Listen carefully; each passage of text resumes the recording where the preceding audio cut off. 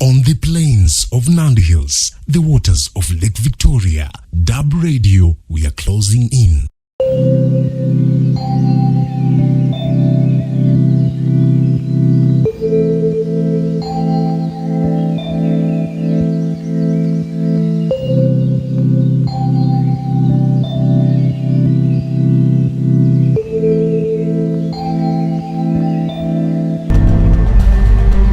Osama Bin Laden, the man who ordered the attack on America.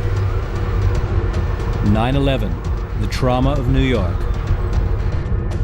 For 10 years, the USA hunts down its public enemy number one. Dub Radio on the know. And finds him where no one suspects him. He is killed in Abbottabad, Pakistan on May 2nd, 2011. Private papers fall into the Americans' hands during the operation. Some of them are published later online. They offer a glimpse into Osama bin Laden's life in his hideout. How he felt and what he thought. How he loved and hated. Osama bin Laden, up close and personal.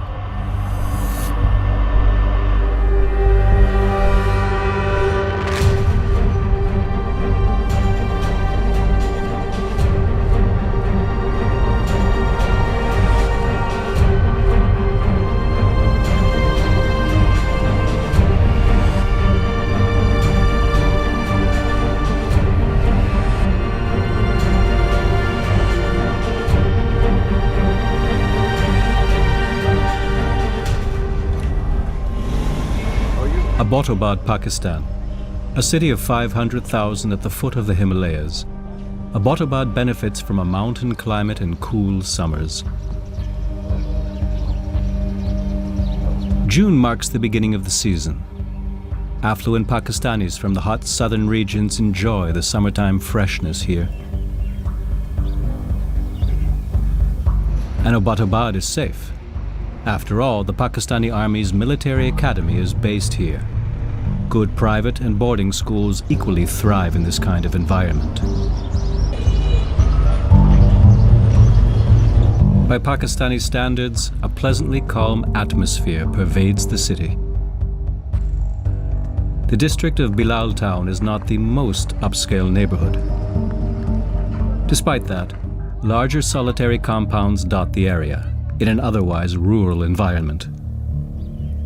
None of the residents suspect that one of these compounds houses a man who is wanted all around the world, Osama bin Laden. He once spread fear and terror into the Western world. In his house in Abbottabad, a TV links him to the outside world. Occasionally in newscasts, he sees himself, the man whom many regard as the world's most dangerous terrorist. For the Americans looking for him, he has vanished into thin air. In his hideout, he views the videotapes displaying, in his opinion, his greatest triumph again and again. September 11th, 2001, the attacks on the World Trade Center in New York, which killed almost 3,000 people.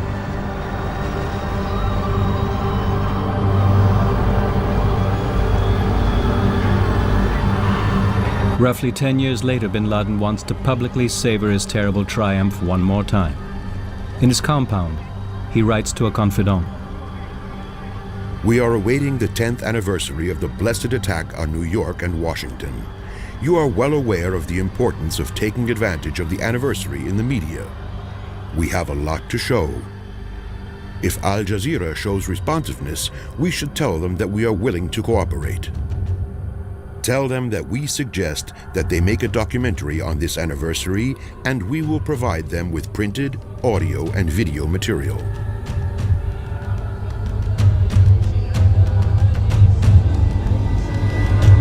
We should also look for an American channel that can be close to being unbiased.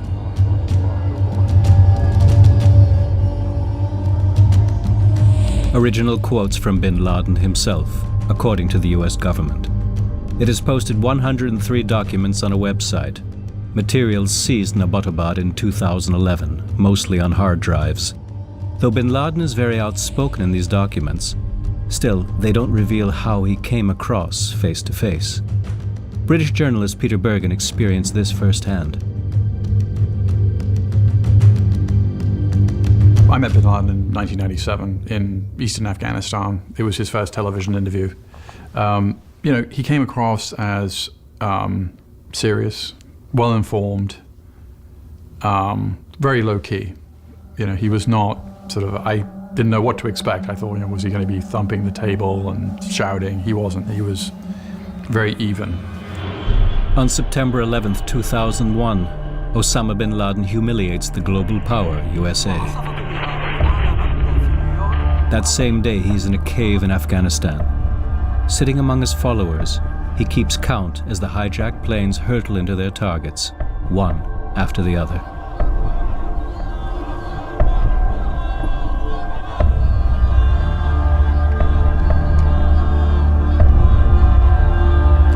This is the day when he becomes the most well-known terrorist in the world and the most wanted. It wasn't something handed down to him. Osama bin Laden was born in 1957 in Saudi Arabia, a country marked by old traditions and rapid change. Oil makes the desert nation rich, but big money brings the modern era with it. Consumption and decadence start to compete with the Bedouins' simple life. Osama bin Laden is not among the losers in this change. He is one of 54 children sired by Mohammed bin Laden, a developer who became extremely wealthy as a result of Saudi Arabia's construction boom. A widely branched family, the bin Ladens gain ever greater prestige and influence. It was really quite an organized clan, and under Islamic inheritance law, Osama would have known as a recognized son of Mohammed bin Laden that he would have a significant fortune after his father died. Like many Saudis of his generation, young Osama loves some of the novelties. Cars are his passion.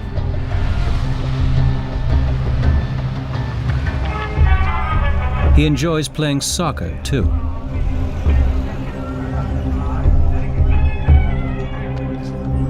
In Jeddah, he attends one of the most modern elite schools in the country. Osama's gym teacher at the Al-Taga Model School comes from Syria, where he was a member of the Islamist Muslim Brotherhood. Now he lives in exile in Saudi Arabia. The teacher deliberately tries to influence young bin Laden's political views. So Osama had this very distinctive experience in an elite educational setting, influenced by European curricula, but also educated by Syrian Muslim Brotherhood activists who saw Islam as a source of political change, not just personal faith and practice. Osama bin Laden studies economics and business administration at King Abdulaziz University in Jeddah. But he is drawn to lectures held by Islamic scholars. One of them, Abdullah Yusuf Azam, spurs the faithful on to wage jihad, holy war. Muslim soil must be defended against the hegemony of the infidels. The armed struggle to accomplish this ought to be fought throughout the Islamic world. Afghanistan. Here, jihadists literally go into combat against hostile invaders. Soldiers from the Socialist Soviet Union have occupied the country. Firm conviction causes many young Saudis to be drawn into this holy war. Yet a thirst for adventure is there too. As of 1984, Osama bin Laden is one of them. His presence turns him into a celebrity back home. 1990, deployment of US troops in Saudi Arabia. Their mission? To liberate neighboring Kuwait, which has been occupied by the Iraqi dictator Saddam Hussein.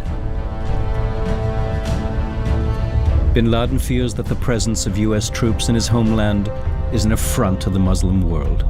Sites in Islam, Mecca and Medina, lie in Saudi Arabia.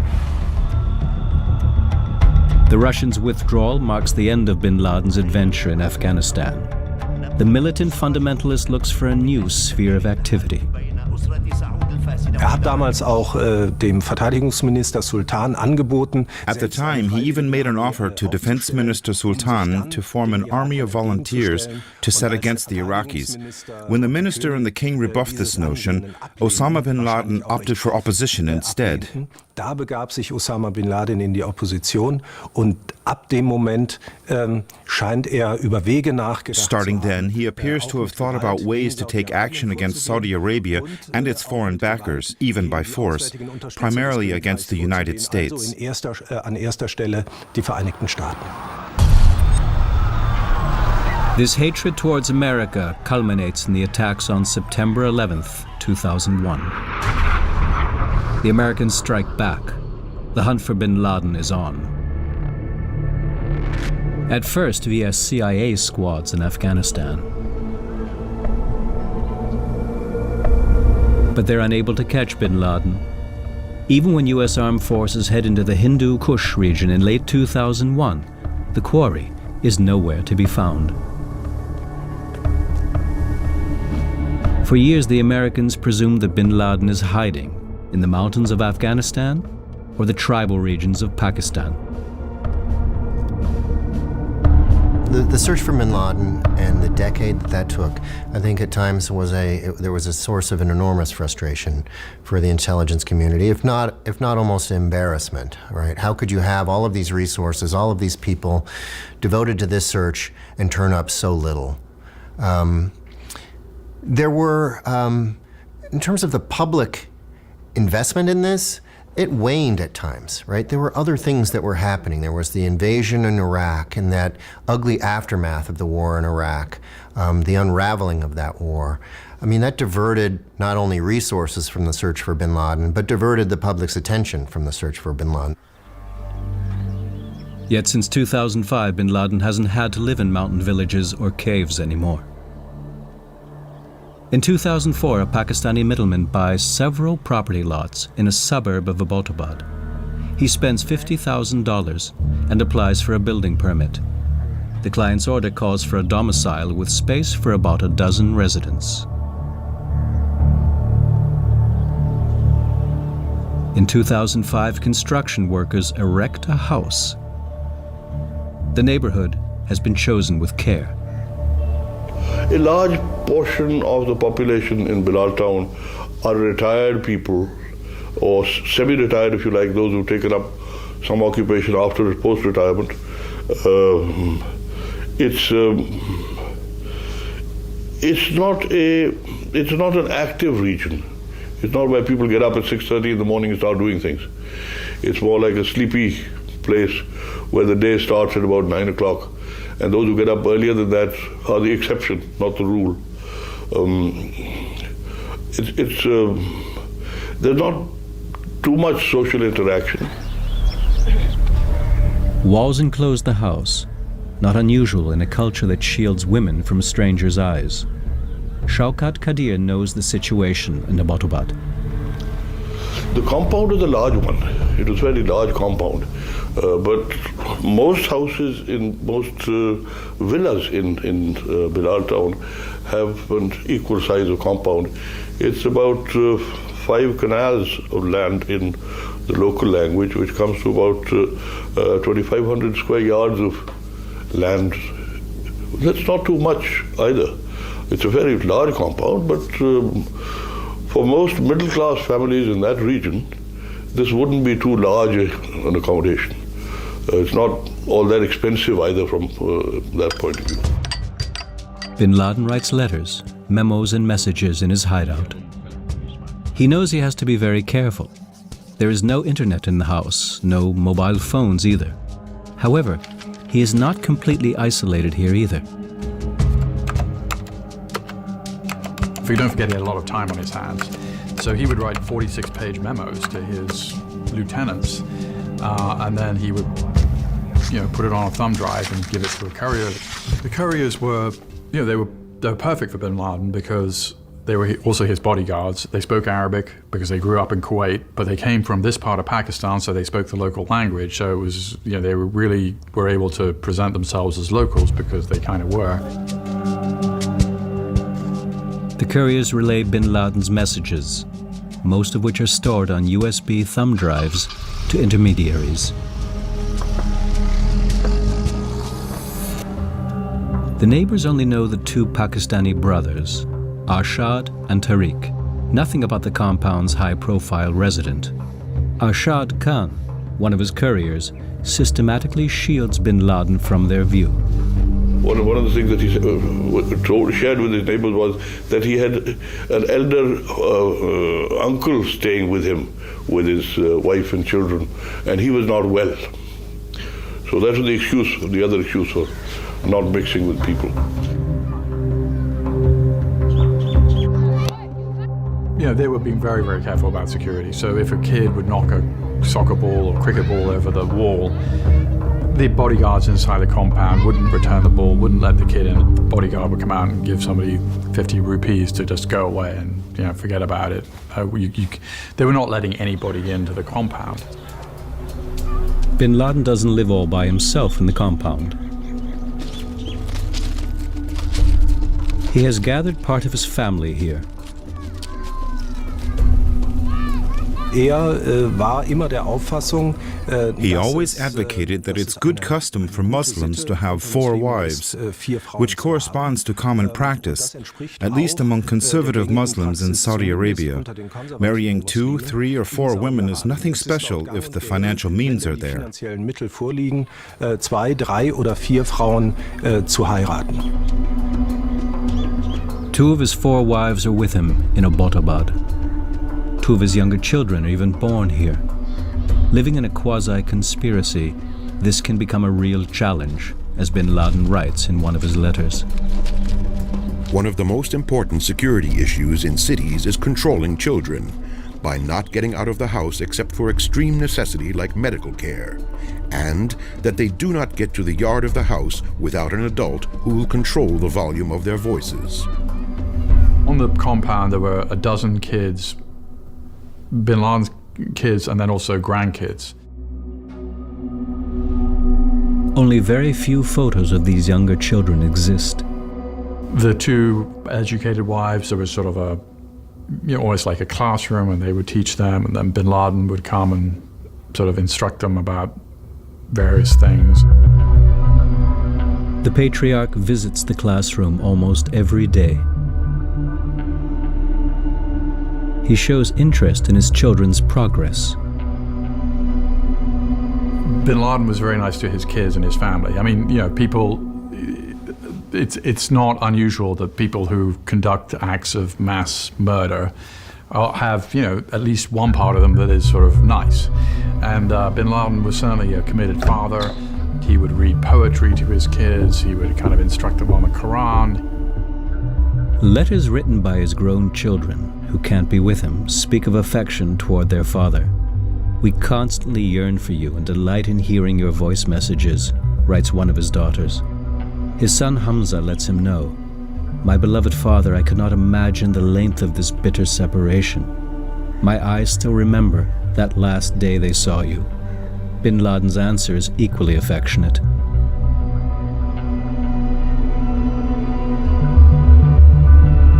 By God, I miss you so much. The only thing we're lacking is getting together with you. And yet, in comparison, the terrorist leader knows how good he is faring in his hideout. It must have been a bit boring sometimes because he couldn't leave. But, you know, he was the world's most wanted man, and he wasn't on the run. You know, he was living in this house for 5.5 years. He had his family. Now, most people, when they're on the run, don't take, you know, 2 or 3 wives and a dozen kids and grandkids with them, right? It's quite unusual. Well, he had them all with him.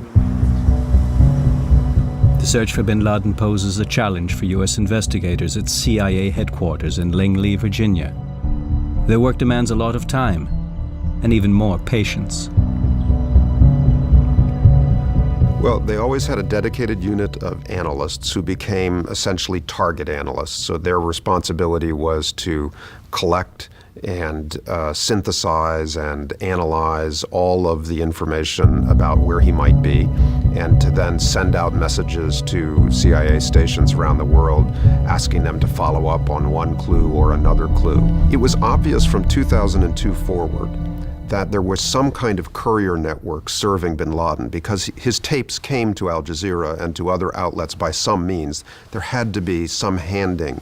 So the CIA was searching for those couriers, trying to follow the trail back from when the tapes were dropped. And this was an obvious course of investigation.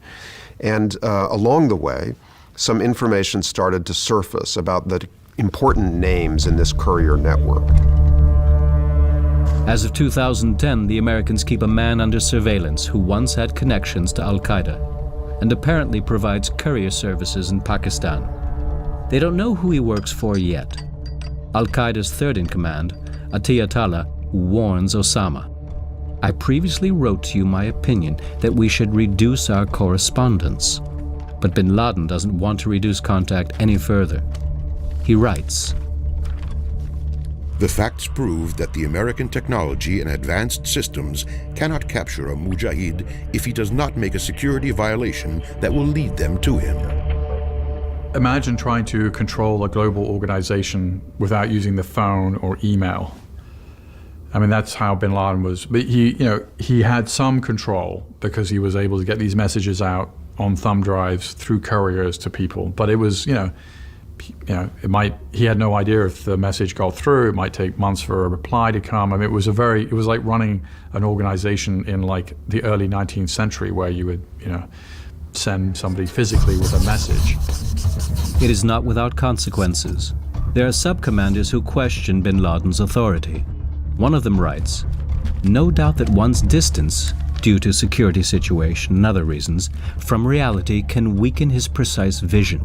Being chased, besieged, and distant is not the best environment for thinking and for forming the right opinion and decision." schafft es doch, zumindest die groben Richtlinien. Even so, he at least manages to stipulate rough guidelines for Al-Qaeda's global activities, and it seems he also manages to have a say regarding operational details in individual cases. However, the fact that he has to communicate exclusively using couriers makes this difficult, which is why he naturally can't engage in planning attacks like those in London in 2005. Eingreifen. But it seems as if he was at least still able to influence the broad focus of all these attacks, and he appears to have been well informed about current strategy. Yet the operational leadership no longer considers bin Laden to be a decisive factor. He starts to set other priorities. We need to understand that a huge part of the battle is the media. He's not pleased at all with how the media is portraying him.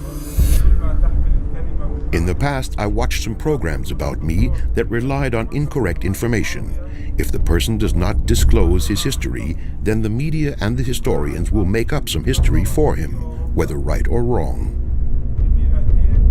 Well, he's obviously a narcissist in many important ways. He sees himself as indispensable to the struggle, to his own faith, to world history, and there's a megalomania in his actions and in his sense of self. Now, he could in person come across as quite retiring and even humble, but in the choices that he made and in the way he defined himself as a leader, he was clearly a narcissist and quite vain as well. He keeps intervening.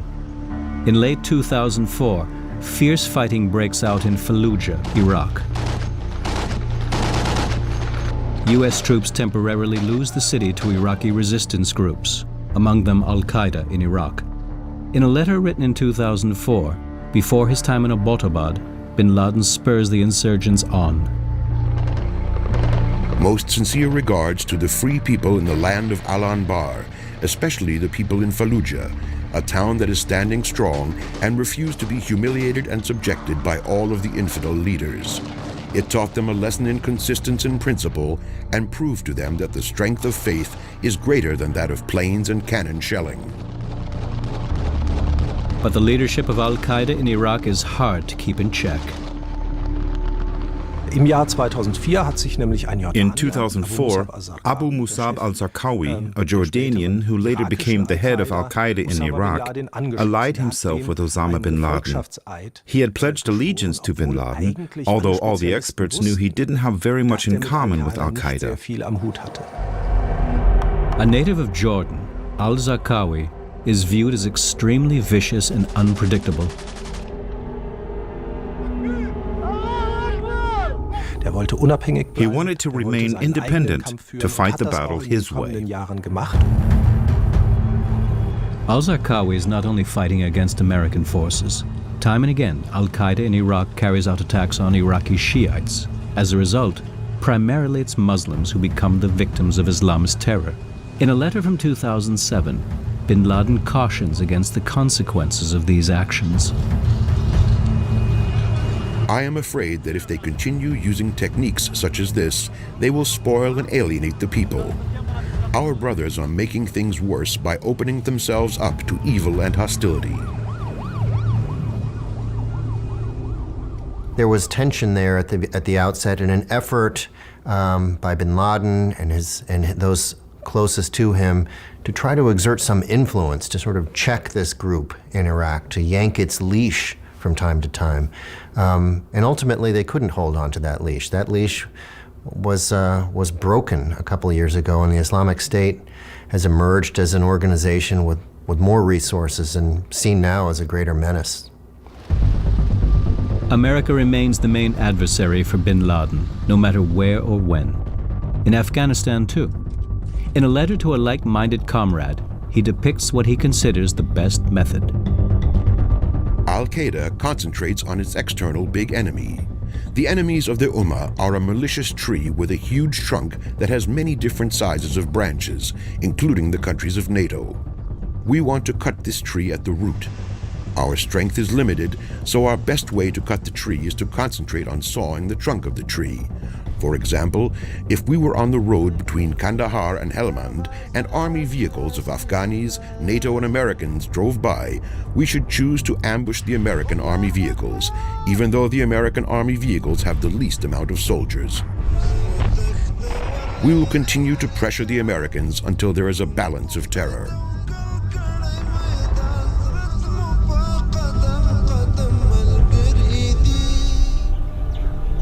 Yet all this is happening far from Abbottabad, where all the allegedly most dangerous man in the world can do is to make a daily tour of the yard. He is extremely cautious to avoid being discovered. The residents keep to themselves. They even burn their trash instead of having it collected. Bin Laden wants the household to be self-sufficient in every possible way. So the bodyguards would bring in goats that they bought locally and they would slaughter them. I saw there were areas where they were keeping cows for milk. I saw chicken coops where they were keeping chickens for eggs. I saw all sorts of vegetables they were growing. I saw cucumbers, maybe lettuces. It was a completely self-sufficient environment.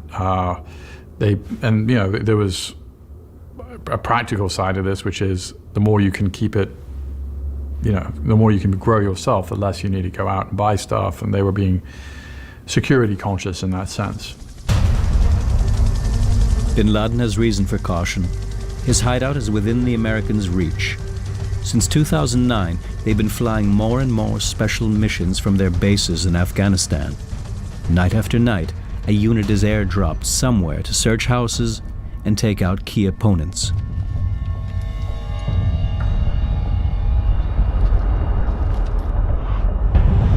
The Americans deploy another weapon to serve this purpose too: drones, unmanned, remote-controlled aircraft. Bin Laden is aware of the threat.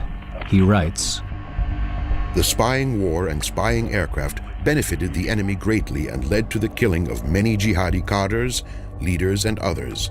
This is something that is concerning us and exhausting us." For the CIA, this was a capability that those involved in the counterterrorism mission, they just saw its potential sooner than their counterparts in the military, who regarded this as this odd aircraft. What possible use could this be? It's, they didn't see what it could do as quickly or readily as the CIA did. And so the CIA basically adopted this platform, adopted this aircraft and developed it, and has enhanced it in ways that are quite remarkable, right? I mean, there is almost a choreography now to the way that they conduct surveillance and even strikes with drone aircraft. In 2009, a drone strike in the Pakistani-Afghani border region kills bin Laden's 30-year-old son, Saad. He belonged to the top echelon in Al-Qaeda and had been tipped as his father's successor.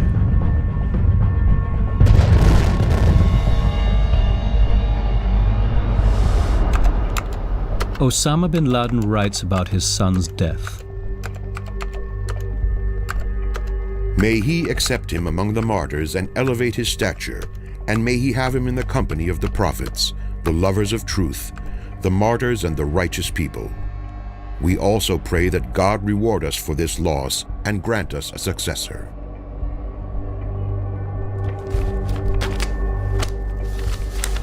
He gave his sons mixed messages. At times he urged them to follow him into the fight. At one point, according to a memoir published by one of his sons, he even urged his sons to become suicide bombers, which is a little bit hard for us to fathom. But there's also writing that he did at times under pressure. For example, his last will and testament at Tora Bora, where he tells his sons, get out of the family business. I've caused enough suffering in your lives. He is behind the massive use of drones. US President Barack Obama. And he is the Americans' key military commander, General Petraeus. Both of them become targets of Osama bin Laden's fantasies of revenge and omnipotence. I asked to prepare two groups with the mission of anticipating and spotting the visits of Obama or Petraeus to Afghanistan or Pakistan to target the aircraft of either one of them. Obama is the head of infidelity. As for Petraeus, he is the man of the hour in this last year of the war, and killing him would alter the war's path. Those are the sorts of things you can't rule out, but seemed increasingly unlikely, seemed increasingly almost as if he, evidence that bin Laden had lost some grip on the reality of the organization he was running and its capabilities. So it was sort of a pie-in-the-sky idea. Yet bin Laden views himself as a realist. He thinks he knows his enemy and writes, One of the most important matters when there is a conflict between two sides, each side needs to be informed about its enemy's culture, history, his way of thinking. He was our enemy before Islam, and he increased his animosity after Islam. It is the Western civilization that occupied our land for 1,000 years. The Greeks 400 years, the Romans 600 years. Yes, I think it was a narrative of a sort of preordained history rooted in certain interpretations of Islamic texts and Islamic forecasts that he had grown up with, but really distorted by the kind of campfire conversations among all of these exiled radicals in these conflict environments. And they kind of created their own mythology to explain what they were doing, why they mattered, and how it would all lead to an important and successful transformational outcome. He didn't understand the United States at all. I mean, and we know now that he visited the United States once when he was a relatively young man. He didn't have much first-hand knowledge of the United States. Some of the people in his family, big family, some of them studied in the United States, understood it pretty well. But he himself, I think, had a very surface understanding. And, the bin Laden bookshelf that he had at his house, I mean, it's full of works by Noam Chomsky and sort of critics of American foreign policy. That's all fine, but it's only one part of the picture. So he didn't, I think his view of the United States was kind of incomplete. And also he was reading, as some people do, stuff that really simply reinforced his own views. The picture bin Laden has of Germany is homespun too. He He believes he knows the easiest way to hurt it. Boycotting German automobiles means harm to the automotive sector first, and with it other companies will be hurt also, such as BASF, the largest chemical company in the world, and also the steel industry. Both are important sectors in Germany. Boycotting the German automotive industry will lead to the loss of jobs. Advice: avoid talking about the Jews and Palestine when talking to Germans. This subject is very sensitive in Germany and will bring negative results to our goal. However, in bin Laden's eyes, the main adversary is the USA. America has to stop its evil, such as the support for the Jews, and leave the Muslims alone so the Muslims can establish an Islamic state where Islam will prevail. We want to fight the United States, the leader of the infidels. It is a known fact that the American people, who are represented by the Congress and the White House, are the holders of the supreme power in the U.S., and they are the ultimate decision makers. Thus, we have to focus on killing and fighting the American people.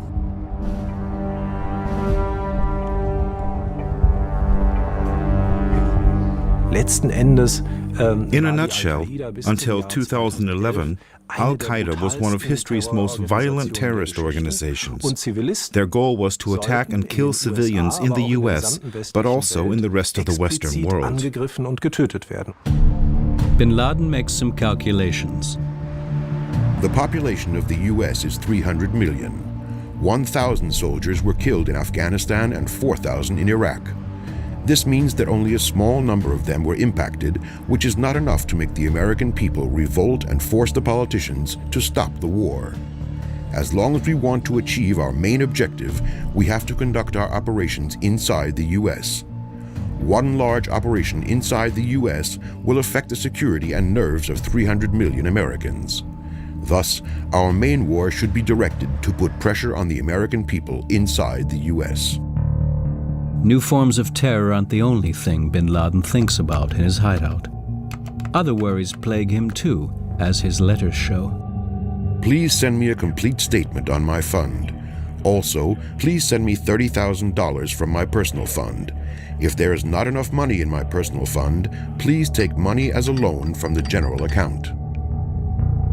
Al-Qaeda was strapped for cash very, very often, even though it was a very wealthy terrorist organization in its time. That's why Osama bin Laden was forced to live on a very modest scale for years. But ideology plays a role here too. He emulated his Saudi and Yemeni forefathers. In so-called Wahhabism, the interpretation of Islam prevalent in Saudi Arabia, a very austere life plays a key role. It's an ideal. Islaminterpretation, dem sogenannten Wahhabismus, eine wichtige Rolle spielt. As a result, bin Laden lives almost as unassumingly as the ordinary people in his neighborhood in Abbottabad.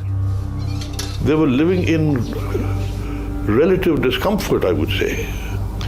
The main house had one sitting room with a kitchen. It had 2 bedrooms on each floor, the ground floor, the first floor, and the second floor.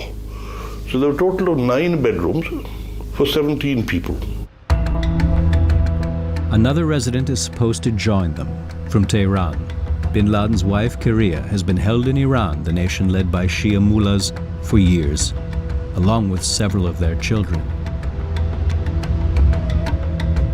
Well, an Iranian diplomat had been taken hostage by Al-Qaeda, effectively, and they held him, I think, for a couple of years, and the Iranians wanted this diplomat back, and they had something Al-Qaeda really wanted, which was bin Laden's family members who'd been living in Iran under a form of house arrest. So a deal was made, and it was essentially kind of a prisoner swap.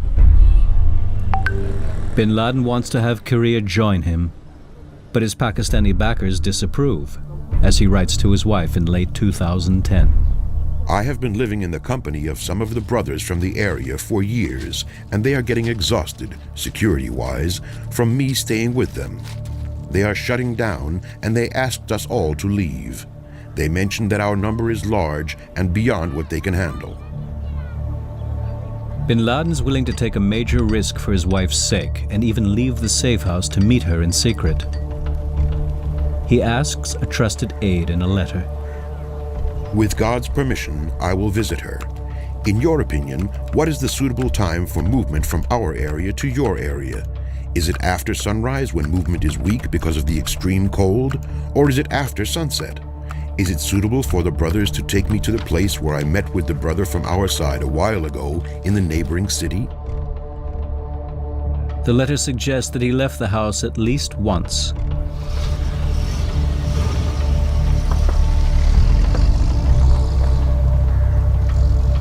It's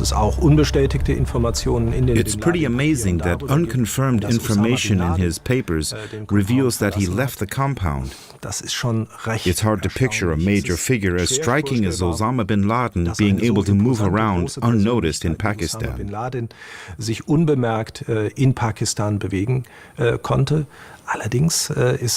Then again, it is a chaotic country with only one effective entity, the army. Whether in a van or otherwise, it seems that Osama bin Laden and parts of his family were successfully brought across Pakistani territory into the tribal regions and back again. In early 2011, his wife Karia actually joins him in his hideout. He had advised her beforehand. Our security situation does not allow us to go to doctors, so please take care of all your medical needs and keep the prescriptions from every doctor you go to so we can get you the medication when you come to us, God willing, whenever you need it. He had 3 wives who varied in age from 63 to 29. And Mal was the youngest one. She's the Yemeni, and she was his most recent bride, and he was living in the bedroom with her. And then he had these 2 other wives who were also living in the house, and he had good relations with them. By that time, CIA search units are already keeping the compound in Abbottabad under airborne surveillance. From the ground as well. They even count the pieces of laundry on the clothesline to figure out the number of inhabitants. Yet, they never catch sight of Bin Laden himself.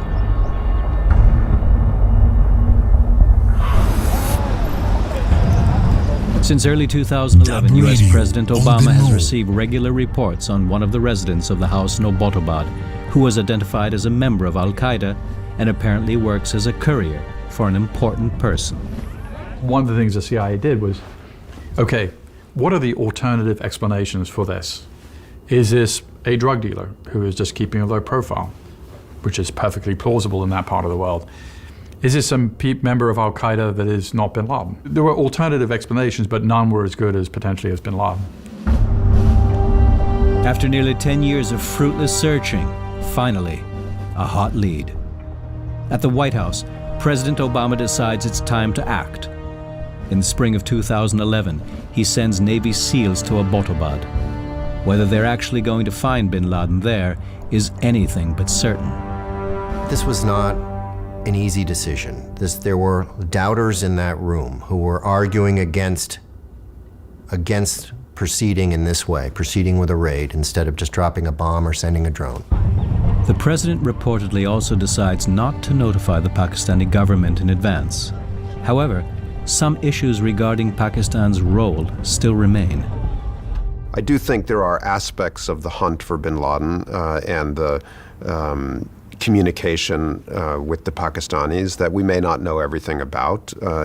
In history, these kinds of very sensitive, secret, fugitive hunts, they usually reveal a few layers as the years go on and as more documents become available.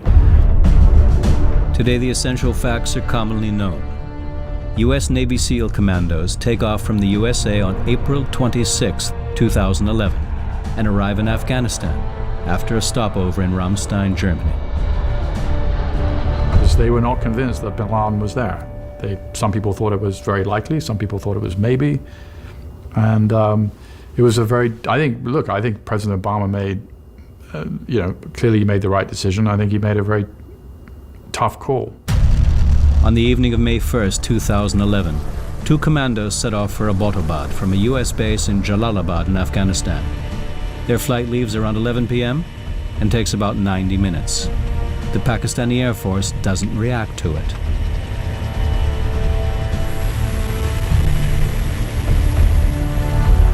There was no aerial threat from Afghanistan, from our western borders. There was no threat by air, or incursion by air, from Afghanistan. The aerial threat was all from India. So all our radars and anti-aircraft devices were placed on that border, not on this border. What is more, the Americans knew which areas were totally undefended, where there were no people, and they could fly through those valleys, low fly through those valleys, and they can gain entrance, which is what they did. That night, Osama bin Laden goes to bed as usual, on the third floor of the house, in the bedroom he shares with his wife Amal.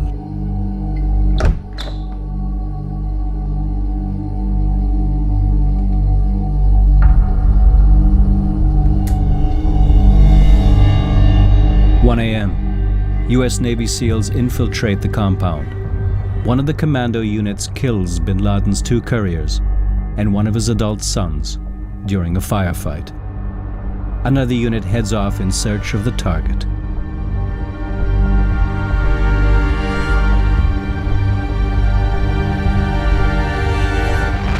Osama bin Laden offers no resistance.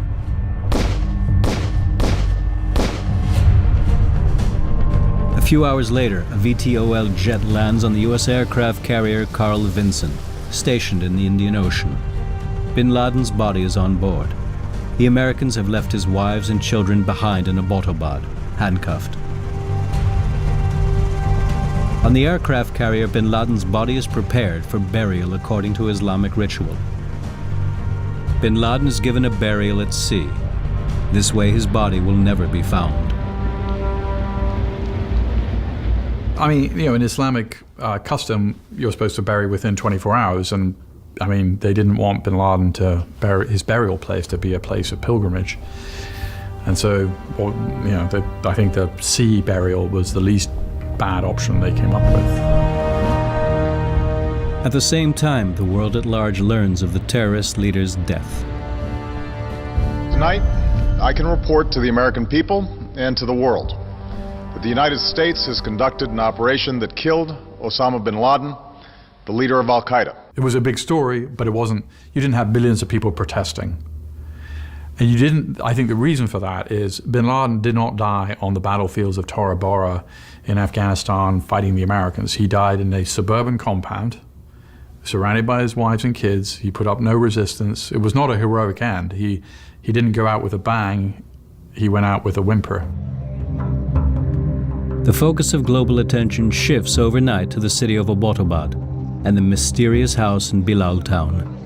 Neither spectators nor journalists are allowed to enter the compound itself, though there are some exceptions. I was amazed, I must admit, very surprised at the lack of security that there was, because one would, in this high technology era, one would have visualized some high technological equipment for security of the house. There wasn't any, none at all. Following the dramatic events, as a former general of the Pakistani army, Shaukat Qadir is granted access to bin Laden's hideout. One aspect draws his attention. Somebody running away or hiding from the law, what one begins to think of is that the first thing he must ensure is escape routes. Some escape routes. That was the first thing that I was looking for, that he should have some hidden escape routes, and perhaps the attack was such a surprise that he wasn't able to get there. But there were none. There were none. No CCTVs installed outside which you could look at on the inside and say, okay, somebody's coming. Nothing like that at all. Very surprising. Pakistani authorities do not want bin Laden's house in Abbottabad to become a place of pilgrimage, so they have it demolished in 2012. Yet the memory of bin Laden is by no means erased by demolition. Bin Laden is much more than a historic figure, because he made a very decisive mark in shaping today's world. Using admittedly highly effective terrorist attacks that continue to define global politics to this day, he managed to induce a superpower to counter-react into overreacting.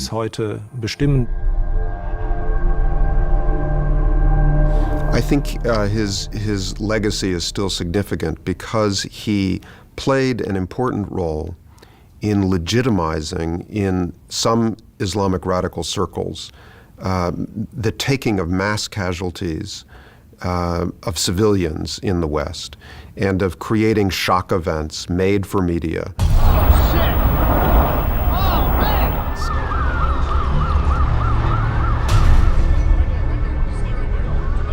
What we have now is a style of terrorism that bin Laden helped to invent, which is just the shocking mass casualty attack against soft targets.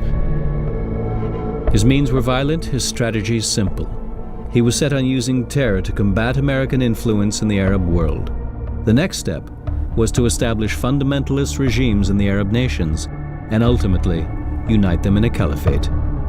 Well, the real thing is the ideology. Bin Laden was the person who explained that ideology very clearly to a lot of people around the world. And unfortunately, the ideology continues to live. And I don't think it's going to disappear.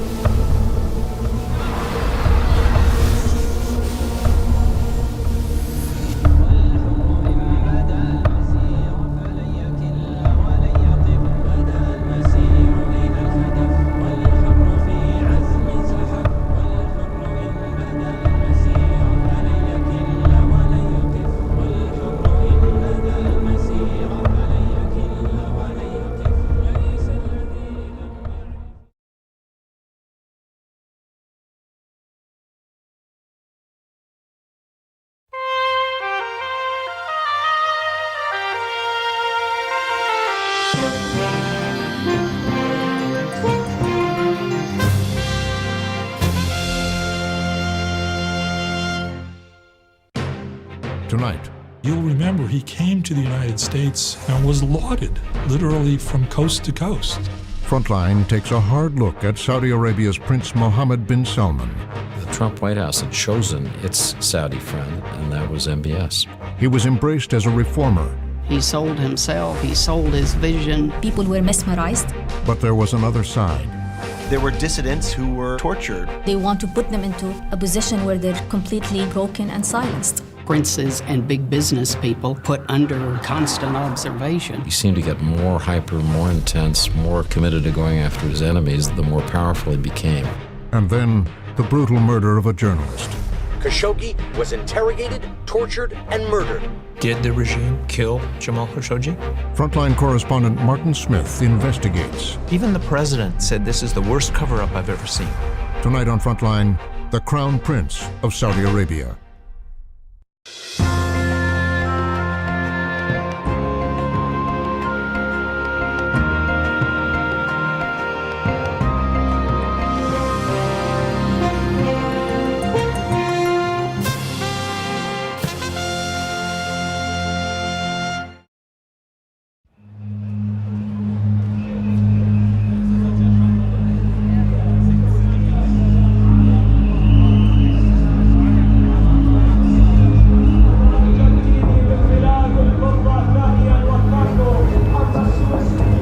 It is December 2018.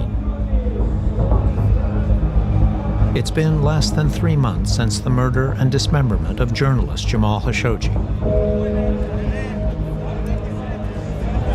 But just outside of Riyadh, Saudi leaders and some of their friends are gathered for a celebration.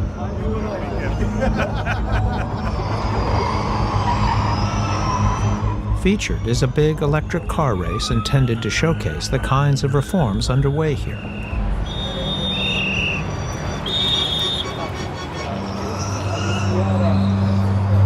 I have managed to get into the royal box. There's Adel Al-Jubeir, Saudi Arabia's foreign minister at the time. Mohammed Al-Sheikh, a former World Bank lawyer and now a minister of state. Multi-billionaire Prince Al-Walid bin Talal, among the world's richest men. And over there is Norman Rule, a former senior CIA official. He is talking to the world's largest private collector of Rembrandts, Thomas Kaplan. And of course, there's distinguished royalty, the powerful Mohammed bin Zayed, Crown Prince of Abu Dhabi.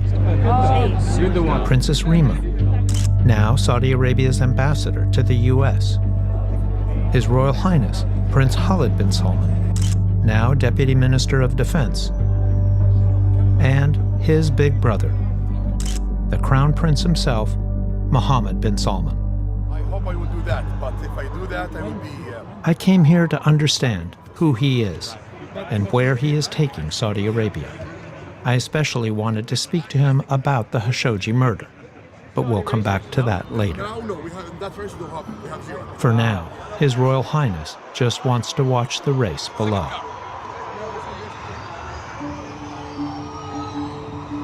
He wants to put the murder behind him.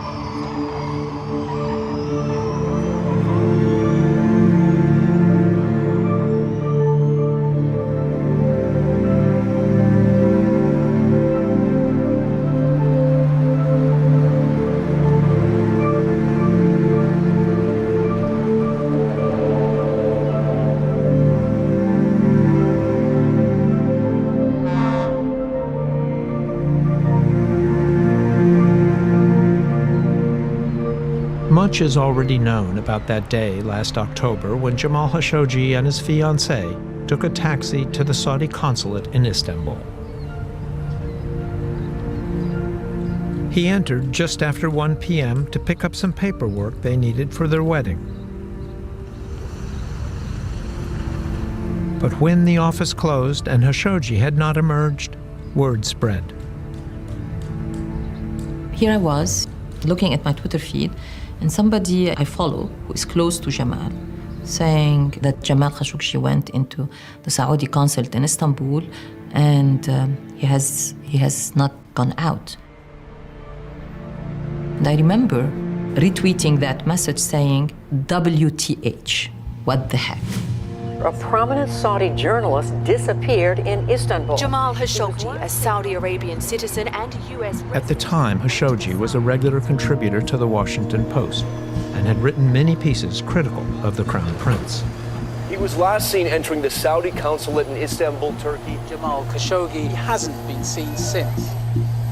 I was baffled by the idea that he could walk into a consulate and disappear. I couldn't understand who would do that, because even if you wanted to kill a dissident or someone that you felt was a dissident, why would you do it in your own consulate? You lose plausible deniability. The mystery deepens tonight over the fate of Jamal Khashoggi. The Saudi government claims that Jamal Khashoggi entered the consulate and left shortly afterwards. Even among Saudis themselves, people were shocked by it. He's not a political opposition. He didn't ever call for ousting the regime.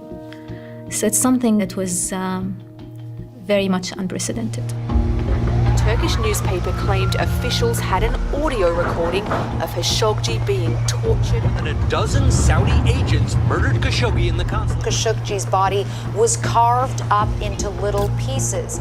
It's one thing to know that he'd been kidnapped. It was another thing to know not only had he been killed, but he'd been tortured. For anybody that you've known for a long time to end that way, it just didn't seem right. Saudi Arabia is scrambling to carry out damage control. The Crown Prince himself is the principal suspect. This is a man who we've been trying to understand and cope with. Is he a modernizer or a tyrant? Prince Mohammed bin Salman is now facing greater scrutiny than ever before. So who is the man in charge of Saudi Arabia? Our story begins with Prince Mohammed's father, Salman bin Abdulaziz Al Saud. He was born in 1935 and is believed to be the 25th son of the kingdom's founder. He was appointed governor of Riyadh at a young age, a position he held for almost half a century. It was a time of extraordinary change. Salman, as governor of Riyadh, literally turned a small desert town into a thriving city. There were maybe 100,000 people living in Riyadh when he became governor back in the 1960s. Today, it's somewhere around 7 or 8 million people. It was during this period of growth that young Mohammed bin Salman, born in 1985, grew up. But little is known about his early years or why his father favored him. He had many sons.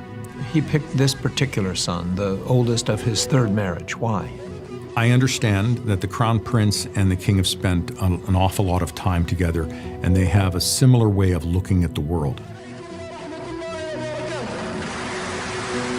The King appeared to groom him to share his view on issues such as corruption, the duties of the royal family, and the responsibilities to sustain the Saud kingdom. Most young royals study abroad at some point. Not Prince Mohammed. He remained in Riyadh by his father's side through high school and college. As I understand it, once he graduated, he was employed by his father, working and I assume learning from that work when his father was the governor. Apparently that's what he did for some years, was attend all of his father's meetings and make himself useful.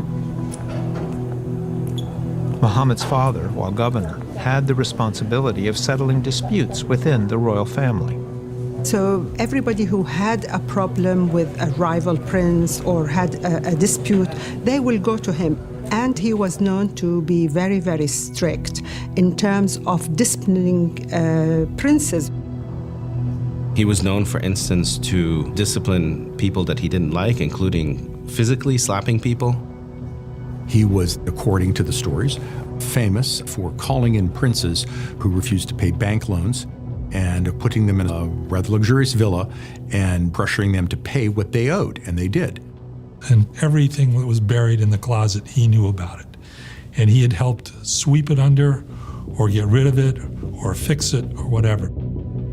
Those files, of course, he has now transferred entirely over to his son, who has all of that information going back literally a half century. This gives them enormous influence within the House of Saud because they know every peccadillo, every fault that every member of the family has had. In 2015, upon the death of his predecessor, Salman, at age 79, became king.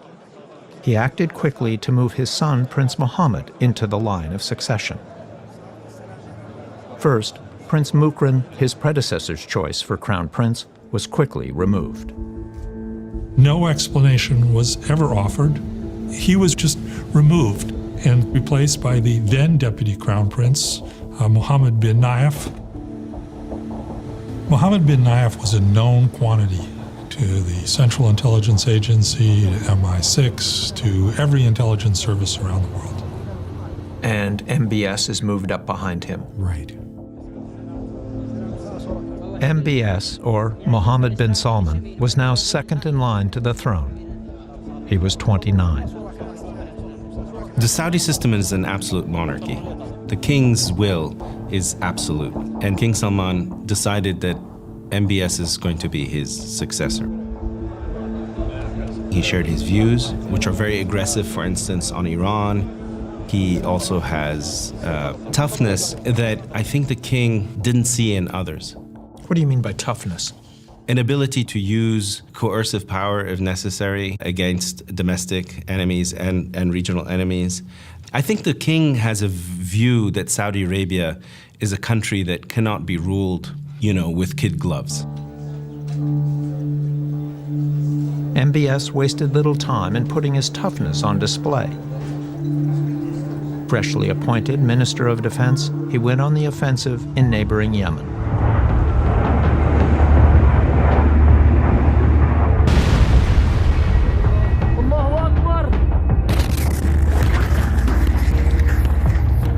A new offensive to drive out Iranian-backed rebels who seized control of the capital and key military sites. The Houthi rebels in Yemen were advancing with support from Saudi Arabia's archenemy, Iran.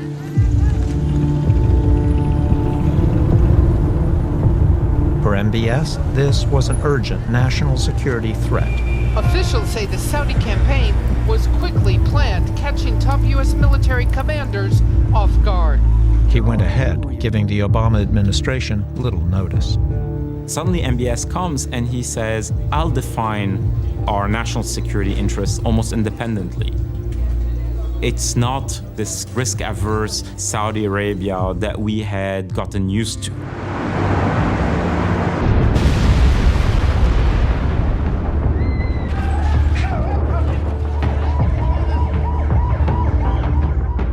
Some elders in the royal family were said to have opposed the offensive, believing it was rash.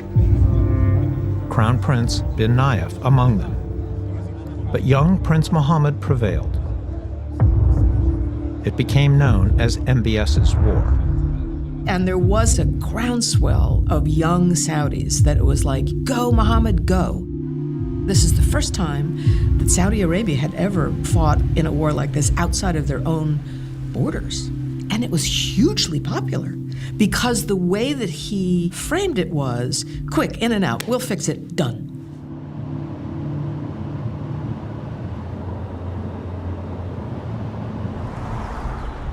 Among the most ardent supporters of the Yemen campaign was this man. I toast you. Oh. Jamal Khashoggi. It is coffee that roasted lightly with cardamom.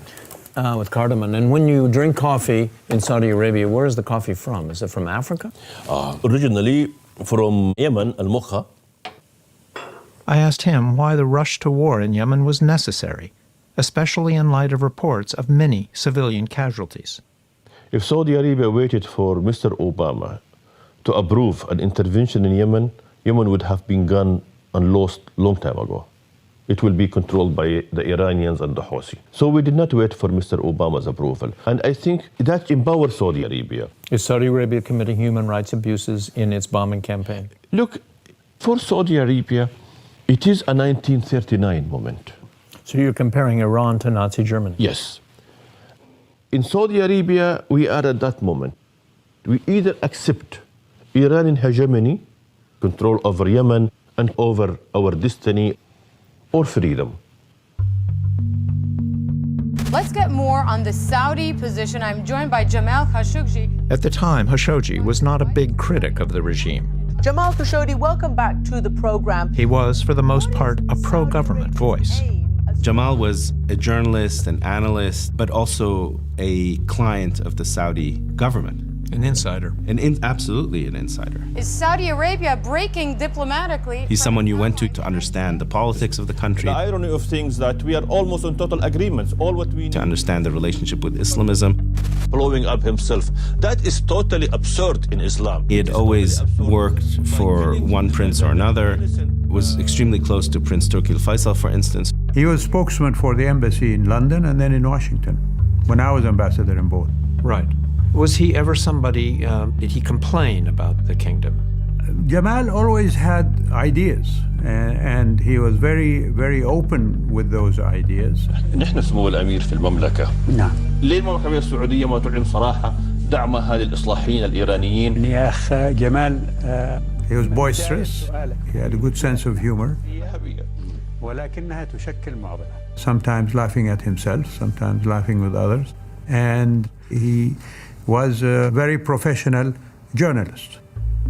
Let's get another perspective now from Saudi journalist Jamal Khashoggi. He joins me. In those days, Khashoggi was especially enthusiastic about MBS when he talked about the need for reform. And he is seen as a savior by young Saudis and by me. The fact that you have a new king and a young advisor in the person of Mohammed bin Salman, that gave hope to Jamal. In 2016, after meeting with MBS, Khashoggi made a point of tweeting this. It's the only photograph we've seen of the two of them together.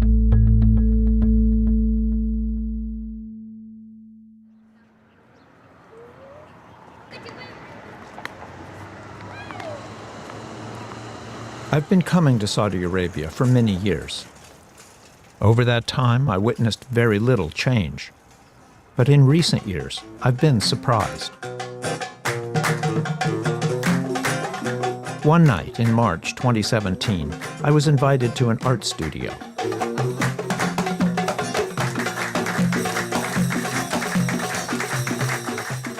Young men were gathered for an evening of music. This was unusual in a place like Riyadh, where performances like this had long been banned by Saudi clerics. In the past, hosting an evening like this could lead to arrests. MBS put an end to that.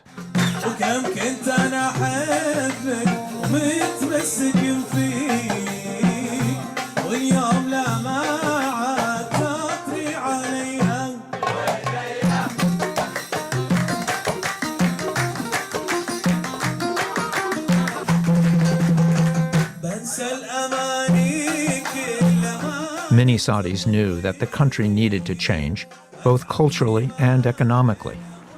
For years, Saudi Arabia has derived most all of its income from oil sales. But oil prices have been falling, the private sector is weak, and youth unemployment is high. In Saudi Arabia, there was very little change. The economy was highly inefficient. Women played no role. There was a tremendous amount of corruption. It was exactly the sort of place you would expect if you had a government run by elderly men ruling by consensus.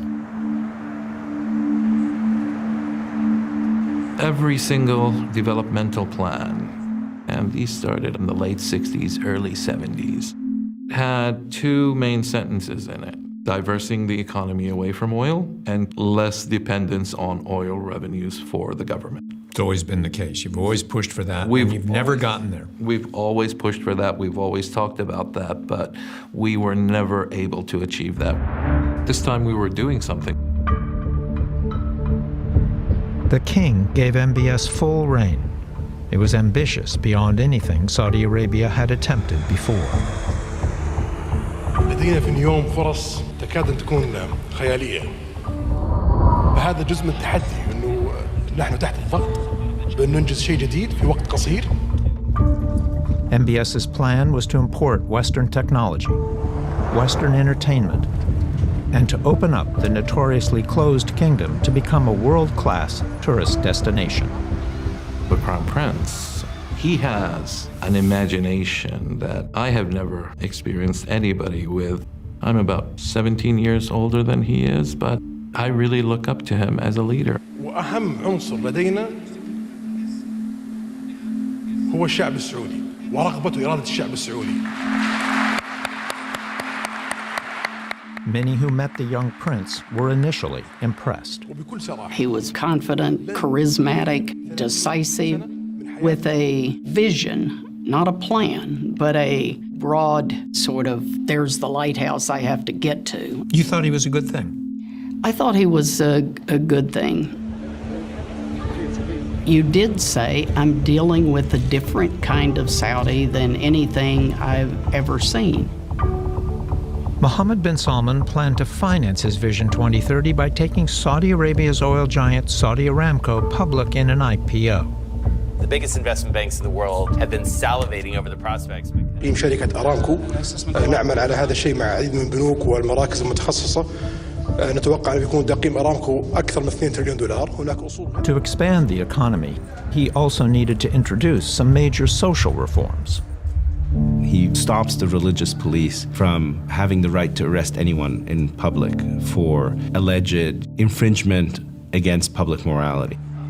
Women, for instance, were often targeted for not being appropriately dressed. Religious police can no longer do anything. Now you go to the malls and you're relaxed. Total segregation that was in place in this society is cracking down. We were hidden, basically, for a very long time. You know, just work in very traditional jobs and within the family protection. So now we're coming out in every aspect. And you credit Prince Mohammed? For all this. And actually, King Salman. Reforming the religious cultural space, integrating women. These are historic things that leaders were unable to do over the last 50 years. Out of these changes would come a new Saudi identity. As they have reined in the religious police, Mohammed bin Salman and the people around him have de-emphasized religion. And in its place has been this idea of that nationalism is most important. This hyper-nationalist narrative that Saudi Arabia is great. المملكة العربية السعودية في الخمس سنوات القادمة سوف تكون مختلفة تماماً. It is in line of what is happening around the world. A new generation of leaders are using the same language and the same rhetoric. سوف تكون النهضة القادمة في العالم في 30 سنة القادمة في الشرق الأوسط إن شاء الله. هذه حرب السعوديين. هذه حربي اللي أخوضها شخصياً. ولا أريد أن أفارق الحياة إلا وأرى الشرق الأوسط في مقدمة مصاف في العالم، وأعتقد أن هذا الهدف سوف يتحقق 100%. الله يعطيك طول العمر يا سيدي. MBS, not his father the king or Crown Prince bin Nayef, became the emblem of that new Saudi Arabia, both here and abroad.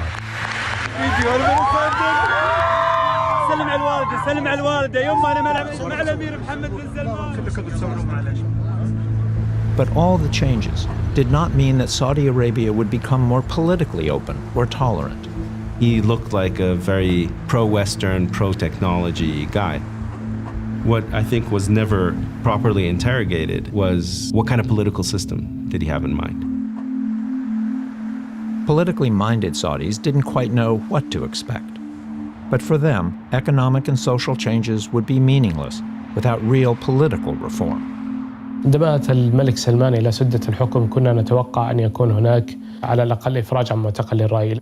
الملك سلمان لم يكن مثل أشقائه واستمرت المحاكمات السابقة كما هي عليه ثم زاد الكم والنوع في القمع. Yahya al-Assiri is a prominent human rights activist. I met him at a conference he organized of Saudis in London. هذا التجمع أنا أشكر كل من يشارك فيه وهو تقريبا ممثل للجميع. إذا كان النظام لا يسمح لنا أن نتجمع في الداخل ويخوف الداخل لا نحن نجتمع. In recent years, increasing numbers of Saudis have left the country. Writers, academics, and activists of all kinds. The main thing we're calling for is we want freedom of speech, freedom of assembly, freedom of movement, where the people can have the right of self-determination. يعني نحن نعرف أن استهداف النظام ولو بكلمة أو مقال يرعبه ويرهبه. لذلك يكون رده عنيف. What kind of man is Mohammed bin Salman? محمد بن سلمان هو الشخص الذي يطمح إلى الحصول على السلطة بأسرع طريقة ممكنة. نجح بشكل باهر في الدعاية والإعلان في حملة الPR.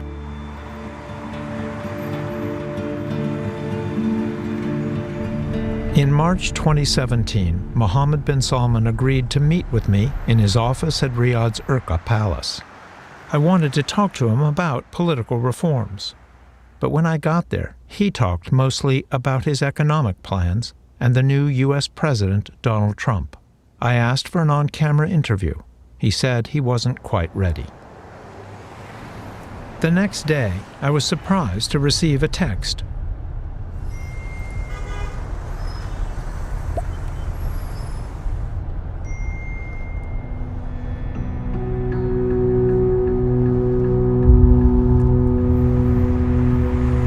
Meanwhile, Jamal Khashoggi continued to be sought after as a commentator.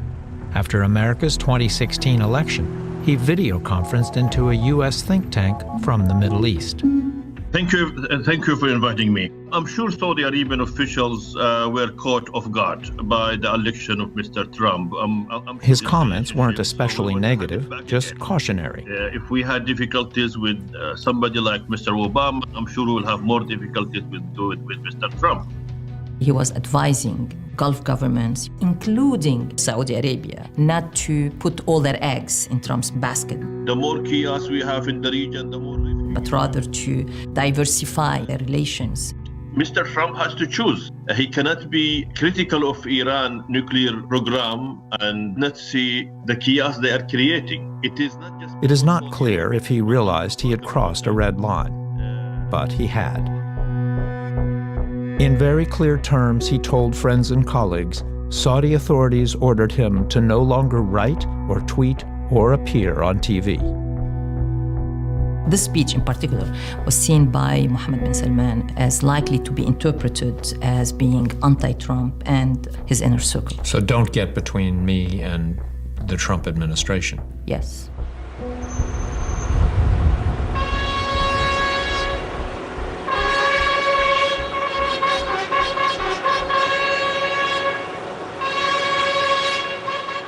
The importance of Donald Trump to the Saudis was made abundantly clear in the way they greeted him in Riyadh in May 2017. The grandeur of this welcome is so different from past presidents. Really just showing how excited this country is that President Trump has chosen Saudi Arabia to make his first stop. And I want to talk. It's a huge coup for MBS and King Salman. in that it's able to bring the most powerful person in the world to Saudi Arabia and to rekindle the strategic alliance that had frayed under President Obama. So for MBS, this is a massive victory. The Saudis used the trip to influence the president on a variety of issues. And the Saudis knew how to play Donald Trump. They'd seen this kind of person before. In many ways, he's kind of a mirror image of many Saudi princes. Everywhere you look, there are posters welcoming Donald Trump. You put his picture up on big posters on the side of skyscrapers. Pretty amazing welcome ceremony that President Trump is receiving. You put on the sword dance.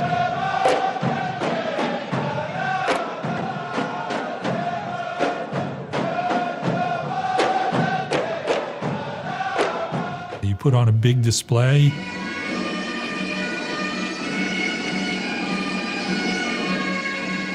King Salman bin Abdulaziz Al Saud confers King Abdulaziz Medal on President Donald Trump.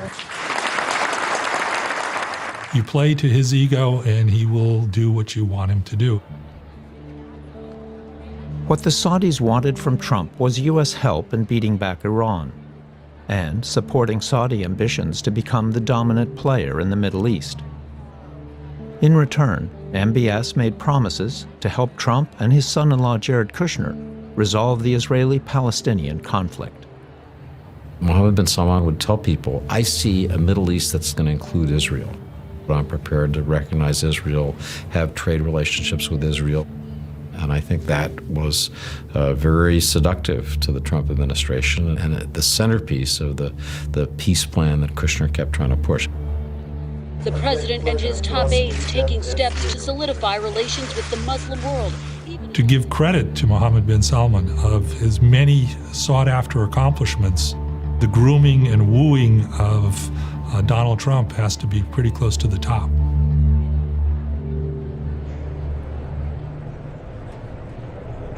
During the visit, Trump agreed to an arms deal worth over $100 billion. We signed historic agreements with the kingdom, and we will be sure to help our Saudi friends to get a good deal from our great American defense companies.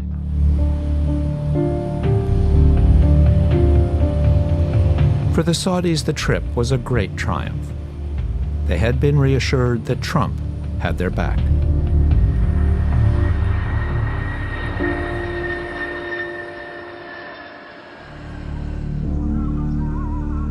At the exact same time Trump was in Riyadh, I was in Yemen. The war was in its third year.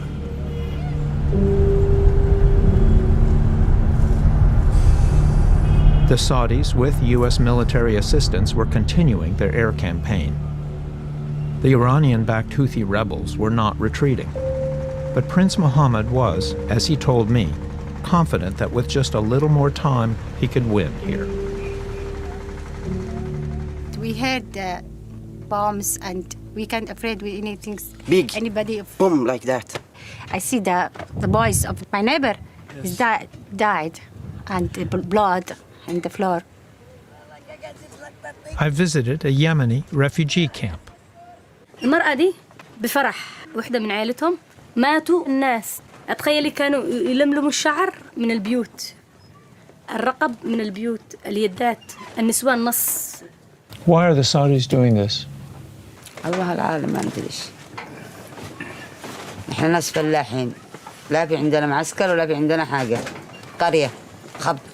خربوا البلاد، خربوا حياتنا، خربوا عيالنا، قتلوا، أرملوا النسوان، قتلوا جهال، يتموا جهال.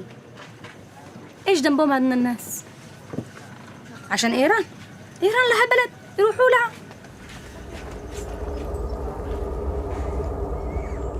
Then, with the war in Yemen at a stalemate, and within weeks of Trump's trip to the region, MBS launched a new foreign policy adventure against another neighbor, the very rich nation of Qatar. Saudi Arabia, Bahrain, the UAE, among others, broke off diplomatic contact and suspended... For years, the Saudis had accused the Qataris of financing terrorist groups and being soft on Iran. Now MBS chose to act. Within a night, Saudi Arabia cut trading routes, transportation into Qatar. They severed diplomatic relations. It was a demand for total capitulation, turning Qatar into a vassal state. It was a very brutal move.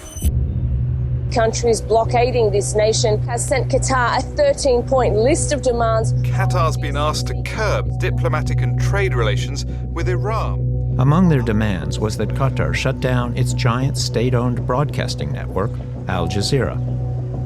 Saudi Arabia doesn't see why tiny countries like Qatar should have this disproportionate say in the region. So this time, they went for the jugular.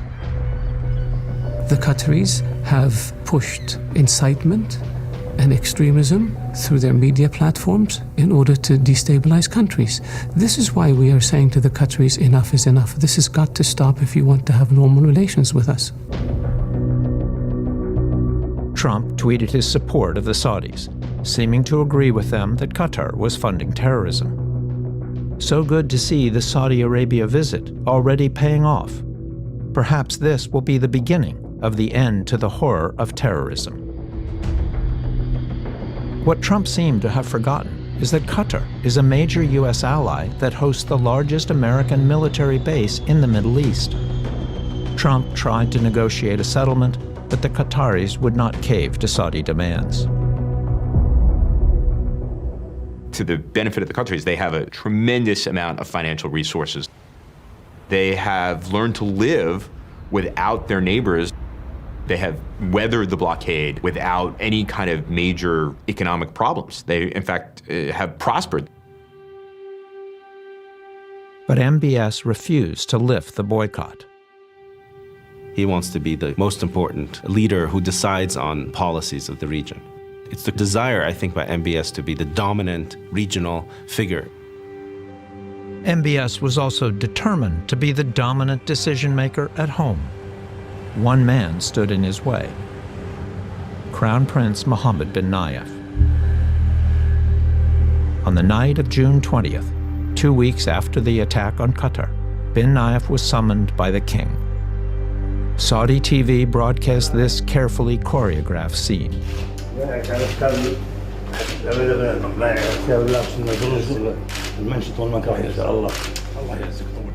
Essentially what MBS did was to break the personality and power of MBN, his chief rival, humiliate him, and then make a show of kissing Mohammed bin Nayef's ring as if he was being submissive. الله يعينك الله يطول عمرك انا بنرتاح الحين وانت الله يعينك ما نستبعد عن توجيهاتكم على طول نصحكم الله يسلمك موفقين ان شاء الله بجبرتكم دوام الله يطول موفقين الله يعزك الله يعزك. Mohammed bin Nayef went along with this little bit of choreography only to be moved into effectively house arrest. Now, it's a nice house, it's a palace, but he's held there incommunicado under essentially palace arrest. The former crown prince was in charge of Saudi Arabia's security services. He has been relieved of all position. Within hours of the news, Trump called Mohammed bin Salman to congratulate him. Mohammed bin Nayef may have been the CIA's best friend, but he wasn't Donald Trump's best friend, let alone Jared Kushner's. The Trump White House had chosen its Saudi friend, and that was MBS.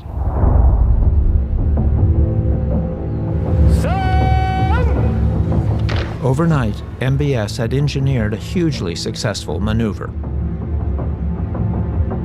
As you understood it, and you're close to the Saudis, how did you understand the need to oust Mohammed bin Nayef? My sense is that the urgency that the king and the crown prince felt as to the need for changes in the kingdom's economic and political structure was such that it compelled them to make that decision. With Mohammed bin Nayef removed, the new crown prince, MBS, was now firmly in charge. He became the guy running the royal court. He became the defense minister, and he had also taken over effective control of the interior ministry from Crown Prince Mohammed bin Nayef. The whole ball of wax was now in the hands of one man in a way that was really unprecedented.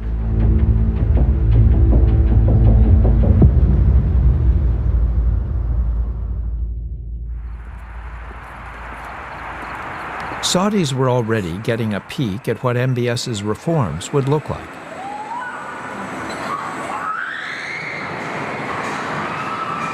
This fun zone had opened inside a Riyadh mall. Along with all the rides and shops is a big multiplex movie theater showing all the latest features. Cinemas were banned for decades, but now MBS's plan was to open 350 theaters across the kingdom. What people weren't seeing at the time was the behind-the-scenes effort to control how much freedom would be allowed.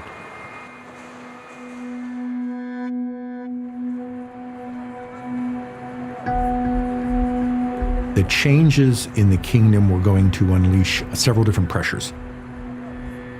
First, you were going to have thousands of religious police who would say, I oppose this.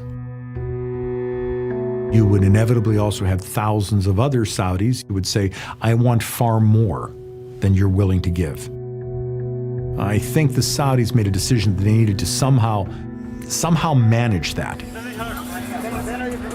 In Saudi Arabia, 2/3 of the country is under 30, with the largest population of Twitter users in the Middle East.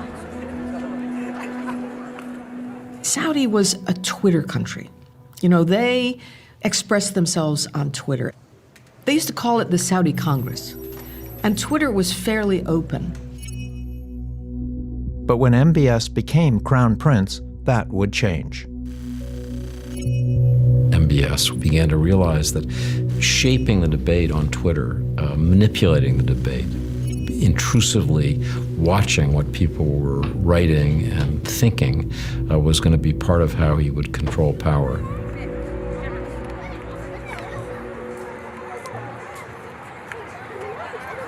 I think it would be a while before Saudis understood what was happening, that the entire landscape of Twitter in Saudi Arabia was shifting from this open platform where people felt comfortable to express opinions to something that was more like an instrument of oppression. MBS would pick a close aide, Saud al-Qahtani, to police Twitter. Over time, MBS would rely on him to do much more. That's him at a large software development competition that he organized in Jeddah. Saudi Federation for Cybersecurity and Programming, you are officially amazing. Congratulations. Mohammed bin Salman saw in him the kind of Saudi who's interested in high tech, who knows social media, who can promote, Mohammed bin Salman's profile and visions and ideas through this medium.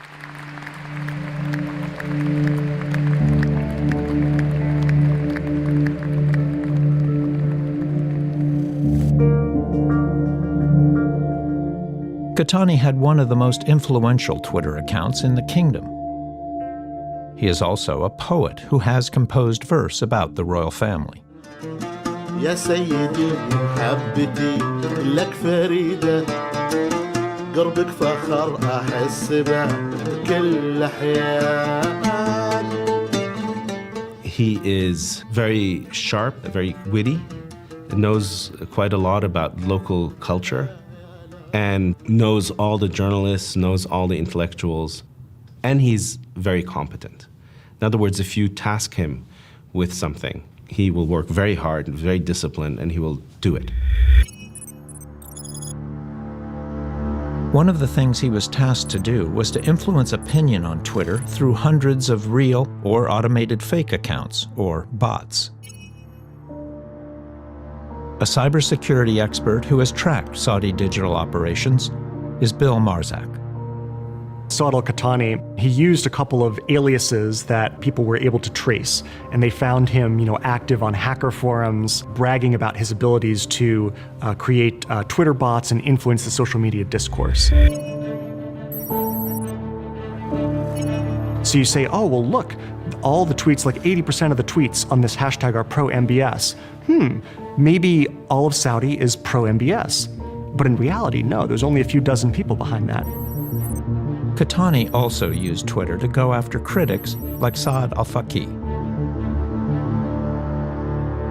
فأنت لماذا تقبل أنك الآن تعيش بهذا الذل والوضع التعيس وأنت بيدك الخيار أنك تنقذ نفسك وتنقذ عائلتك وتعيش حياة كريمة في المستقبل.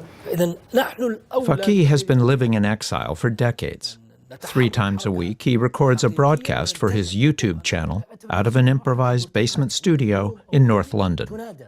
فنسأل الله سبحانه وتعالى أن يكون سقوط محمد بن سلمان نعمة عظيمة على هذه الأمة وعلى المنطقة كلها. People like Faqih could be bombarded with scores of insults and sometimes threats in the space of a few hours. Katani's electronic force became known as an army of flies. Saud al-Qahtani, he has got an army. Their job is to face the computer and either write tweets or write comments on YouTube, write comments on Facebook. These comments are directed by him or by his team, either to promote the regime or to write things against what we write. What's the nature of these comments? That is the nature. The nature is that Mohammed bin Salman is a great man, Mohammed bin Salman is a hero, and Dr. Al-Faqih, Mr. So-and-so are all traitors. Is it effective in discrediting you? It's not effective in terms of discrediting, but it is effective in terms of intimidation.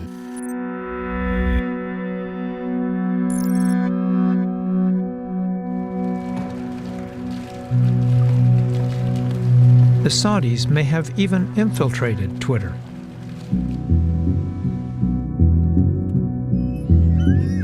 In 2015, Western intelligence officials learned that the Saudis had developed ties with a Twitter engineer. According to 3 sources who spoke to the New York Times, they, quote, persuaded him to peer into several user accounts. Twitter alerted al-Faqih that he may have been among those targeted. We found out that there was an investigation into this Saudi individual actually being a mole of sorts inside Twitter for the royal court. So, being someone inside Twitter, this employee could allegedly access private details of accounts. And that could be valuable in terms of identifying a network of activists, let's say. Absolutely. I think to a large extent they sort of know who the activists are, but what are they saying? What are they planning? What's going to happen next? The suspected mole was inside Twitter for around 2 years. How unusual is it for Twitter to have a mole inside the company, downloading private messages and taking profile information? Well, it's the first case we've heard of something like this. This was the first time that Twitter had ever sent out one of these, state-sponsored threat messages saying, oh, some nation state is trying to access your account. Although there was no evidence that he shared information with the Saudi government, Twitter, with no public comment, fired the engineer, Ali al-Zabara. We were unable to reach him. He has left the United States, and he is now inside Saudi Arabia working in an affiliated organization to the royal court. While at the royal court's media office, Katani also created a special hashtag on Twitter. It started as a register of all those opposed to Prince Mohammed's Qatar boycott. But it grew to become much more. The official hashtag is Blacklist. Every name on it will be looked into. The blacklist invites every citizen of Saudi Arabia to become an accomplice in identifying a person to be put on blacklist. Whether it is policy to open up the economy, whether it is about women's driving, or simply about his position on the Israeli-Palestinian conflict. You might have a dispute with someone, you might actually inform the authorities that they are critical of the regime. And this is basically the deepest point in repression, when it sinks so much that it makes citizens its own arm in controlling the population. A specific blacklist was put together to target journalists. Saudis learned about it on Saudi state TV. تفاعل مغردون عبر تويتر في هاشتاج قائمة سوداء للإعلاميين المسيئين. On that blacklist were people who Qahtani thought were speaking against the Crown Prince, speaking against existing power structure in Saudi Arabia.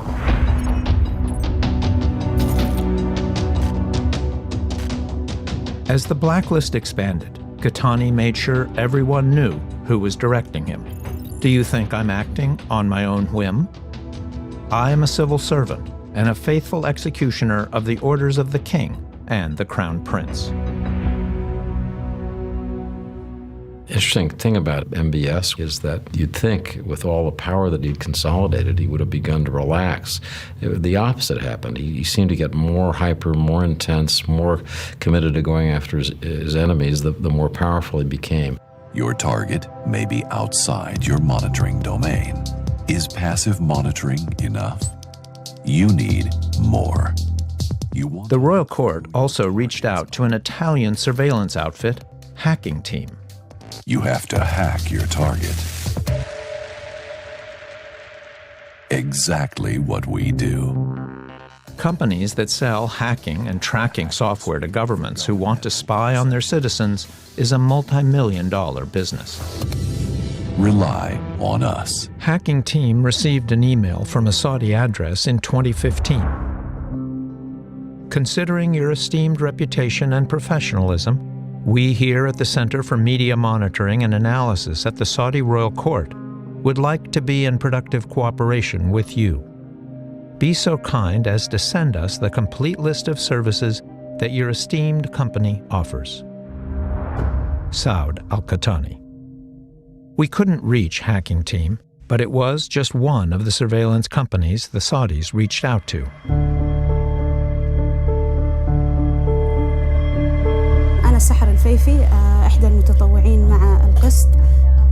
At that London conference I attended, dissidents discussed their fears of being surveilled. اليوم أصبح نشطاء حقوق الإنسان يفاخرون بأنهم نشطاء حقوق الإنسان لكنهم يخشون من السلطة. Today, the Saudi government has the power to hack any of its citizens. أن الكثير من الذين كانوا يتواصلون في الإنترنت أو في التليفون أو في الإيميل أصبحوا يخافون. هي تأتي من الخارج وبقدرة شرائية. In May 2018, Yahya al-Asiri received a text message from a source he did not recognize. I received a message on my mobile. It said to me, you have hearing in front of the Saudi court. I was eager to understand what's going on because I don't have any issue inside any Saudi court. Then I opened it from my mobile. In the same day, I felt my mobile is very hot and very, very slow. Al-Asiri was put in touch with Bill Marzak at Citizen Lab. We were able to both identify the link that he'd received was connected to NSO Group's Pegasus spyware. NSO is an Israeli company that developed spyware called Pegasus. It can turn your phone microphone on, it can turn on your phone camera, it turns your phone into a spy device, it can break any encrypted message on your phone. That's technology MBS got from his new friends in secret in Israel. Is there much an activist like Yahya al-Asiri can do to prevent themselves from being hacked? Unfortunately, there's really not. For these sorts of top-tier targets, when the government is willing to expend essentially unlimited resources to go after these guys, there's really not all that much they can do. I know the government can follow up my steps, and they know where I'm going, and they know where is my office, where is my house. If I take it serious, I must stop my work. I don't want to stop my work. NSO did not comment on Asiri's case, but told us it does not tolerate misuse of its software or permit it to be used for spying on critics or journalists.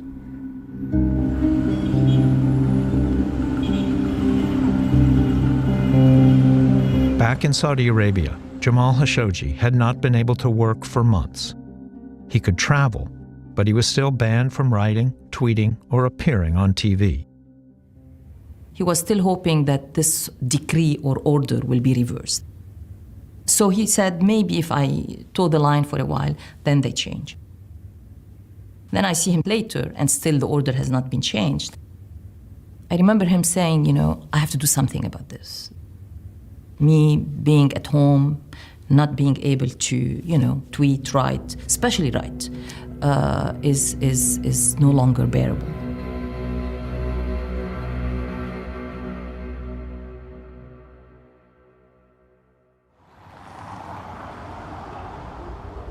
What is being described as a coordinated crackdown on dissent in the country. Saudi authorities have carried out arrests of over 40 clerics. More than a dozen prominent women's activists were arrested for demanding... Then, in September 2017, Mohammed bin Salman's purges began. They arrested a huge number of liberal-minded reformers. Dozens of men and women, writers, academics, business people, and an economist were rounded up.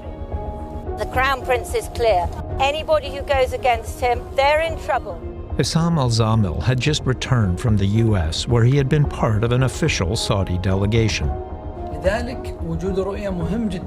But in a series of posts on social media, he had cast doubt on Prince Mohammed's valuation of a Saudi Aramco IPO. That would lead to his arrest. After a year in prison, he was charged for, quote, seeking to stir up sedition in the kingdom through his Twitter account. Prominent religious figures were also arrested. One of the most well-known was Salman al-Auda. Among those outside of the official clerical establishment, does anyone compare to your father in terms of popularity? None whatsoever. I mean, he's been followed by 14 million followers. The king has 6 or 7 million followers.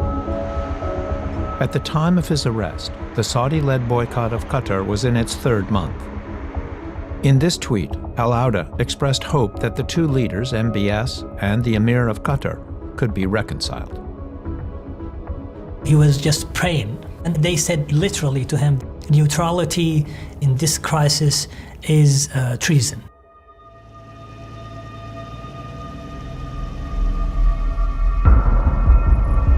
That led to his arrest, in fact. Yeah, that's why they are seeking death penalty against him right now. For Mohammed bin Salman, these are threats to his absolute authority. Al-Auda was charged with a total of 37 offenses, including, quote, spreading discord and inciting against the ruler.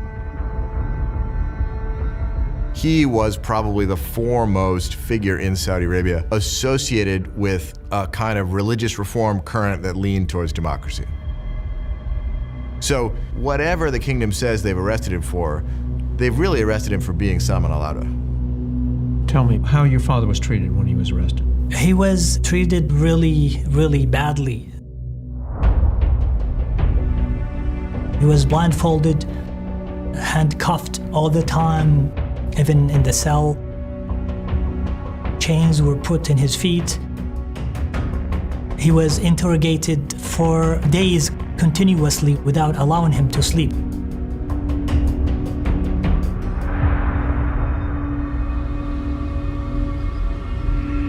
As reports of the arrests appeared, Jamal Khashoggi's name began surfacing in articles. An editor at the Washington Post took notice.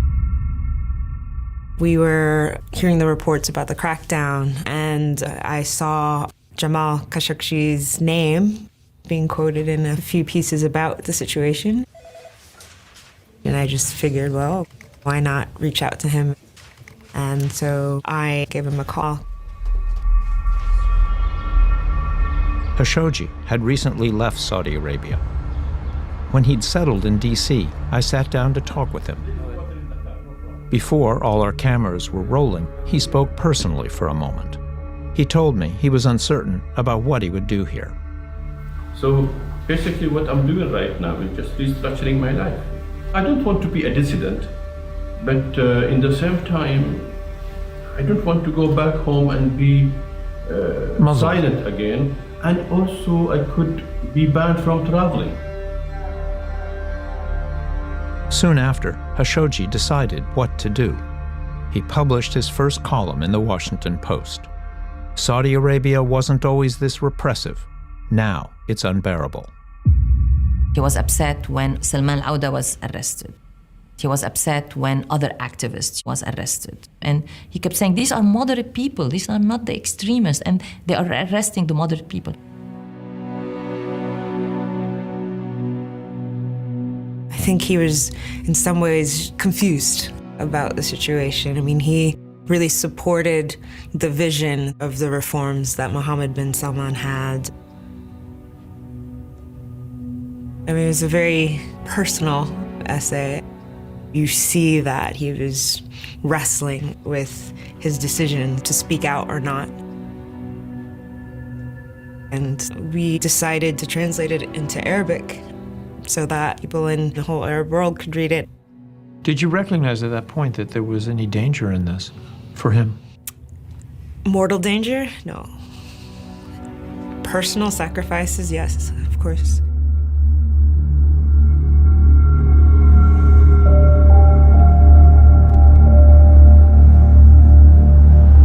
Then came November. First, the Prime Minister of Lebanon, Saad Hariri, was ordered to come to Riyadh. He was asked to come to the palace for a meeting, and he was taken away, put in a room. He's handcuffed, he's slapped, he's maltreated. The Saudis charged that Hariri had not done enough to counter Iranian influence in Lebanon. He was put on a Saudi TV channel reading a resignation letter. A truly remarkable event. Prime Minister Hariri is essentially ordered, more or less at gunpoint, to give up his job. He says he was resigning because Iran was interfering in Lebanon and fomenting, quote, discord and destruction in the region. يشهد على ذلك تدخلاتها في الشؤون الداخلية للبلدان العربية. The kind of aggressive tone against Iran is not something that Hariri has endorsed or will endorse. And so they knew it was a forced resignation. He was eventually released and would rescind his resignation.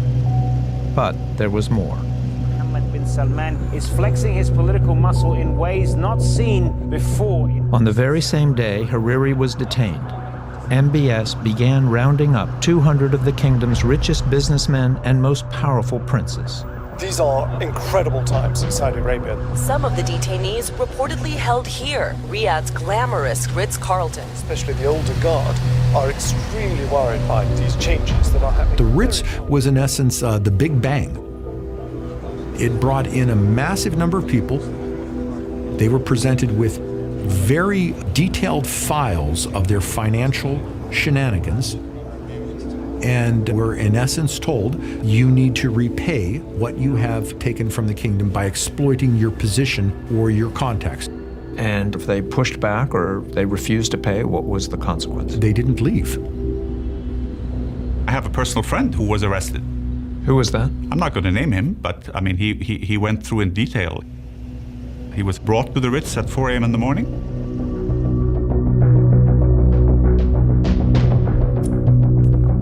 He said it was extremely well organized. They checked him in, gave him a medical test, asked him if he had any medicines that he needed, and then gave him a room where the door had to be kept open, but he had full access to room service and a TV. And he was interrogated, I think, for a month.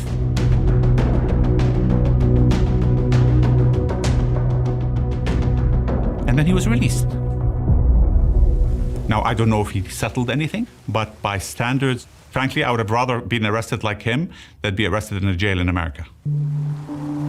They say it's all about corruption. I really don't believe that. There are others who are whispering about whether this is really about a consolidation of power. Corruption was pervasive in the kingdom. How can you describe the level of corruption that you were facing, that you were confronted with? How do you make the point?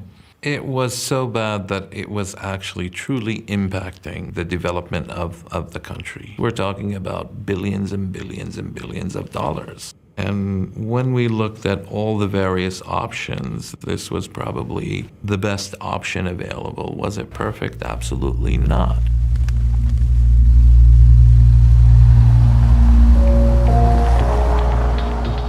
President Trump condoned the roundup.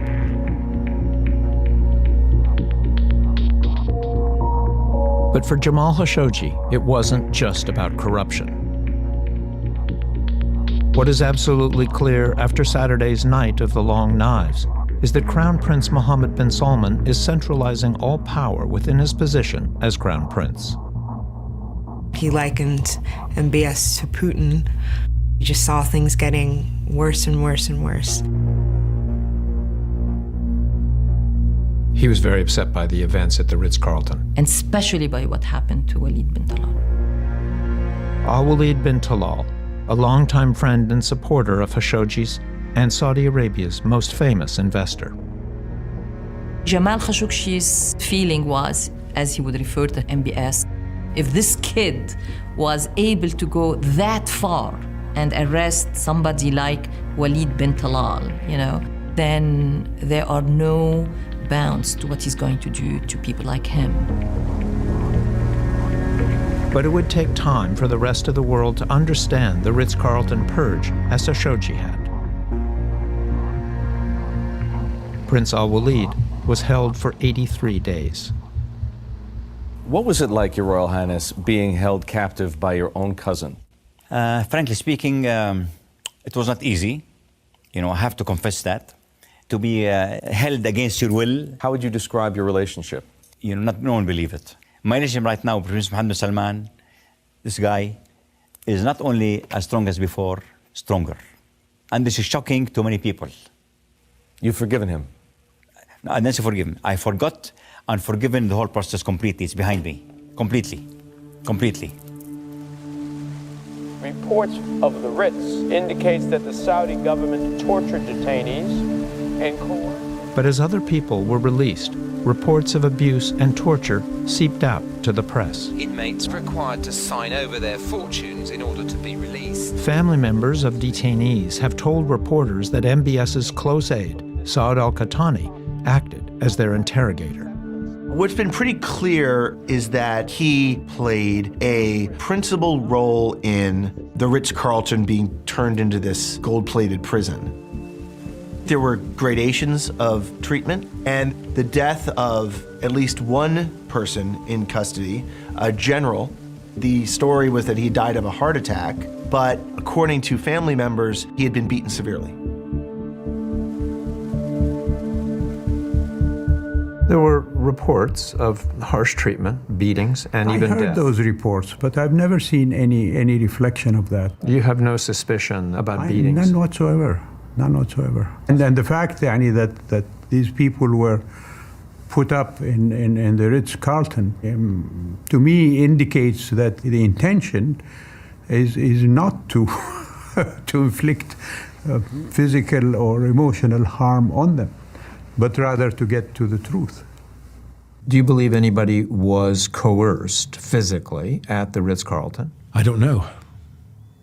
It's possible. Anything is possible. All I can say is that the exercise was to bring in very senior members of the Saudi financial business community and say, you have money which doesn't belong to you, it belongs to the Saudi people. We would like that back. Now go out and live your life the way you did previously. Easier said than done.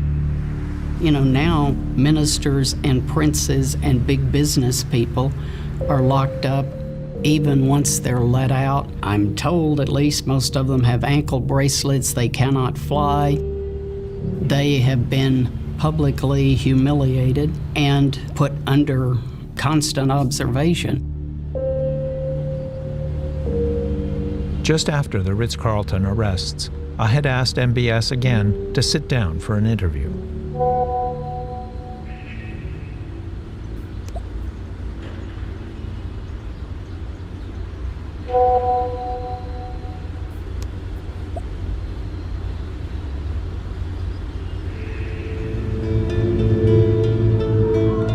Meanwhile, MBS's war in Yemen had gone from bad to worse. In November 2017, after a Houthi missile landed near Riyadh, the Saudis imposed a blockade, making it impossible for food or fuel to get through. 2/3 of the country's population was already facing food shortages. Hospitals were overwhelmed with an outbreak of cholera.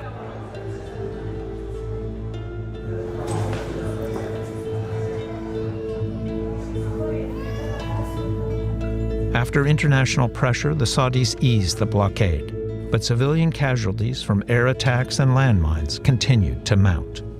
شو صار؟ شو كنتي عم تعملي؟ كان انسرحت من هنا ورجع قرح بيلع. قطعت رجلي ذاك الساعة. Spokesman for the Saudi-led campaign in Yemen, Major General Ahmed al-Asiri. Let me tell you something. When you conduct a military operation, mistake could happen. And there is no single allegation which does not investigate. Do you have a count of the number of civilian deaths that have resulted from your operation? How many civilians have died as a result? No, we don't have numbers of civilian death of cause of the Yemeni government have this. Okay. What was their number? Ask the Yemeni government. By the end of 2017, thousands of civilians had already been killed, many more wounded.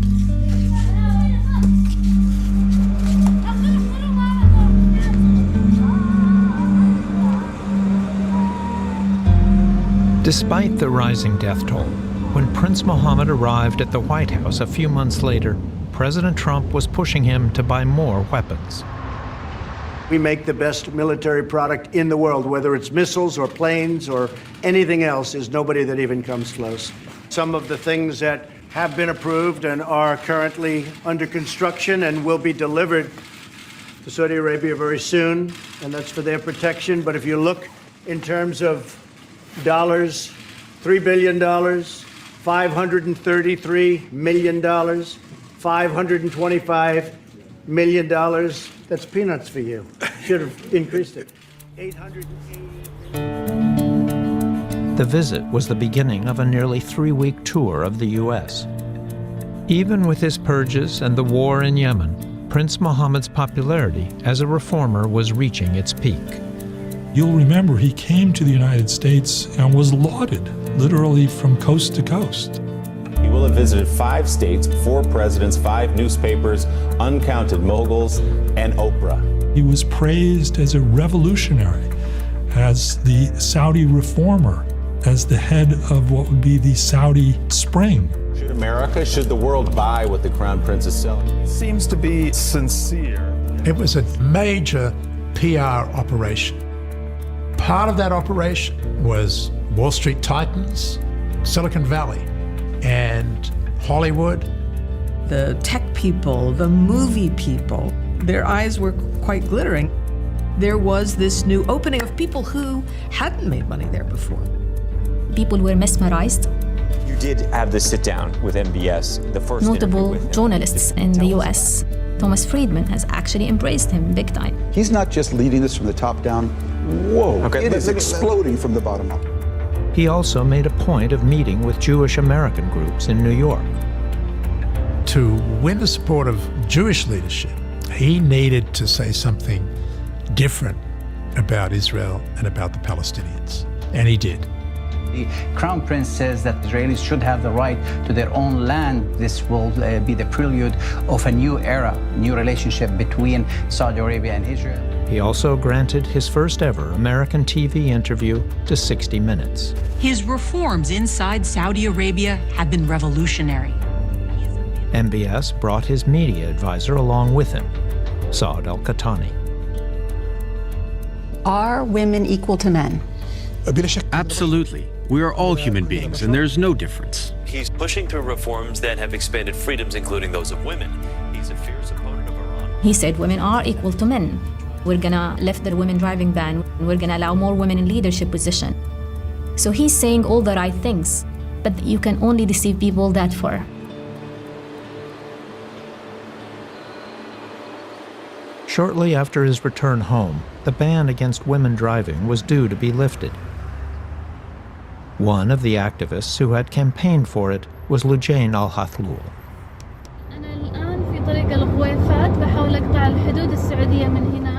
She made headlines in 2014 when she posted a video of herself driving from the UAE to Saudi Arabia. She was arrested and held for 73 days in a Saudi jail, and then released. But as Saudi women waited for the driving ban to end, the royal court ordered Lujain to be rearrested along with other prominent women's rights activists.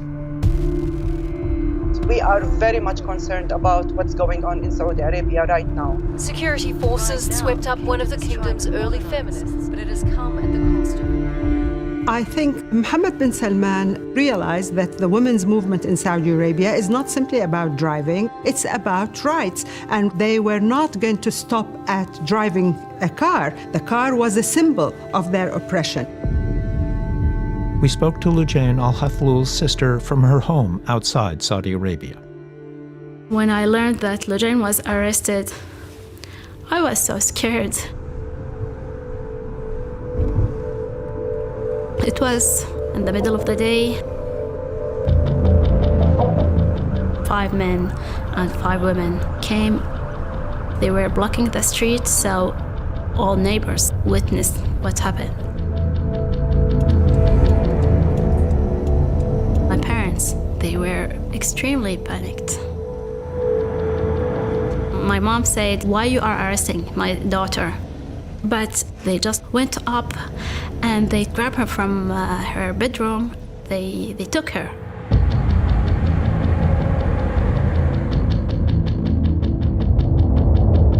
The other arrests were similarly staged.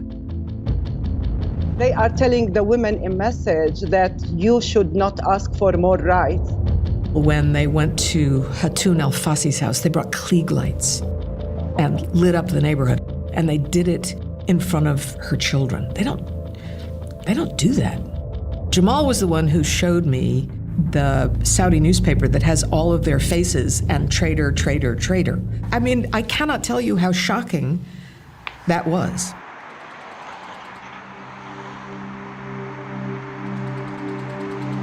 At least 12 women and 3 men were arrested because of their activism. Human rights groups believe the number to be much higher. Khashoggi wrote, "Repression and intimidation are not, and never should be, the acceptable companions of reform." He urged MBS to order the release of Hathlul and the other women who campaigned for women's right to drive.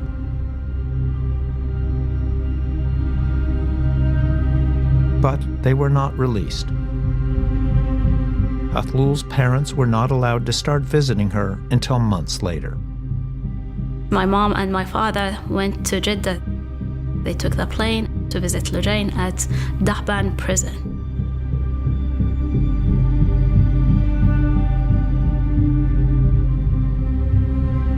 When they saw her, she was weak, very weak, and there was red marks over her face. They asked her, "Did they torture you?" And she said, "No, I'm fine, don't worry about me." And they insisted. And after that, she just started crying. She couldn't stop. And at the moment, she stopped. She started breathing, and she showed them her thighs. And it was not only bruises, it was burnt. It was so dark.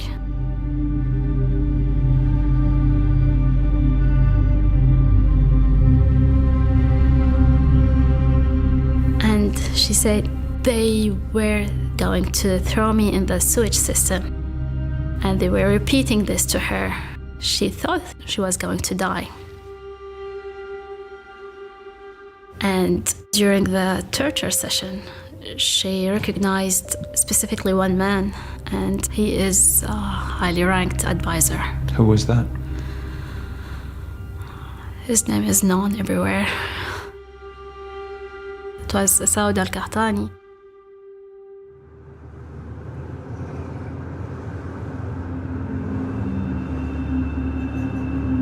Some of the other women arrested also endured torture. Samar Badawi, Aziza Al-Youssef, Iman Al-Nafshan, Shadan Al-Anesi, and Nof Al-Dosari. There are also reports of sexual harassment and assault. Details were sent by multiple sources to human rights groups outside Saudi Arabia. The statement that we got from many of the sources that all of the women were tortured and placed, of course, in solitary confinement. Women would be stripped naked and assaulted sexually. They would be beaten, electrocuted. To see those women who have for years been really a source of strength for other women, to see them treated this way, for me, I know these women. I know how dignified, how caring and concerned about their country they are. There is no other way except that they want to put them into a position where they're completely broken and silenced.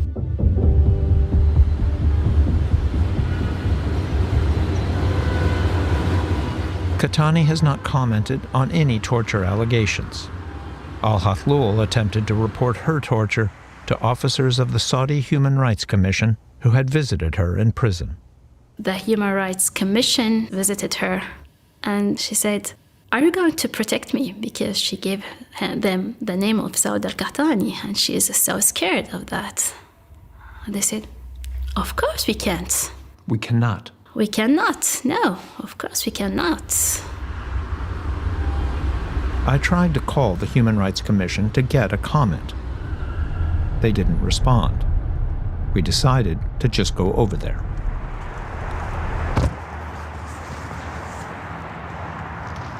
Dr. Raban, موجود؟ أنا الصحفي. لا؟ لا.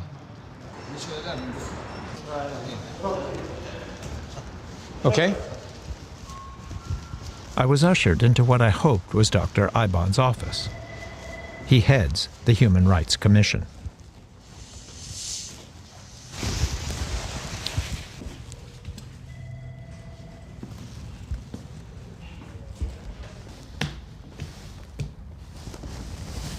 They don't know what to do with this.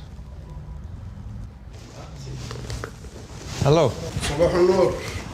Finally, I was greeted by a translator, Aziz, and an office assistant. As you know, there's lots of controversy right now about the handling of prisoners. And we wanted to ask questions about the conditions in the prisons, about the conditions for the women, particularly. Yeah. Dr. Bandar, I think, is the best one to answer such questions. Okay, is he here? We are trying. He's trying to call him. Why is it so difficult to get an appointment to see Dr. Iban? Me, myself, I don't know. Really. Despite it being a work day, I got nowhere. بس احاول اخذ لهم موعد ونتصل فيهم.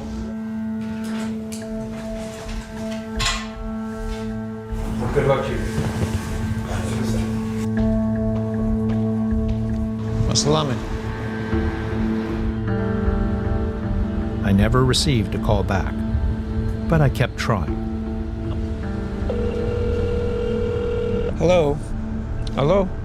Yeah, I'm looking to speak with Dr. Iban. Dr. Iban, min fadlak? Dr. Iban. Number's wrong? Okay, thank you. Hello? Yes, hi. I want to speak with Dr. Iban.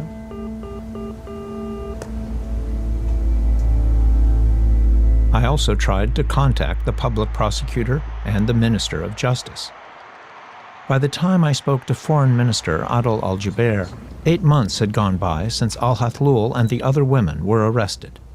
We refuse the charge of torture. I don't believe that's the case. The prosecutor has said this, and I think the procedures, legal procedures in Saudi Arabia have to play out. They've been held without trial. They will be going through the courts. They're not activists. There's evidence of links to foreign entities.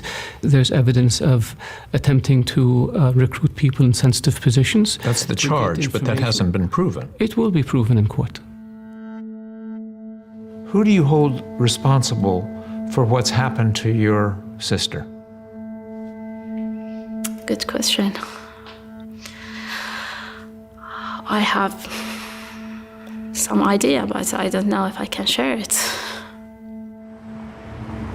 Every time I talk, every time I accept to be interviewed, I have to see if there are consequences on me, on my sister, on my family.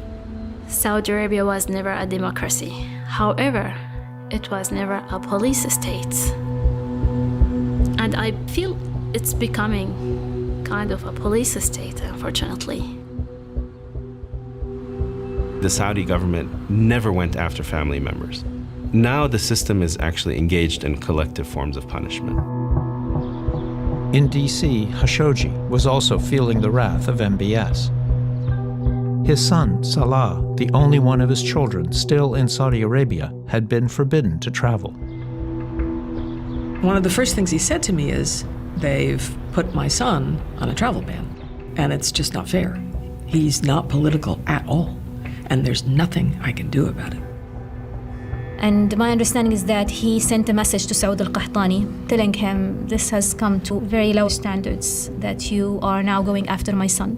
But he received no response from Saud al-Qahtani. His wife, fearing for her and her family's safety, asked for a divorce. And that was extremely painful to him. Jamal was also being harassed on Twitter by Qahtani's notorious army of flies. What we talked about is, did I know anybody at Twitter to turn it off? It was the bots, the army, the flies. I can say that there was certainly a sense of animus towards Jamal Khashoggi because of his unrelenting criticism of the kingdom in a national newspaper in the capital of the Saudi's closest partner. And I think MBS felt genuinely threatened by this Washington Post-supported journalist who was criticizing MBS himself personally. He talked about the kind of threats he was getting, but he was also heartened by the positive feedback he was getting from Saudis he never met. And people reaching out to him and saying, yes, you are doing the right thing. Yes, you are speaking on all of our behalf. Thank you for doing what you are doing. And he had, with time, found a new love, someone who shared his interest in Arab politics, a Turkish academic, Hatice Cengiz. When I saw him the last time, he was happy. He said, well, I'm thinking I'm going to spend more time in Turkey now. And he kept writing about the prince he had once supported. I think his ultimate desire was to see his people enjoy some of the same freedoms that he had here in Washington, in the U.S. He submitted his last article on September 28, 2018. Over time, I think Jamal felt more and more that independent journalism was the way to achieve what he'd wanted since he was a young man. George Orwell gave as a title of the column that he wrote, "As I Please," meaning I write as I please. Jamal Khashoggi was a version of that. He was somebody who wrote what he thought, wrote what he believed.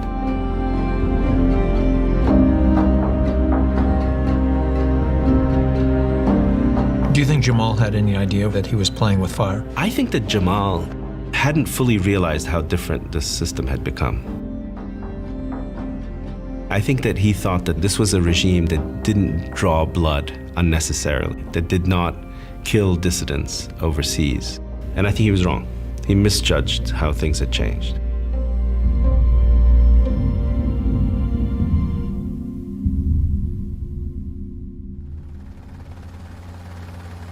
He was last seen in Istanbul. Angela, where do you think he's gone to? Well, this is the question that everybody is asking. Jamal Khashoggi, he went missing on Tuesday. He went to the consulate building of Saudi Arabia in Istanbul. Speaking on Turkish television, Ms. Cengiz explained that he was going to the consulate to collect documents for the marriage. And for that... The murder took place on October 2nd. 4 days later, the Saudi consul general gave a reporter a tour of the consulate. The Saudi story was that Khashoggi had walked out of the building alive.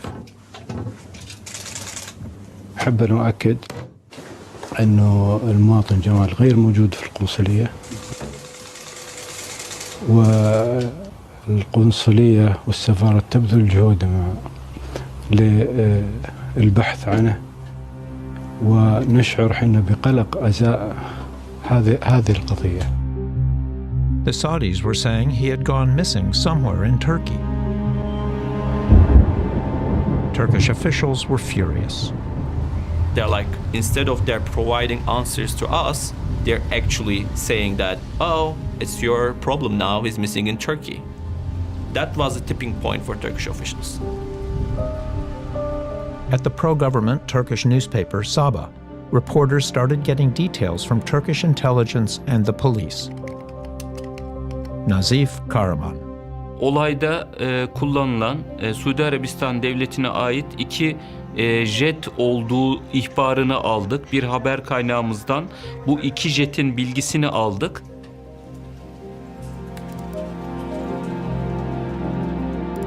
By the time the reporters had learned about the 2 Saudi planes, the jets had left Istanbul. Then they were told more. Abdul Rahman Simsek. Vahşice bir cinayete kurban gittiğiyle ilgili bilgi verildi. Ben de şunu sordum. Nasıl olur yani? Nasıl bir vahşice cinayet? Böyle bir şey olamaz. Böyle bir cinayet bir diplomatik bir binanın içinde. Ben önce inanmadım. Yasin Aktay, advisor to Turkey's President Erdogan, heard details of the murder. When you learned that the police had concluded that he had been murdered, can you describe that moment? That moment was very, very difficult for me. They said me, they are animals. They are animals. They are worse than animals. They killed him like dogs, and he was crying, and I cried. I just couldn't come to myself for a couple of minutes. I just couldn't believe the fact that they cut him into pieces. I texted MBS.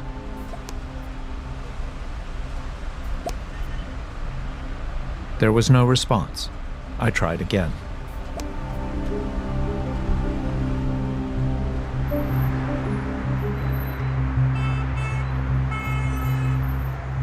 Did you know Jamal Khashoggi? Yes. I've known him since the late 80s. And what kind of man was he? He was a journalist, he was an editor, he was a kind person, and he had a family, he had children. And what happened to him? He was murdered in the Saudi consulate in Istanbul in what is a huge mistake that has shocked the whole country, and that we have expressed our commitment to hold those accountable and to work on procedures to reform the security services so that we minimize the occurrence of such a tragic mistake in the future.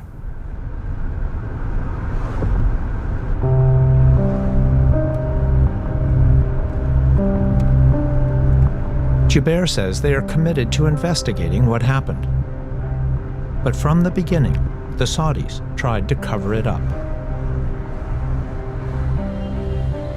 The Saudi story kept changing over the course of 2 weeks. The inconsistencies were really clear. This is one of the most peculiar, perplexing news events that I can recall in some time. The evidence keeps building. Newly released video shows a Saudi man who looks a little like Khashoggi. Here, he's caught on CCTV arriving at the consulate wearing... Surveillance footage showed how the team initially tried to fool the police into believing Khashoggi left the consulate alive. He walks outside in Khashoggi's clothes and glasses. But the police immediately spotted what was a body double. Same clothes, same glasses, same beard, same age and build. Everything but the shoes. Why did the double not take Khashoggi's shoes? He took the shoes actually, but he couldn't. They wouldn't fit. Yeah, and head of the Istanbul police, he realized that the shoes is different. The Saudis had clung to the lie that Khashoggi was alive. It's more drip-fed, uncorroboratable intelligence. It sent Riyadh into a panic. Then Turkish intelligence revealed they had audio tapes. Turkish and U.S. officials says the recordings offer proof Khashoggi was interrogated, tortured, and murdered. The details revealed were gruesome. The audio was not released to the public, but some reporters learned about its contents. To be honest, I don't think it's something that could really be shared with the public because it just involves so much violence, even though it's just an audio recording. Cemal Kaşıkçı'yı oturtturuyorlar koltuğa. Sonra ellerini arkadan tutuyorlar. Dizlerine ve ayaklarına 5 kişi duruyor. Arkadan birisi poşeti kafasına geçiriyor. TÜBEYKİ Adli Tıp Kurumu Başkanı onun boğulmasını izliyor karşısında. 5 kişinin Cemal Kaşıkçı'nın üzerine yani gerçekten boğuluyorum diyor. Bırakın diyor. Nefes alamıyorum diyor. Ama maalesef cellatları orada o 5 dakika içinde canını aldı.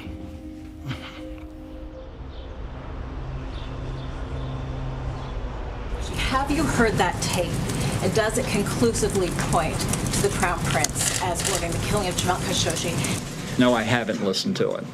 And I guess I should ask you, why do you think I should? What do you think I'll learn from it? Unless you speak Arabic, what are you going to get from it?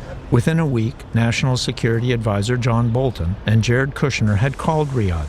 Soon after, Secretary of State Mike Pompeo flew to Saudi Arabia to meet with the Crown Prince.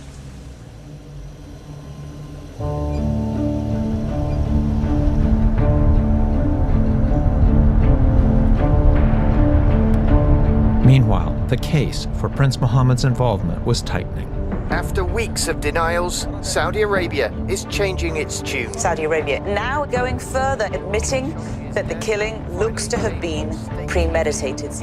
These were not low-ranking figures, so they couldn't have done what they did oblivious to the prince, could they?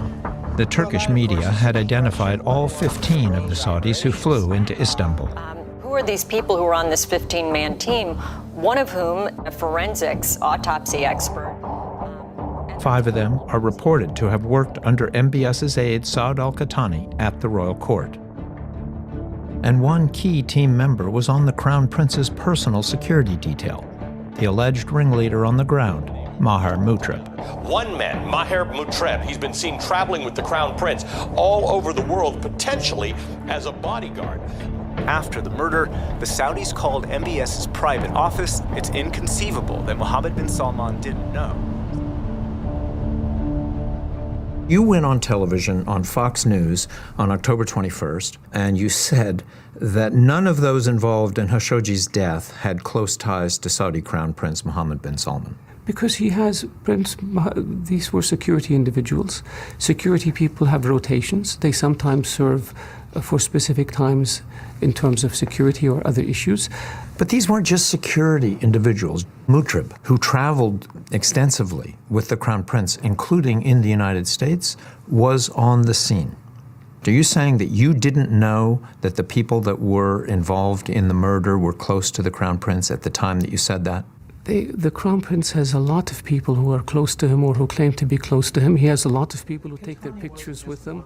Then I asked about Qahtani. Qahtani allegedly ran the operation from outside Turkey. Qahtani wasn't just one of a lot of people. Look, you're asking all these questions. He was a close aide to the Crown Prince. Where is he now? You should ask the public prosecutor. The public prosecutor won't talk to us. Then you should call him again.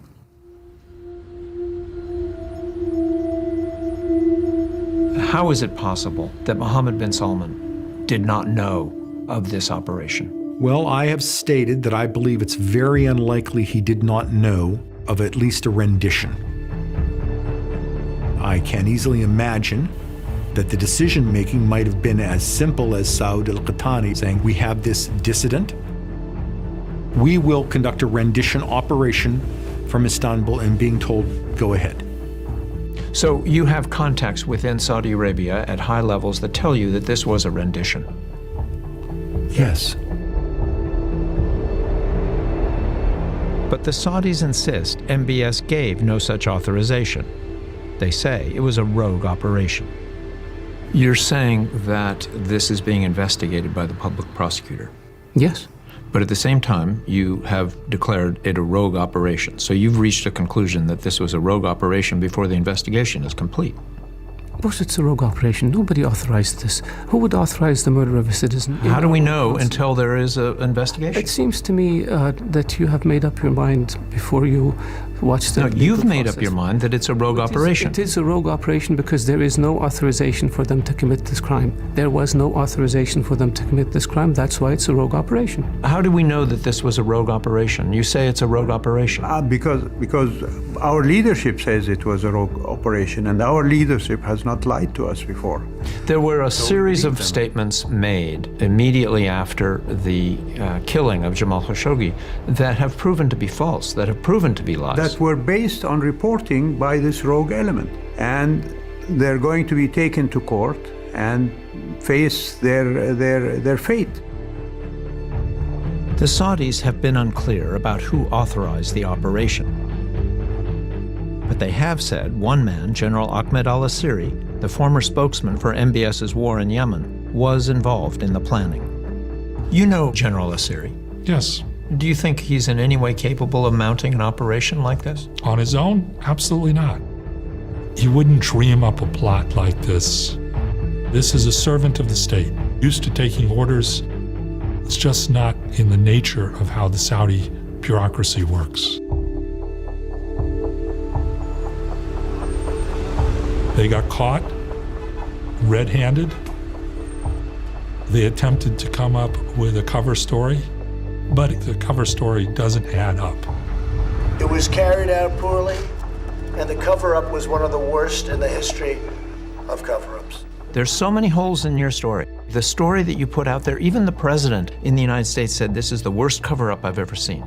With all due respect, we put out the stories as we have it based on the facts that were established. We have never in the history of Saudi Arabia had a situation where a Saudi citizen was murdered. This is not how we operate, and this is not what our values are. Is there anything about this young prince that worries you? You know what my only worry is? I've reached an age where I don't know if I'll be around when the fruits of what is happening in Saudi Arabia will be picked. Because I see the kingdom moving in a very, very straight way towards the well-being of Saudis, and hopefully the well-being of the world. On November 16th, the CIA concluded that Prince Mohammed ordered the murder of Khashoggi. They refused to comment publicly about it, but Secretary of State Mike Pompeo did. I've read every piece of intelligence, unless it's come in the last few hours.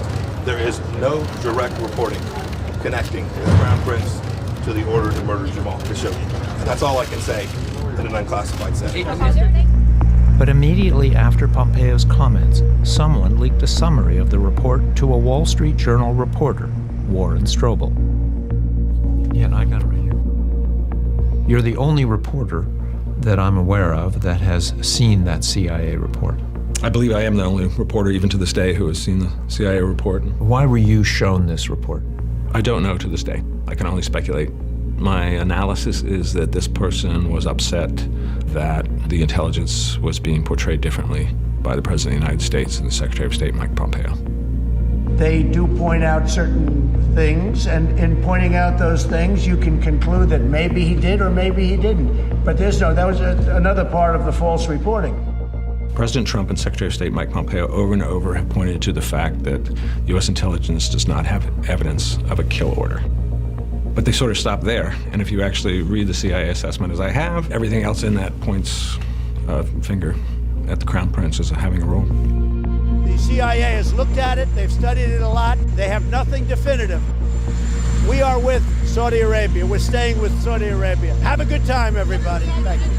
The president here is positioning himself to be able to not take tougher measures against Saudi Arabia. Trump's response is a slap in the face to the intelligence community. And there was more. It was reported that on the day of the murder, Maher Mutrab made a call. He said, in effect, tell your boss the deed was done. The phone number that was being called in Riyadh was the Crown Prince's office. Doesn't get much better than that. If you call the White House Situation Room, I come to the conclusion the White House knows what's going on. Last December, I talked to Prince Mohammed at the racetrack. He spoke about his role in the Khashoggi murder for the first time. My camera was outside, but he said, "It happened under my watch. I get all the responsibility because it happened under my watch. I really take it very seriously. I don't want to tell you no, I didn't do it, or I did do it, or whatever. That's just words." I asked how it could happen without him knowing about it. Accidents happen. Can you imagine? We have 20 million people. We have 3 million government employees. I am not Google or a supercomputer to watch over 3 million. They can take one of your planes, I asked. I have officials, ministers to follow things, and they're responsible. They have the authority to do that. But during it, Qahtani is texting you, right? I asked. Yeah, he texts me every day. I was curious about those texts. They had been cited in the CIA report linking MBS to the killing of Khashoggi. MBS insisted they were innocent. Later, I learned that the Saudis had hired a business intelligence firm, Kroll, to examine the texts. MBS wanted to share them with the CIA. I was allowed to look at Kroll's report in Washington. The texts don't refer to Khashoggi or say anything about a kidnapping or a murder. But then the NSA discovered they had had some damning evidence all along. They just didn't realize it. After Khashoggi's killed, the United States intelligence community starts looking backwards, scrubbing intercepts that they had picked up over years. And they find MBS chatting with Qahtani back in 2017. Mohammed bin Salman is expressing frustration and annoyance about Khashoggi, saying he's becoming more influential. Qahtani cautioned Prince Mohammed that any move against Khashoggi was risky and could create an international uproar. MBS scolded Qahtani for being too cautious. And then there's a conversation between Mohammed bin Salman and another influential advisor, and Prince Mohammed says if we can't bring Jamal back by force, we should show him a bullet. Thank you for waiting, soldiers. 19 flight SB-22 with service today. I would like to continue boarding with our passengers sitting in zone 2, 3, and 4. I returned to Saudi Arabia one last time in April 2019. The Crown Prince had promised to meet with me again. I came prepared with many more questions.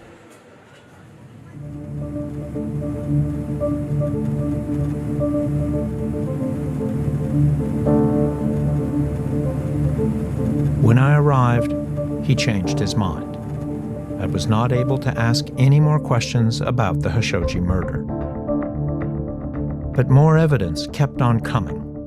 In June, Agnes Callamard, a United Nations human rights expert, issued the most detailed report to date on the Khashoggi killing. I saw her in London at a conference. Killing of Mr. Khashoggi. 15 agents flew to Turkey, 8 of them in a private jet, which had diplomatic clearance. 2 of them had diplomatic passports. There is no other conclusion but that the killing of Mr. Khashoggi is a state killing. It should be seen to constitute an international crime for which universal jurisdiction attract. In preparing her report, Callamard was granted access to the audio recordings of the hit team as they discussed their plans. I listened to the tapes within the premise of the Turkish intelligence. And you heard a conversation Tell us about that conversation. So that conversation is within an hour before the killing. Mutreb is asking whether or not the trunk of the body will fit into a normal bag. Does it need a stronger bag? How do you disjoint a body? That too is being discussed. To Beji, the doctor raises some issues regarding having to cut on the ground because he's never done that. They are seemingly rehearsing, planning the act of killing an hour later.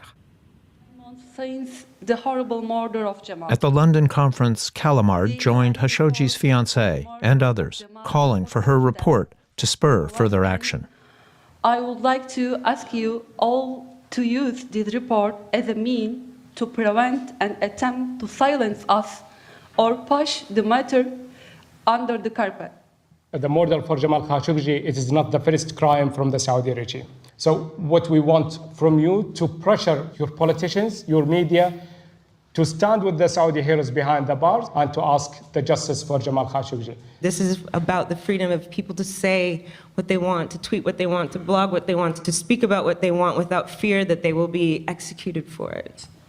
The fact that the killing of Jamal Khashoggi is still making the news, that needs to continue because that's what is going to annoy the hell out of them and be the mosquito in the tent that they can't ever get rid of. Thank you very much, Agnes. Thank you.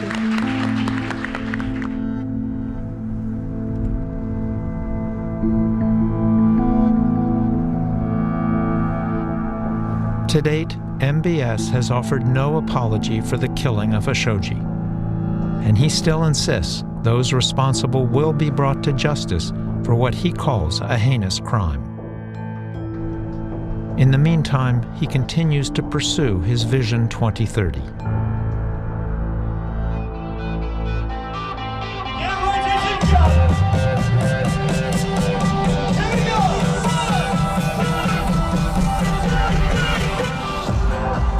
With sporting events and big concerts, he is trying to win the hearts of young Saudis.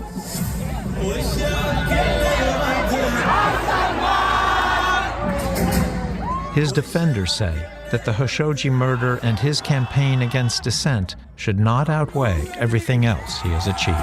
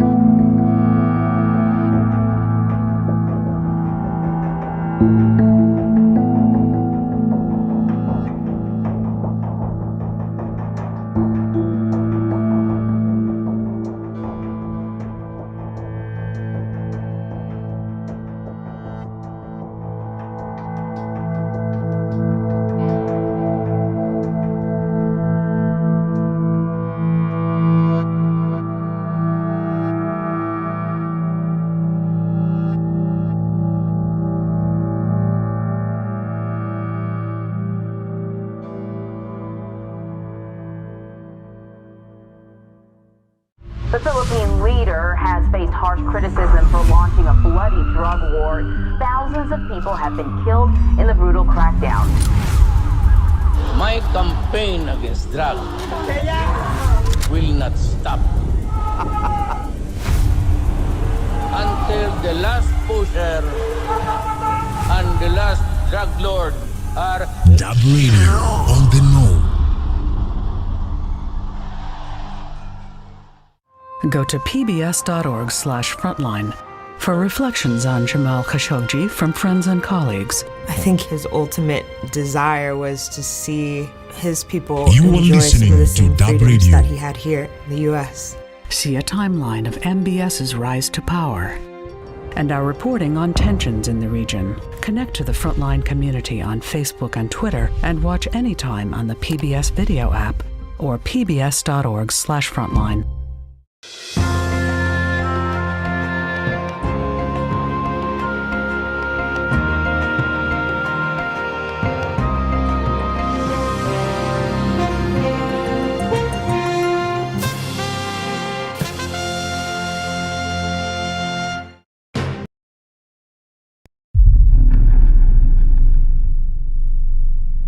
Jeff Bezos. What is your claim to fame?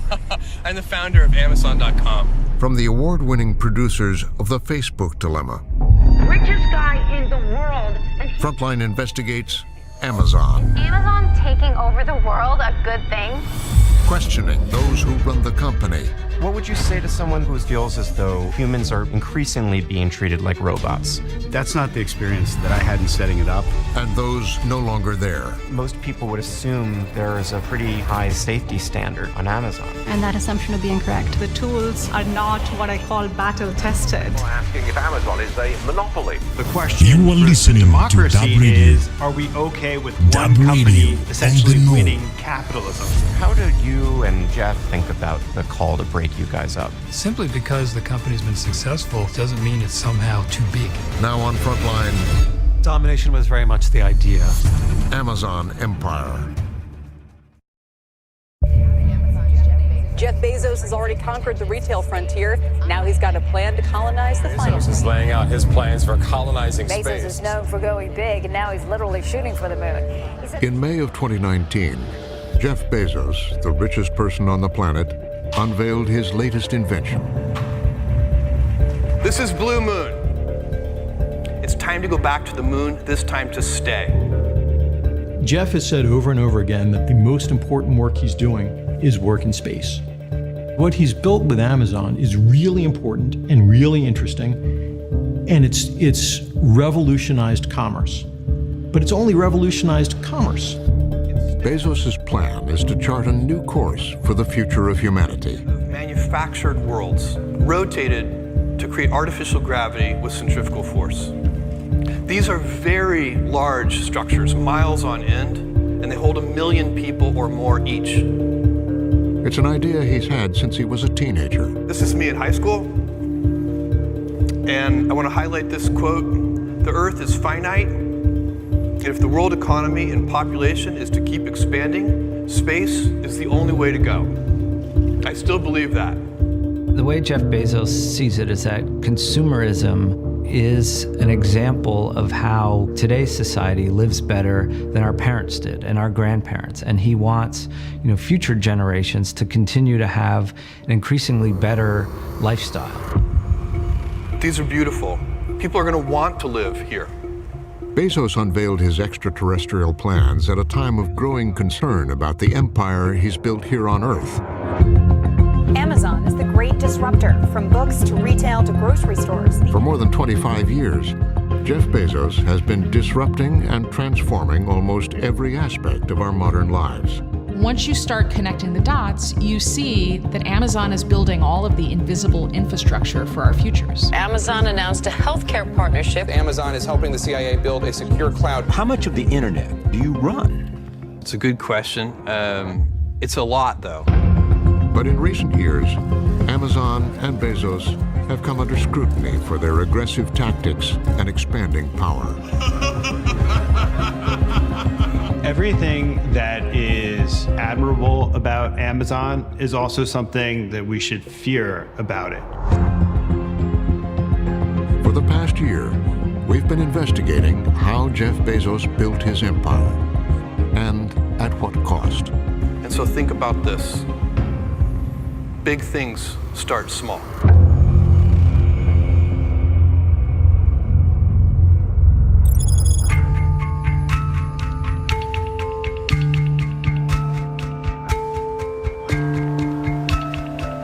Jeff Bezos' empire has its roots not in Silicon Valley, but on Wall Street. That's where the young Princeton graduate went to work in the early 1990s at a secretive hedge fund called D.E. Shaw. David Shaw was the one who revolutionized Wall Street by introducing data. And I think Jeff really embraced that idea that, hey, if you have data, ultimately you win.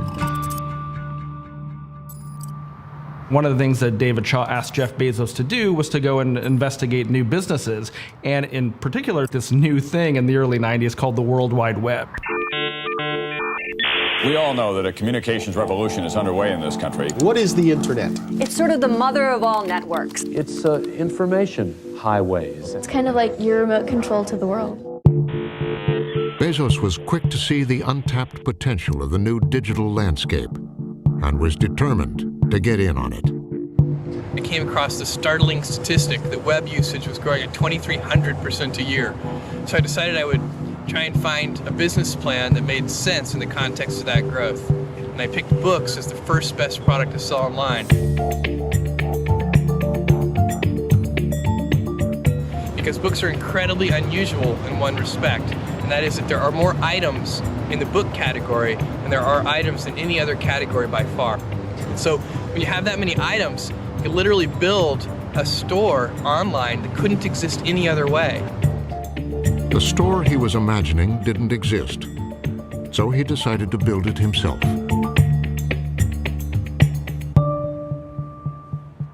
The reaction to Jeff's idea to start selling books on the internet was pretty incredulous, from a lot of the people close to him. His mom tried to convince him to just do it at night or over the weekends. She didn't want to see him give up his job. Jeff called and he told me that he and Mackenzie were quitting their jobs and they were moving to Seattle and starting a company. I said, great, well, what are you going to do? He said, we're going to sell books. I said, nice. He said, on the internet. I said, oh.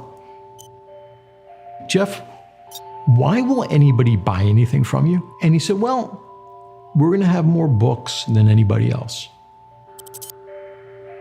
One of the first names Bezos considered for his new website was Relentless.com. Why Relentless? Relentless meant we move on no matter what. He ultimately obviously decided that Relentless wasn't quite the right fit. Amazon, Earth's largest river, was. Amazon means gigantic. In terms of relentlessness, so stopping at nothing, is that an apt description of Jeff? No. It's not that Jeff stops at nothing.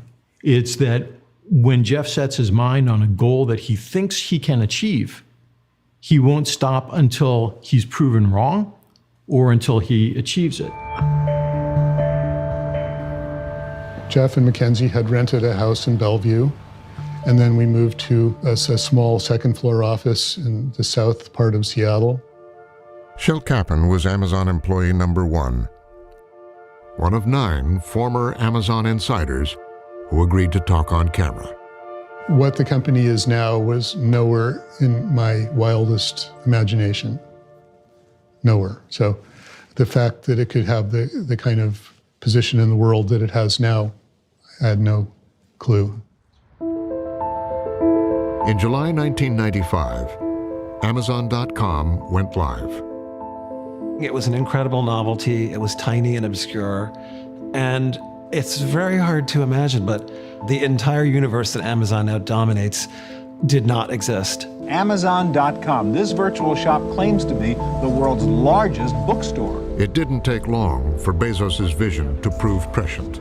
What makes us different is vast selection, convenience we deliver right to the desktop. If our catalog were printed on paper, it would be the size of 7 New York City phone books. The company quickly outgrew the garage and soon had more than 50 employees. In 1996, James Marcus applied to be number 55. There was a very palpable excitement in the air at this place. And of course, at this point, Jeff Bezos was the first person to interview every prospective employee. So I was ushered into his office. He wanted to see how fast you were on your feet. He also always wanted to know your SAT scores. You want to know your SAT scores? Every time, yes. How old were you at the time? I was 36 or 37. This is the original sign that I made for Amazon.com. Blue spray paint on white poster board. Jeff wasn't a figure out of folklore at that point. He was not the wealthiest man in the world. Here's my computer, Amazon.com, up on the screen. Hello, Jeff Bezos. He was a small, nondescript, sandy-haired man sitting at a desk with quite a large and eruptive laugh.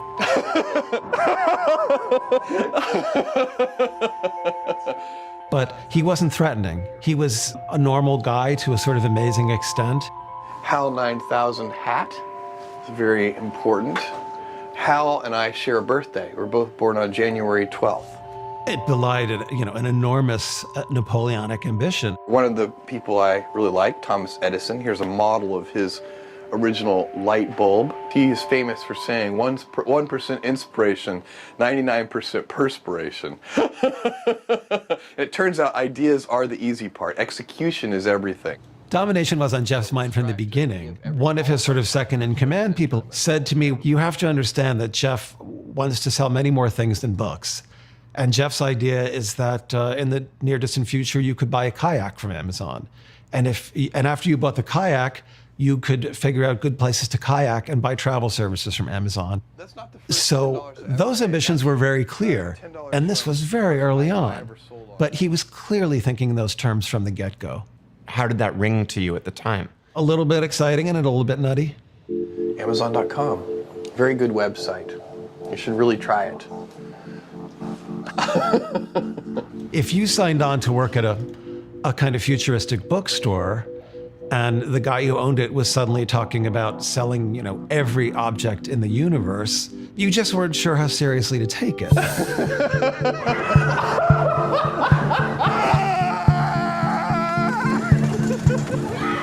Though his public image was often unserious, That was awesome!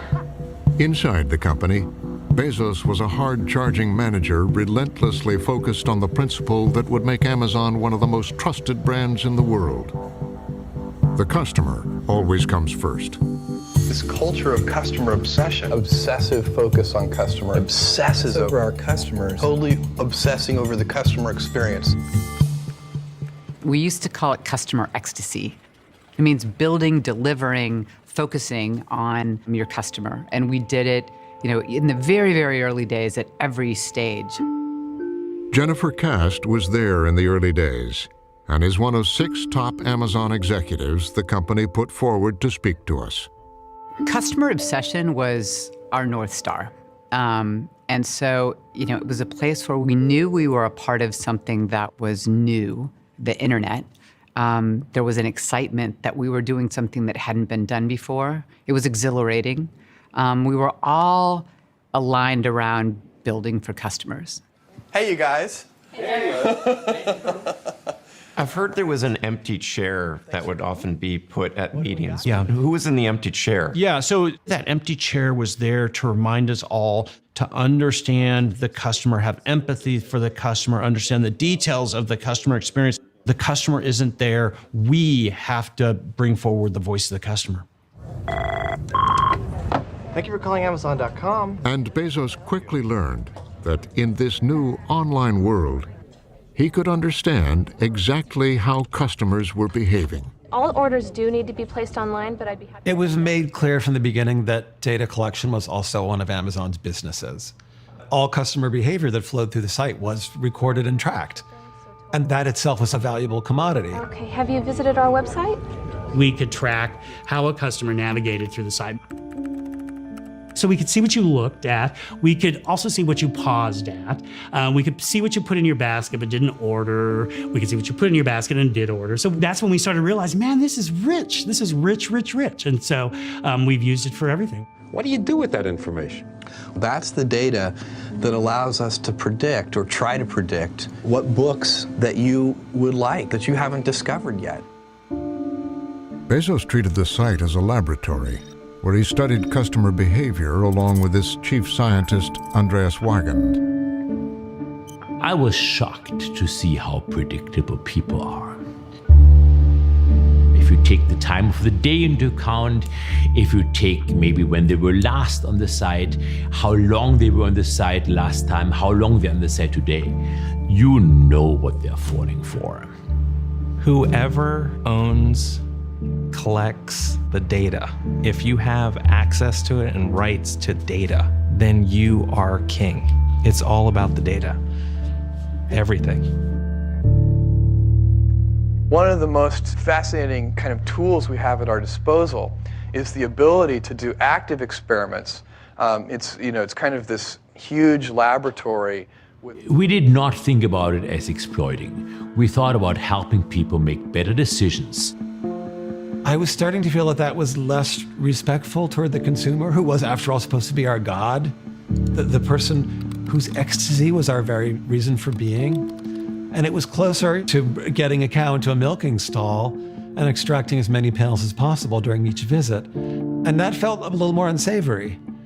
But that was the business of Amazon. Since yesterday, Amazon has added 880,000 new customers. While Bezos was using these insights to bring more and more customers into Amazon, The number of customers who use the website has increased fourfold. there was one thing he hadn't done yet.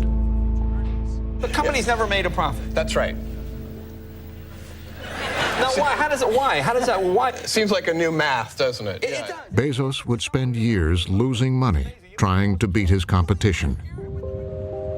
And he convinced investors to go along with it.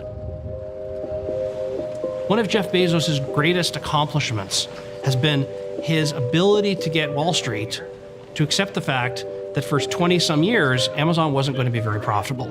And that's okay because they're building infrastructure that will create huge opportunities for them to gain scale and gain customers and gain business. He spelled it out in a letter to shareholders after the company first went public. It's all about the long term, he wrote, rather than short-term profits or Wall Street reactions. And he essentially says, we're going to forego profits in order to take market share. That our strategy is to lose money, which enables us then to put other companies out of business who can't afford to lose money. That strategy wouldn't sit well with critics like Stacy Mitchell, who advocates for small businesses. In essence, at the very beginning, he's signaling to shareholders, I have a strategy to monopolize the market, and that's going to reward you, but it's going to be far down the road. And will you come along with me? And they said yes.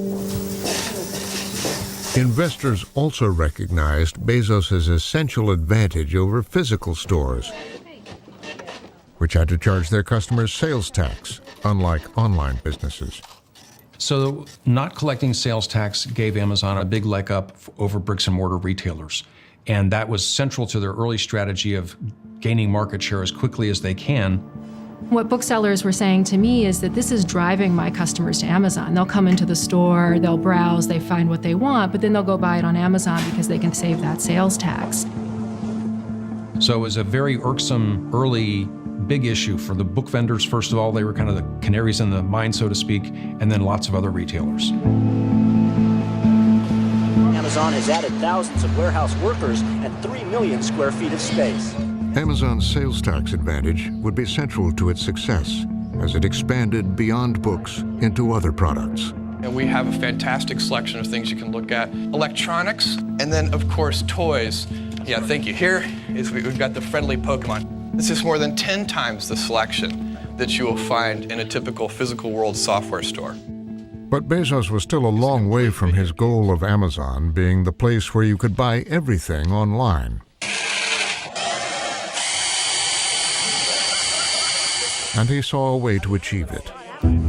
Amazon could soon become the Walmart of the internet. There were thousands of businesses eager to sell online.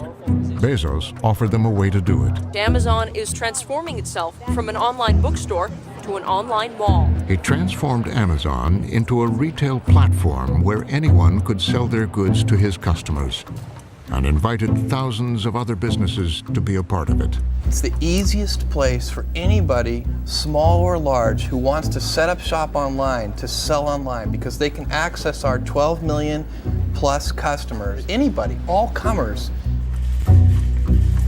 We're talking about hundreds of thousands of companies with literally tens of millions of products. Name brand stores started selling on Bezos' platform, and so did tens of thousands of small entrepreneurs.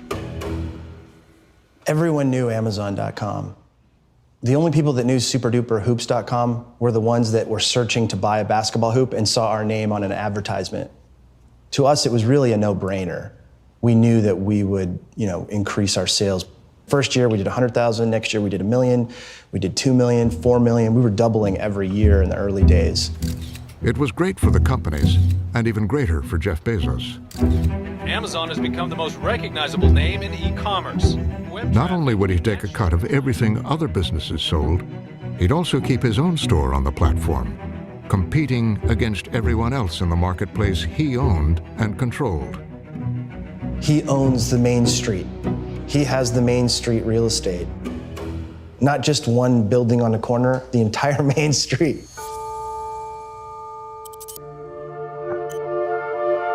How Amazon would wield its power over the online marketplace would eventually become a question for government regulators.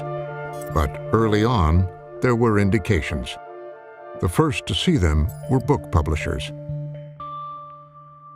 Amazon took over a large market share of the publishing industry very, very fast. They were very quickly in a position to demand concessions.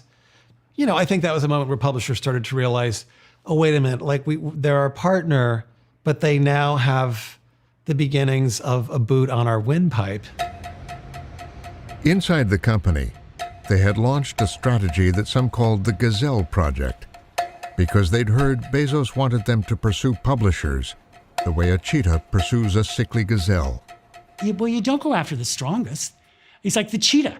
The cheetah looks for the weak, looks for the sick, looks for the small. That's what you go for. So don't start with, number 1 publisher. Start with number 7 publisher, and then number 6 publisher.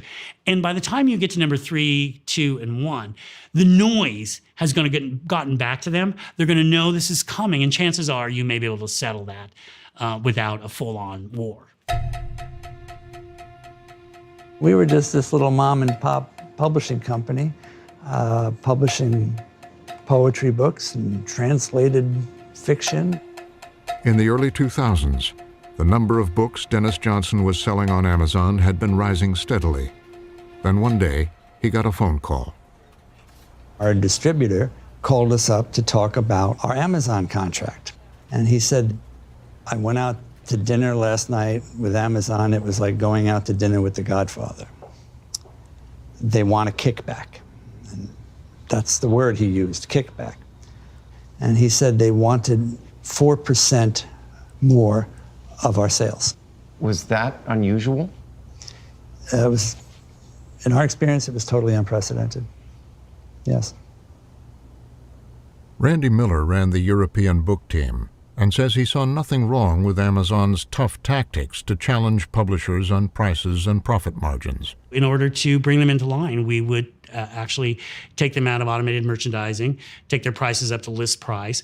We would put references on the product page, their product page, saying, you want this book on this topic for a way cheaper price? Click here.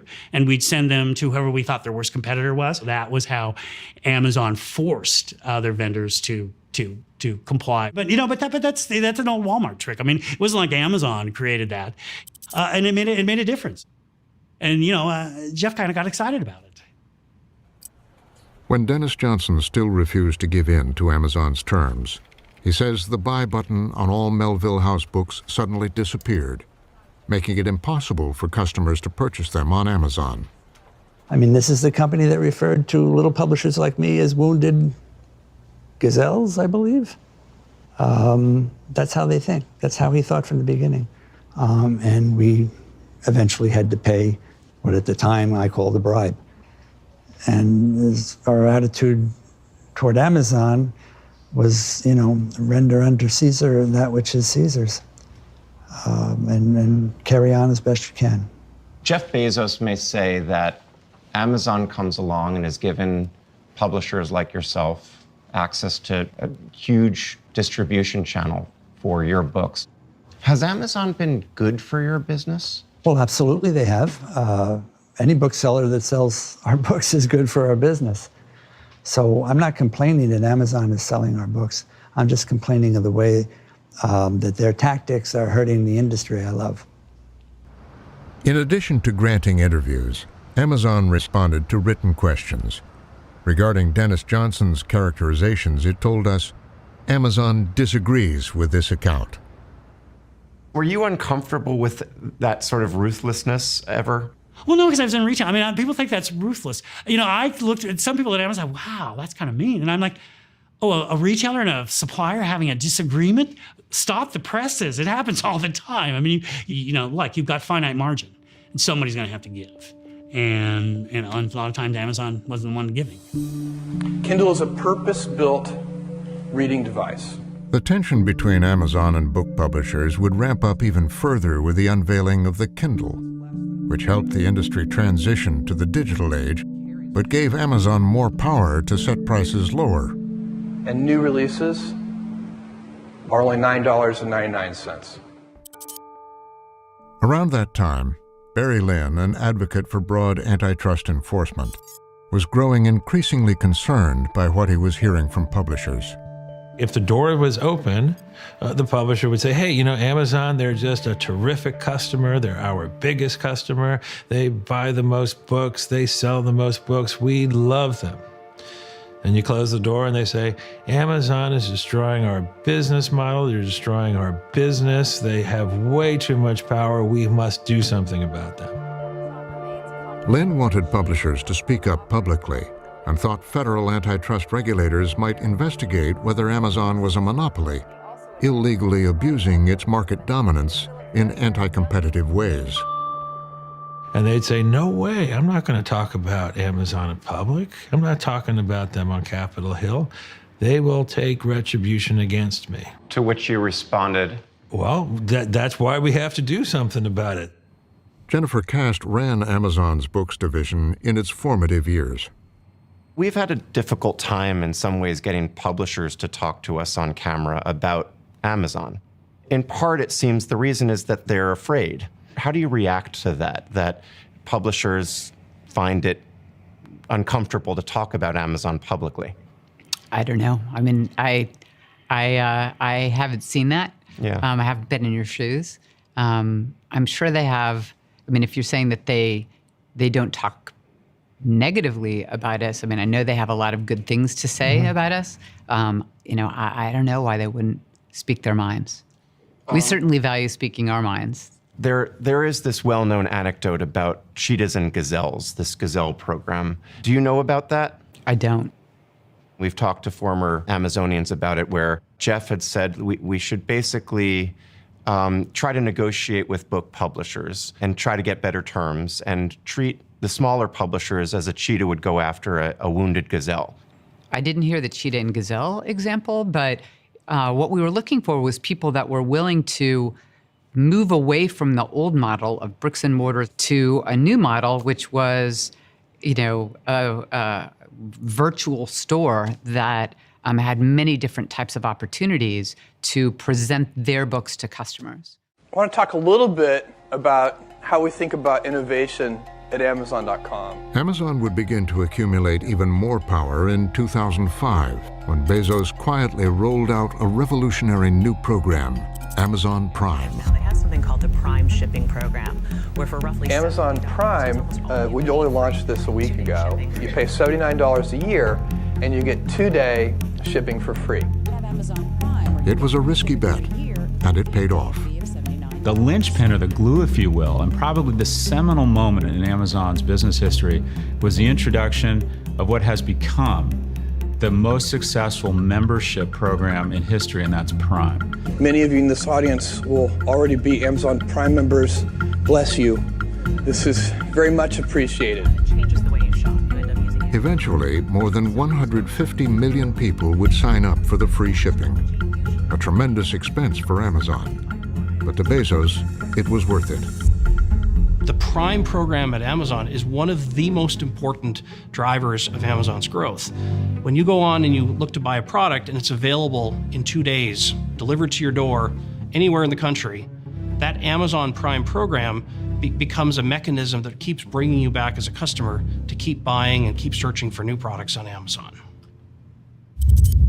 2-day delivery anywhere in the country was a big promise for a company that, at the time, had less than 10 warehouses. So Bezos went on a building spree. Across the country, Amazon warehouses began to spring up, filled with millions of products being sold on Bezos' platform. He'd call them fulfillment centers, and they'd create hundreds of thousands of jobs in places hard hit by the Great Recession. 10% of Pennsylvania residents unemployed. The job market is in complete disarray. Like Allentown, Pennsylvania. At that time, it was tremendous news that an employer was coming and actually opening a facility and hiring people versus, gutting half the staff. Spencer Soper was a business reporter for the Allentown Morning Call when Amazon opened in the area in 2010. He began hearing stories about working in the warehouse. People are basically in this big sprawling warehouse that's stocked with goods in very random fashion, and they have scanners that tell them which things to get. And people are walking maybe 10, 15 miles a day. People just kind of crisscrossing this big warehouse all day long. As workers told him about the punishing pace to meet the daily quota of packages and the intense heat, Soper and his colleagues started to investigate further. People really felt like Amazon was playing fast and loose with their health. Soper discovered there had been numerous complaints to authorities at the Occupational Safety and Health Administration, OSHA. They actually had a complaint from an emergency room doctor who called their hotline one day saying, listen, you might want to check out this Amazon place. I've had people parading through my emergency room to be treated for heat stress. There was a security guard who worked in the facility who sent a complaint to OSHA saying that he saw pregnant women suffering heat stress in the facility. And so there's just these red flags right and left. After an investigation, OSHA said Amazon needed to keep the temperatures in the warehouses lower. In a statement at the time, the company said it installed new industrial air conditioning and pledged that worker safety was its #1 priority. Amazon is shrewd business people. Shrewd business people know when they have leverage. And when you're the only shop hiring people in town, you can push them a lot harder than you can when they've got alternatives. Over the following years, Amazon would hire hundreds of thousands of workers and become one of the largest jobs creators in the country. At the fulfillment centers, Bezos experimented with new techniques and technologies to boost productivity. Willingness to experiment is a key to being able to do new things. So we do, hundreds of experiments every day in our fulfillment centers to get a little bit better, kind of like incremental invention. When a company called Kiva perfected a warehouse robot, Amazon bought the whole company. Amazon has acquired Kiva Systems. They make shipping robots. It helped transform the work environment in Amazon's warehouses. When I first showed up at Amazon in 1999, I led our global operations team. Jeff Wilkie created the Amazon Fulfillment Center system and is one of 2 CEOs under Jeff Bezos. As we've added 200,000 robots in that same time frame since 2012, we've added 300,000 people in our fulfillment centers.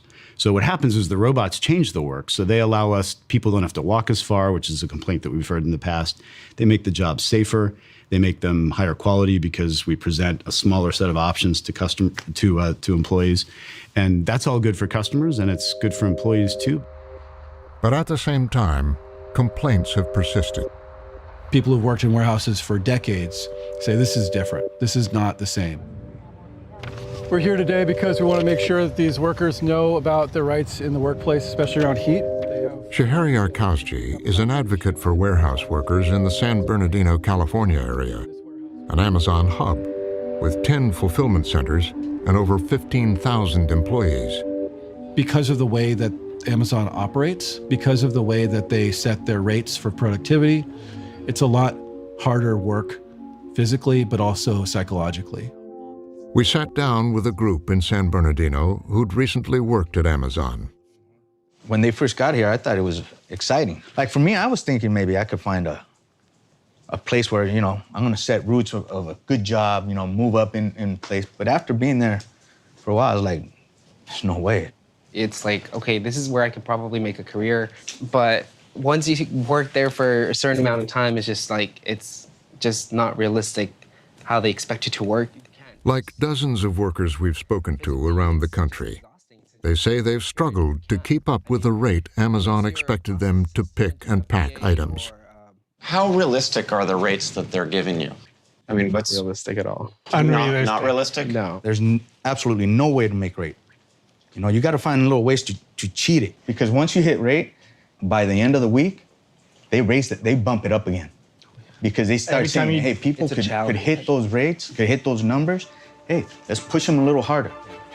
Every week, it seemed like it was going up.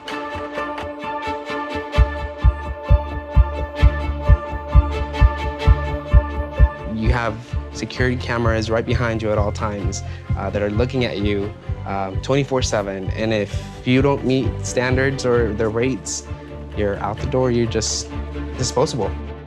Every worker has a scanner at all times that basically track exactly where you're at. And they have a little blue line at the bottom of the screen, and it has like how many seconds that you have to have it done by the time it hits 0. And it puts you into panic mode. And pretty much you can't talk to people. You can't be in the same aisle as them. You just constantly have to sit there scanning like a robot all day long. If they catch you not scanning, you get a write-up. And what they're doing is they're producing this massive data that they are using to be able to analyze the entire workforce. We're not treated as human beings. We're not even treated as robots. We're treated as part of the data stream. It's the incentive at any warehouse on any assembly line to get the most out of any worker, to make rates, to be as efficient as possible, to be as productive as possible. So I don't see exactly what's different about Amazon as opposed to any other warehouse. Amazon is the cutting edge. Other warehouses are starting to adopt these technologies. Other companies are definitely interested in doing what Amazon is doing. Data collection could become basically the standard for all workers, and that you're never good enough. You're never able to keep up. Amazon told us work rates are not based on an individual employee's performance, and that the scanning devices workers use are not for tracking people, but inventory, a common practice in the warehouse industry. We've talked to workers around the country, both current and former workers. They've described the pace of work as being really grueling. In the early thinking about rates and how far you could push human beings in terms of their productivity, what was the thinking about that? Well, obviously, if the rates are too high, you're not going to have people showing up for work. So we have 600,000 people at the company. Most of them are in the fulfillment centers, and they come to work every day. They stay for years. These are considered great jobs in the hundreds of communities where we have fulfillment centers all over the world. And in the US, we have almost every state has an operation in it. And people come to work because these are great jobs. They're safe. We pay double the minimum wage, the national minimum wage. We have terrific benefits. The benefits for the folks that work on the floor are the same benefits that my family has access to. Our family leave is like 20 weeks. So the rates are set so that we can accomplish what we need to, which is get orders to customers in a reasonable time and in a high quality way. And that creates a workplace that people want to come back to, and they do. Amazon wouldn't tell us how long fulfillment center workers stay on the job or how often they're injured. But workers we spoke to say the rates are higher than other warehouses, and that the company rebuffs attempts to unionize. We do not believe unions are in the best interest of our customers, our shareholders, or most importantly, our associates. This is a clip from a video the company says it used in the past to teach managers about employees' rights and labor laws. The most obvious signs would include use of words associated with unions or union-led movements like living wage or steward. Early on, Amazon took a position to basically be anti-union. Why was that decision made? I don't think we made the decision to be anti-union. We just feel that all of the things that unions would want to get us to do, we've already done. What about setting rate, though? Do you not see that there's a little bit more leverage in the hands of management in this scenario than there would be in a unionized environment? I don't know. It's hard to speculate on that, but I do think that we have the obligation to set rates that are, again, going to encourage people to seek these jobs and deliver for customers, what we've promised. What would you say to someone, though, who's worked in your fulfillment centers that feels as though there's been that humans are increasingly being treated like robots? Because it's something that we've actually heard, and I don't sense it's hyperbole. Well, that's not the experience that I had in setting it up or that I've seen. It's certainly true that these jobs are not for everybody. And there may be people that don't want to do this kind of work. Amazon executives also stress the company has become an industry leader in training its workforce for career advancement. We just announced a pledge recently to spend $700 million to upskill, which is basically creating career opportunities for people, 100,000 of our employees. We pay 95% of tuition to go to college to get a skill that isn't about Amazon, that's about creating options for the employees. And I would expect those people to take advantage of that, work for us for a couple of years, and then go do something that they would much rather do, and that's okay. There'll be people that will hear what you all are saying, and they'll say, well, you signed up for physical labor. A job is a job. There were benefits, and they're now investing $700 million to do retraining for other types of jobs. What's the real grievance? What is there to complain about? I actually used to think that way for a while. When I first started, whoever I heard complaints from was like, well, it was in the job description and you signed up for it. The part they don't talk about is the safety rules that you have to ignore to make rate. It's not just you go in, okay, and you do your job and that's it. So you're in a weird bind. It's incredibly hard to meet rate while following all the safety procedures.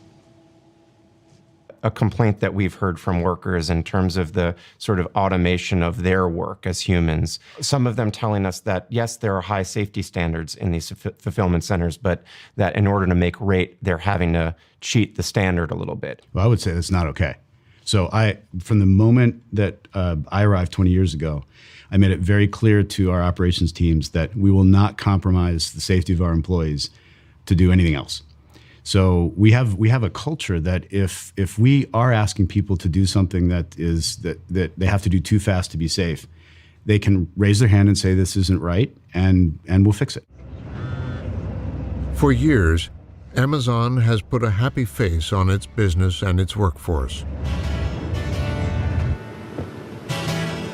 Give a little bit. Give a little bit of your love. Even in Amazon's commercials, the people are almost like shadows and silhouettes. It's all about boxes, and there's just like happy boxes singing and bumbling their way to your door, like, oh, no, no. There's so much that we need. Hello. They don't want you to even think about how they do this. They just want you to be wowed and, oh, how'd this get here? I'll give a little bit of my love to you. They wanted people to just think, whoa, magic.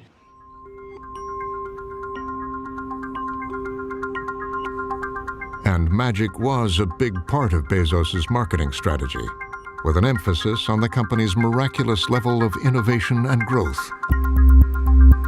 We started Amazon Prime in 2005, but then something very extraordinary happened. This. In 2011, the slope of that graph changed a lot. As Amazon grew, he wanted his top executives to think about the kind of company it was becoming. He wrote a memo titled Amazon.love. A copy of it was obtained by Brad Stone.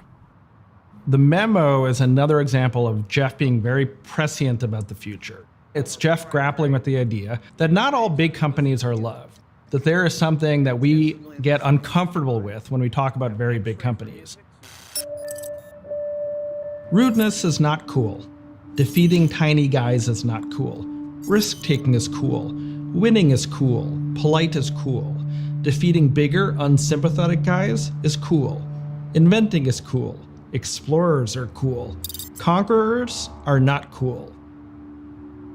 Some businesses, you can tell when you go in and have meetings with them, they have a conqueror mentality. And there's a big difference between being a conqueror and being an explorer. And I think in this very inventive space that we're in, it pays to explore. But to some watching Amazon's growth, the company was falling short of that ideal and taking steps to make sure nothing got in its way. In 2013, Amazon was moving to create its own delivery system and made a key decision. Rather than hire its own drivers, it built a network of independent businesses to deliver packages. They weren't just going to dabble here and dabble there. They were going to go and create a system that would rival FedEx or UPS. ProPublica reporter Patricia Callahan, in conjunction with BuzzFeed, has investigated the system Amazon set up. They figured out a way to get around regulation. The cargo vans they choose are big enough to stuff with hundreds of Amazon packages, but they're small enough that they're not regulated by the federal government. An 84-year-old woman struck and killed by an Amazon delivery truck. A woman hit and killed in a parking lot. ProPublica and BuzzFeed found that drivers are under intense pressure to deliver packages, After striking him, the van maneuvered around Salinas and his dog. and they documented more than 60 crashes, including 13 deaths since 2015. An infant critically injured in a car crash has died. The family. When it came time to figure out who's responsible, Amazon would always say, it's a contractor, it's not our responsibility. No, you've been able to find 13 deaths, and that's over the course of several years. Is that statistically significant given all of the packages that they deliver in any day or any given year? I don't pretend to claim that there's only 13 deaths and that I found every single one. I just found enough to show that this is happening around the country. With UPS, there's a record. There's a federal record. You can look at how many serious injury and fatal accidents they have. With Amazon, that doesn't exist. No one knows the safety records of all of Amazon's contractors. Amazon disputed the ProPublica report.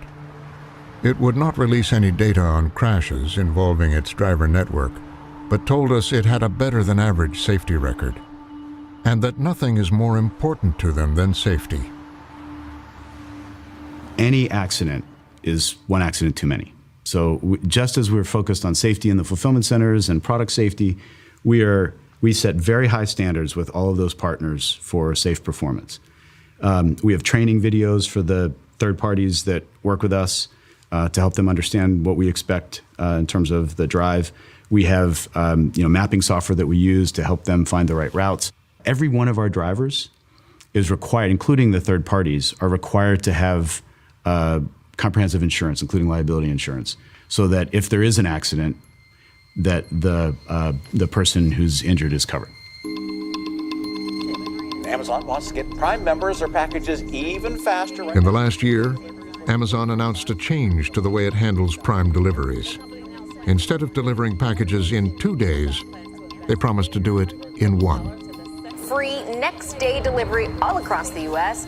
It's impossible for me to imagine a world 20 years from now where a customer comes up to me and says, Jeff, I love Amazon, I just wish your prices were a little higher. Or, I love Amazon, I just wish you delivered a little more slowly.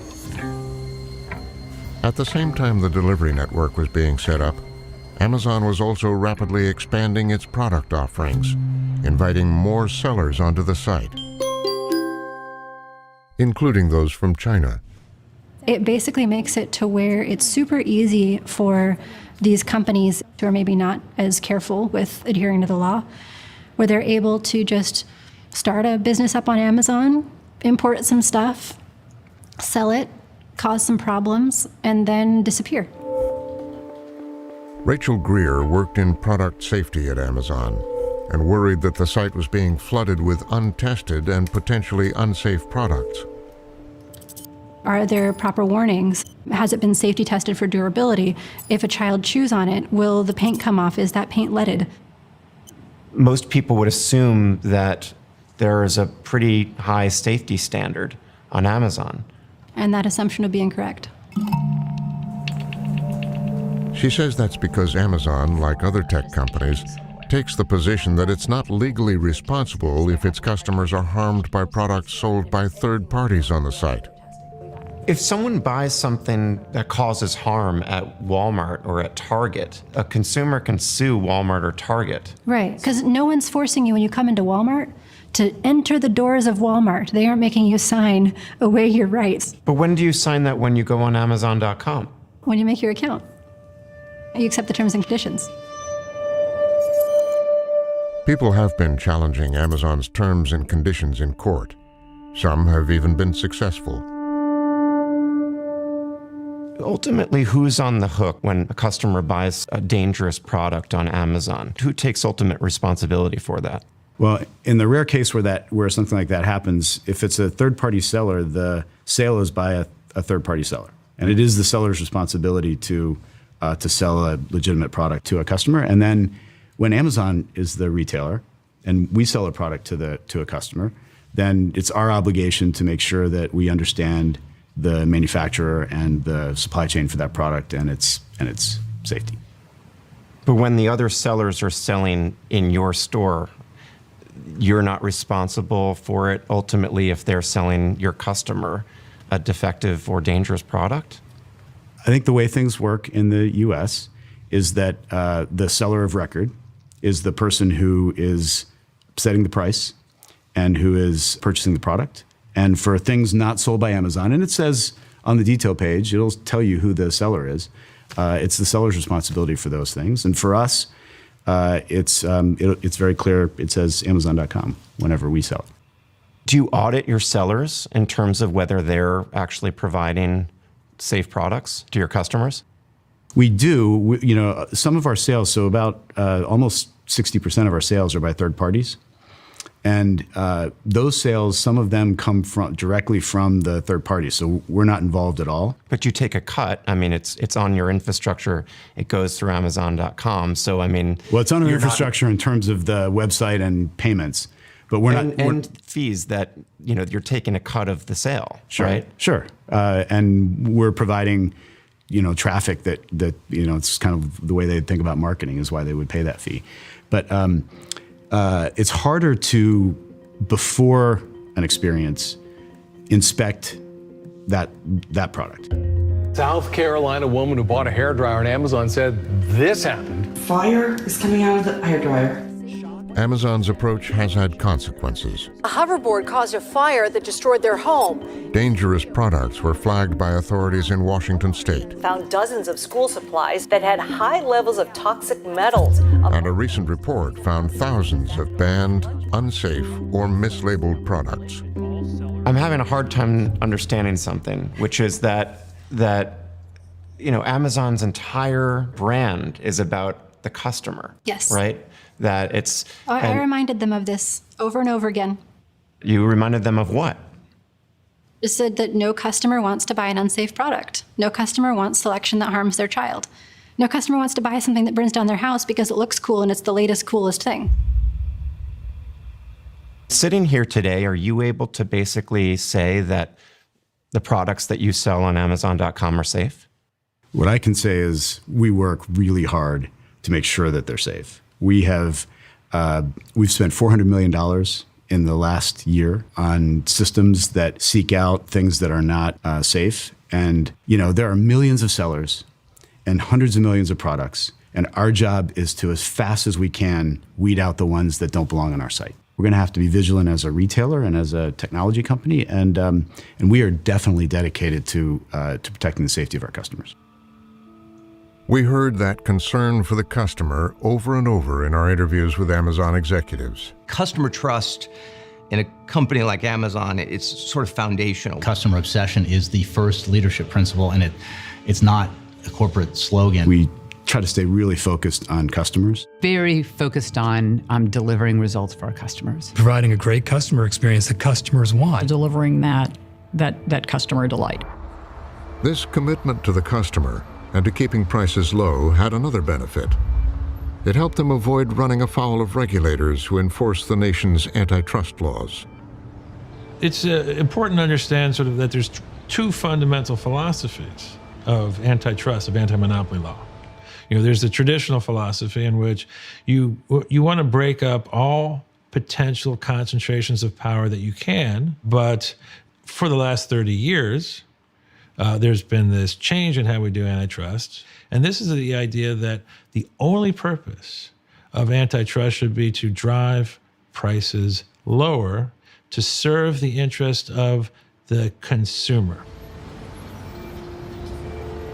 Lynn had been urging regulators to take a more traditional approach and examine whether the company was gaining market power in exploitative ways, stifling fair competition, but keeping prices low for consumers.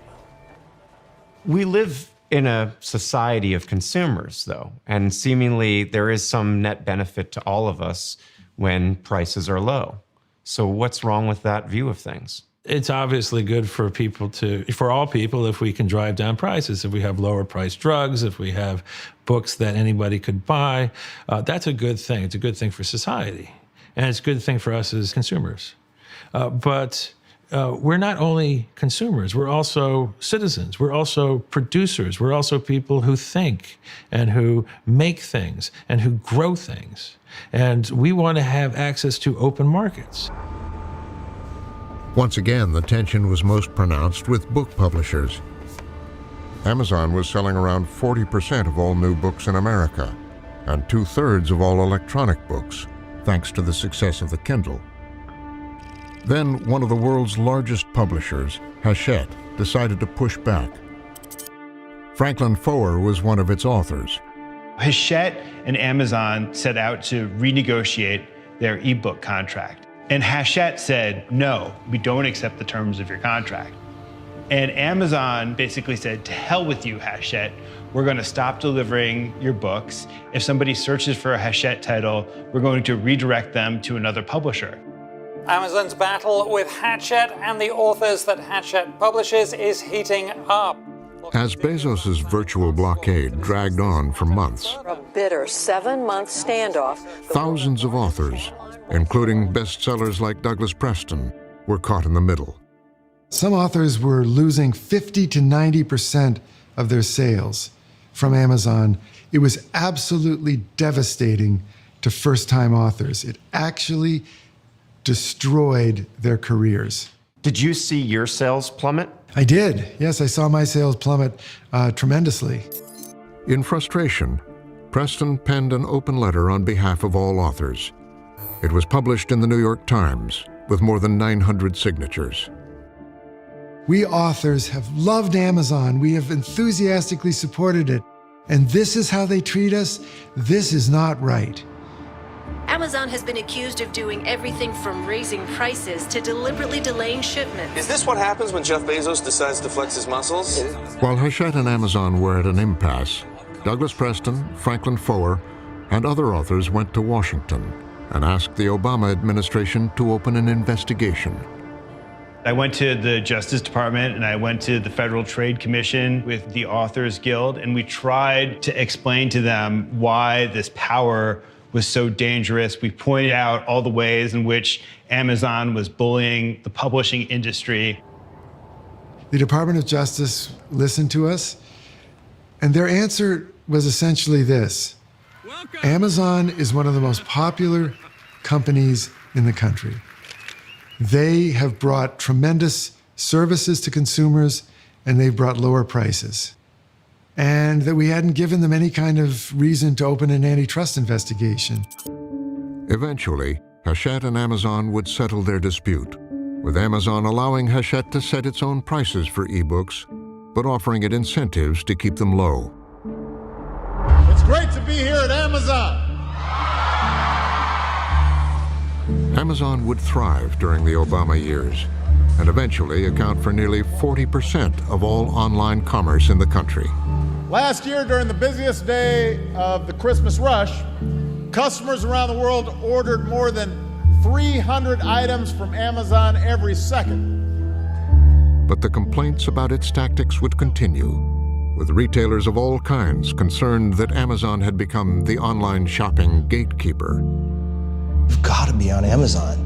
You have to be there because that's where everyone is. That 100 million Prime subscribers. They are the de facto e-commerce channel in the United States, period. End of list. Amazon executives have told us that there are many other options out there. There is Walmart, there's Alibaba. As a seller, you've got options.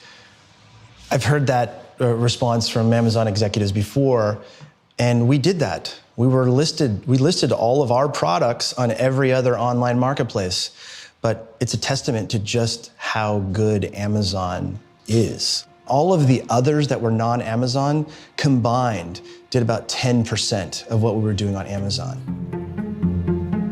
Businesses big and small have been accumulating complaints about Amazon's hold on them. On Amazon, the customer belongs to Amazon. It doesn't belong to the third-party seller. You're basically renting the Amazon customer. James Thompson used to recruit brands to come onto Amazon and now advises them on how to do business with the company. I represent brands today that face a number of challenges with Amazon. Among those challenges, businesses say that Amazon has access to their valuable data, which gives it an unfair advantage. They also complain about increasingly higher fees to stay on the platform and pressure to use Amazon's warehouses and shipping services. We spoke to numerous name brand companies, but none would share its grievances on camera. My account was suspended. Some small business people have been talking about their experiences, good and bad, online. When you're selling on Amazon, you're playing in someone else's playground. Who gets placed where, whether or not your product shows up in the search results. They suspended my account without warning. These are all things that are governed by Amazon's rules. And if there's a dispute within that arena, if you feel you are mistreated, the judge and jury is Amazon. They don't care. They'll just kill your account like that or suspend it. There are all sorts of crazy stories about why people get their accounts shut down on Amazon, and it could take a week, it could take months, it could be never before you're back online again. Amazon has the upper hand and the ability to basically take your business away from you at any given moment. Selling on Amazon, take one. Amazon said third-party sellers account for more than half of everything sold on the site. I sell mini longboards, skateboards. I sell mineral water. This is what I do. And it's committed to its sellers' success, proactively contacting them when their accounts are at risk of suspension and offering an appeals process to resolve disputes. You already have great products. Scale up and reach. But in the eyes of some businesses, Amazon has essentially become like the railroads at the turn of the last century that controlled the flow of commerce across the country. Start selling today. Do you see yourself as being kind of like the rails for e-commerce, that sellers bring their goods to market on your rails through your marketplace? I don't think of it that way, and here's why. The vast majority of stuff all the stuff that's sold is manufactured, right? So it's manufactured, meaning there are brands and factories that produce stuff and then sell it. We're 1% of the retail sales in the world, about. Well, you are the biggest marketplace online, right? No, so again, I don't, the idea that there's an online distinct for brands to sell their stuff and distinct from physical just doesn't make sense to me. And we're far from the largest retailer. So I describe this as retail, and we're competing against Walmart and Target and Costco and Carrefour and Alibaba and Tmall and all kinds of folks who are now selling both physical stores and online. In addition to pointing to other large retailers, inside the company, employees have been schooled in how to talk about its size and power. When I worked at Amazon, we had training specifically on the use of terms like monopoly. We were not allowed to use a term like market share. Amazon has what's known as market segment share. What is market segment? What is market segment share?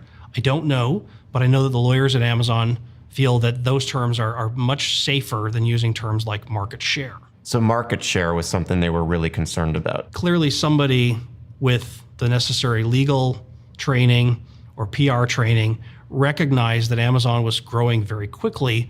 And when we were asked to use the term market segment and market segment share, in essence, it's a polite way of saying, I'm not going to talk to you about how big we are.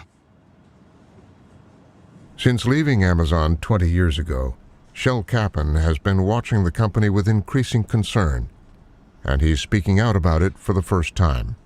I think that the characterization of Amazon as being a ruthless competitor is true. And under the flag of customer obsession, they can do a lot of things which might not be good for people who aren't their customers. I know you're not a legal scholar, but are you basically concerned that Amazon is a monopoly? I'm concerned that it has that type of power. I think it, whether you technically can call it a monopoly or not, I don't know.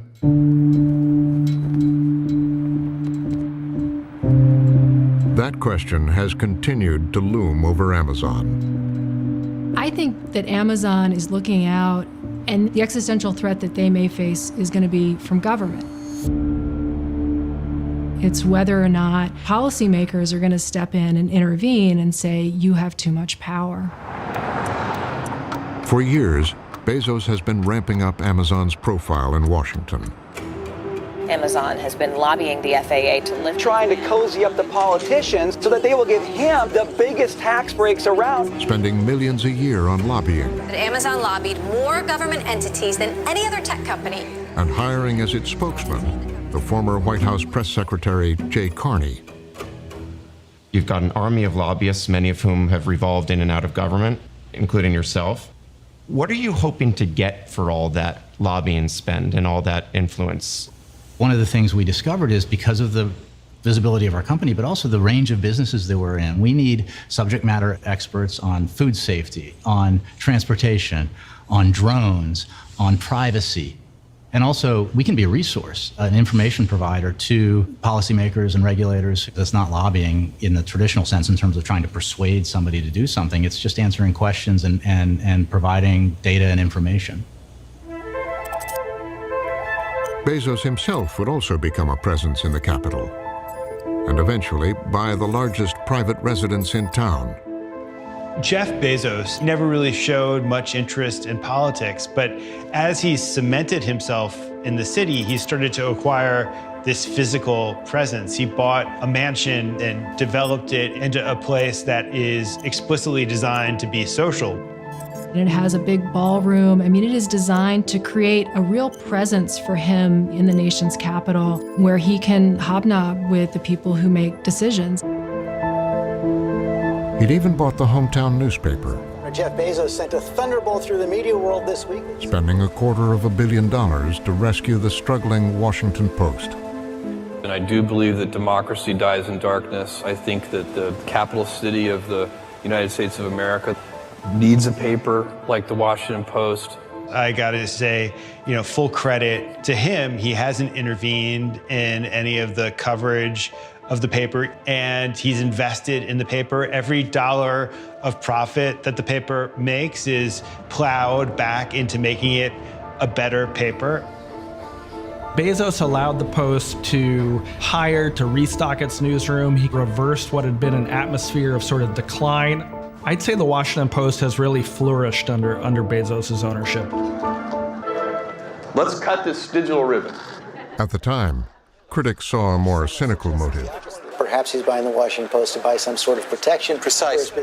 This deal could give him more influence over politics. Nobody hangs out in Washington, D.C. just to go to the free museums. You buy a home in Washington, you buy a newspaper in Washington because it is the most influential city in the world, and you want to lay your hands on that power.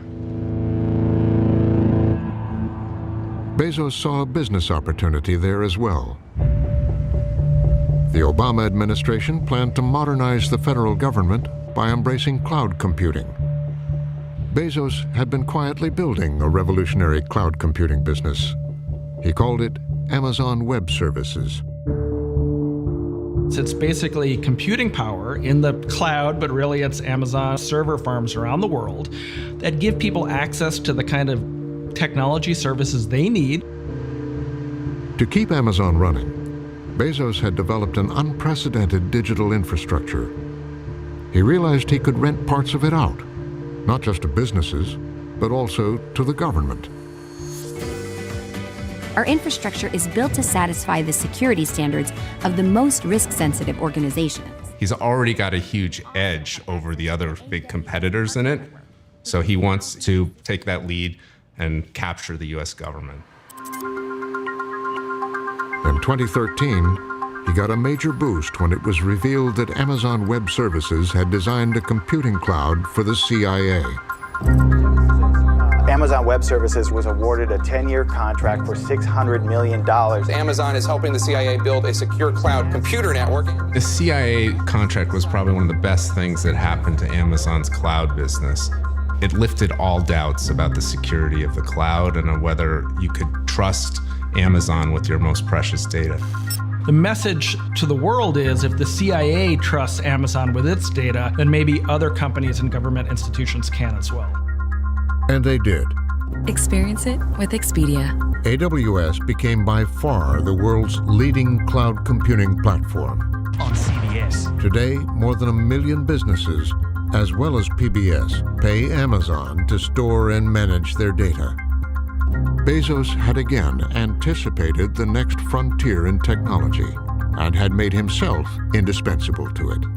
What Jeff Bezos is after is really creating a company that is the infrastructure, that owns the infrastructure for how commerce is done.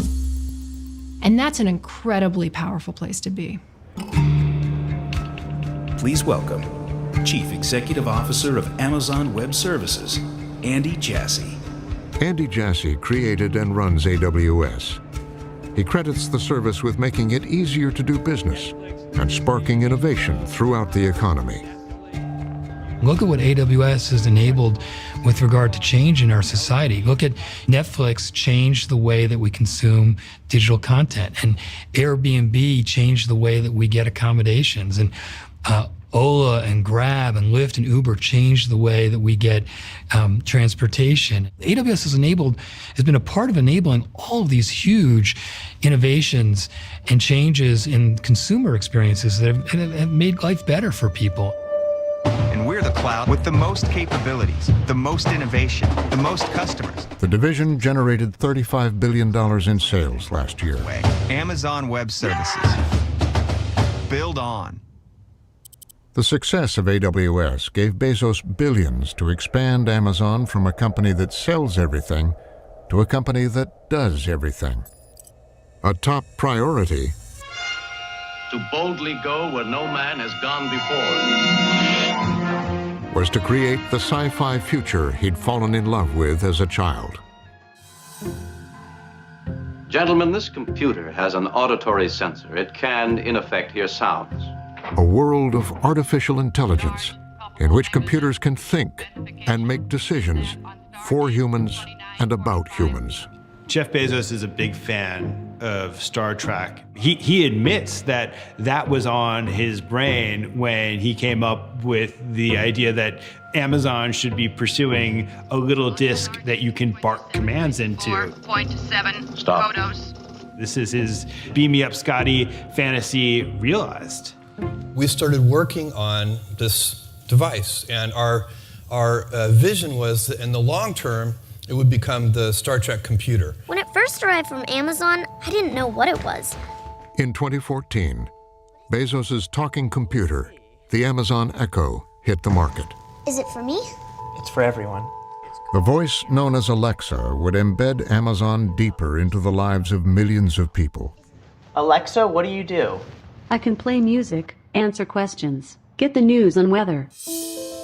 They call it a personal assistant. And just that term implies this intimate connection that we then begin to develop with Amazon. Alexa, sing the ABC song. A, B, C, D, E, F, G. I believe that when we think about the future and the future with artificial intelligence, given where we currently are today, Alexa in some ways represents the moment that it becomes seamlessly interwoven with our lives. Alexa, how many teaspoons are in a tablespoon? 1 tablespoon equals 3 teaspoons. Okay. And the problem is that we forget that it's there. Alexa, lights on.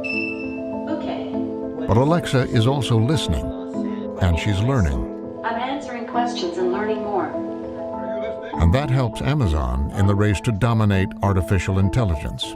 Alexa. Every time you ask Alexa something, you're making the Alexa algorithm better. It's one of the reasons why Amazon, having had a head start, is able to kind of preserve that head start because they've got the most data of anyone. Alexa is one more way for Amazon to gather extremely valuable data, and this data collection is extremely important to this business model. It's extremely hard to do, and convincing people to just deploy something like this in their home is a brilliant trick. Dave Limp is Amazon's head of devices. How is it that you convinced tens of millions of people to put what is essentially a listening device in their homes? Well, I would first disagree with the premise. It's not a listening device. The device in its core it has a detector on it. We call it internally a wake word engine. And that detector is not really listening, it's detecting one thing and one thing only, which is the word you've said that you want to get the attention of that echo. Once the device is awake and the blue light is on, it's recording. And last year, it was revealed that Amazon employs thousands of people around the world to listen and transcribe some of those recordings to help train the system. Do you think that you did a good enough job of disclosing that to consumers, that there are humans involved in listening to these recordings? We try to articulate what we're doing with our products as clearly as we can. But if I could go back in time and I could be more clear and the team could be more clear on how we were using human beings to annotate a small percentage of the data, I would, for sure. What I would say, though, is that once we realized that customers didn't clearly understand this, and within a couple days, we added an opt-out feature so that customers could turn off annotation if they so chose. And then within a month or two later, we allowed people to auto-delete data, which they also asked for within that time frame. We're not going to always be perfect, but when we make mistakes, I think the key is that we correct them very quickly on behalf of customers. But even one of the founders of Amazon Web Services approaches his Alexa devices with caution. When do you turn off your Alexa? I turn off my Alexa when I know for a fact that the conversation that I'm going to have or whenever I just want to have a private moment. I don't want certain conversations to be heard by humans. Conversations that I know for a fact are not things that should be shared. Then I actually turn off those particular listening devices. We have had an incredible year. The team has invented a lot on behalf of customers, and I cannot wait to show you what we have. So far, Limp and his team have made Alexa compatible with more than 100,000 products. Echo Frames allow you to get done more around you and be more present in the everyday. Now, they're going to know more about you than anyone knows. They're trying to move as intimately as possible and as quietly as possible into everyday life. Echo Loop is a smart ring packed with ways to stay on top of your day. Amazon wants to have the entire environment essentially mic'd. Alexa, start my running playlist. They want your walk in the park. They want your run down the city street. Nationwide's teamed up with Amazon to bring you the all-new Echo Auto. They want what you do in your car. They want what you do in your home. Amazon Smart Oven. Alexa, bake for 30 minutes at 350 degrees. All these intimacies, all this insight is being integrated, analyzed and integrated. Alexa, alarm off. That is an extraordinary kind of power that has never before existed. After Alexa, Amazon would go on to spend nearly $1 billion to buy Ring, Hey, bud, the police are on the way. a doorbell camera and app that Amazon describes as the new neighborhood watch. Hey, get away. Get out of there. To promote it, Amazon has enlisted the help of hundreds of local police departments. It's a phenomenal tool to assist detectives. They give them access to a portal to request footage and have given free cameras to hand out and talking points. This system is so simple to use and actually... You have Amazon in partnership with police departments who have basically turned policemen into like Avon salespeople for Amazon Ring. They have given police departments talking points and marketing materials to encourage the installation of Ring by community residents. None of this was public knowledge. And this is Ring's first indoor cam. It is cute, is what I would say. Amazon has continued to expand the scope of Ring. Last fall, Dave Limp unveiled a version designed to monitor the inside of people's homes. Within weeks, hackers discovered a way to terrorize Ring customers. Come on, can you say the magic word? Who is that? I'm your best friend. I'm Santa Claus. Did you see that video? I did see that video. What'd you think of it? I think that is an industry problem. It's not just about a Ring camera. It could be about anybody's cameras. It's about any device. In that, and we've already investigated that one to make sure what the root cause was. What we want to be able to do in those cases is we want to minimize them. We'd like to detect them, and we also want to build tools that give them the ability so that that makes it harder for those kinds of attacks to happen. There's a lot of bad people in this world. Here's a device that you had described as cute and seems harmless, and I'm just wondering whether you're being straight with people about the attendant risks to your customers that you are obsessed with, supposedly. Well, it's not supposedly. We are obsessed with customers. I would say that we are trying to build security features at every level of the stack. Operating systems, authentication, fraud detection. We offer things that customers can turn on that make it even harder for those attacks to happen. Yo, what's up? How's your day? Who is that? What's going on, buddy? What are you watching? There were a series of similar attacks across the country. What's up, homie? I still see you. You hungry? What's going on, my main man, Shaq? And it's not just hackers. Ring has fired some of its own employees for spying on customers. In George Orwell's 1984, he describes a dystopia in which you had to live, you did live, from habit that became instinct, in the assumption that every sound you made was overheard. And I wonder if you ever think about how easily this could become dystopian to some degree. Well, I don't want to live in that world. So I do not want to invent the technology or have my teams invent the technology that would create that world. And so, but I am an optimist. I think if you take the absolute view of that, we wouldn't invent anything. We're increasingly living in a world in which your products and your designs are there. Can you see how it could be concerning in some ways that we all can't opt out of that world at this point? Sure, I can see why it could be concerning to some customers. Our job in building that technology is to build it in such a way that it takes into account for the scenarios that you just talked about, as best as we possibly can. The reality of it is that world happened way before Ring or Alexa. That's something that Bezos himself wrestled with 20 years ago. I believe that privacy is going to be one of the prominent issues of the 21st century. I think there are towns now in the United States that have installed security cameras on every corner, and their crime rates decreased by 80%. But do you really want cameras on every corner? There are very strange things that are going to happen over the next 100 years with respect to technology that are going to challenge us as a society to figure out how we want to deal with privacy. So that's... Decades later, Bezos would be at the vanguard of expanding the use of that kind of technology. Introducing Amazon Recognition Video. Recognition allows you to pass an image to us. You can say, do these two faces match, which is incredibly useful for applications in the security space. You can imagine unlocking your... After Amazon rolled out a facial recognition tool, it marketed it to law enforcement. Recognize and track persons of interest from a collection of tens of millions of faces.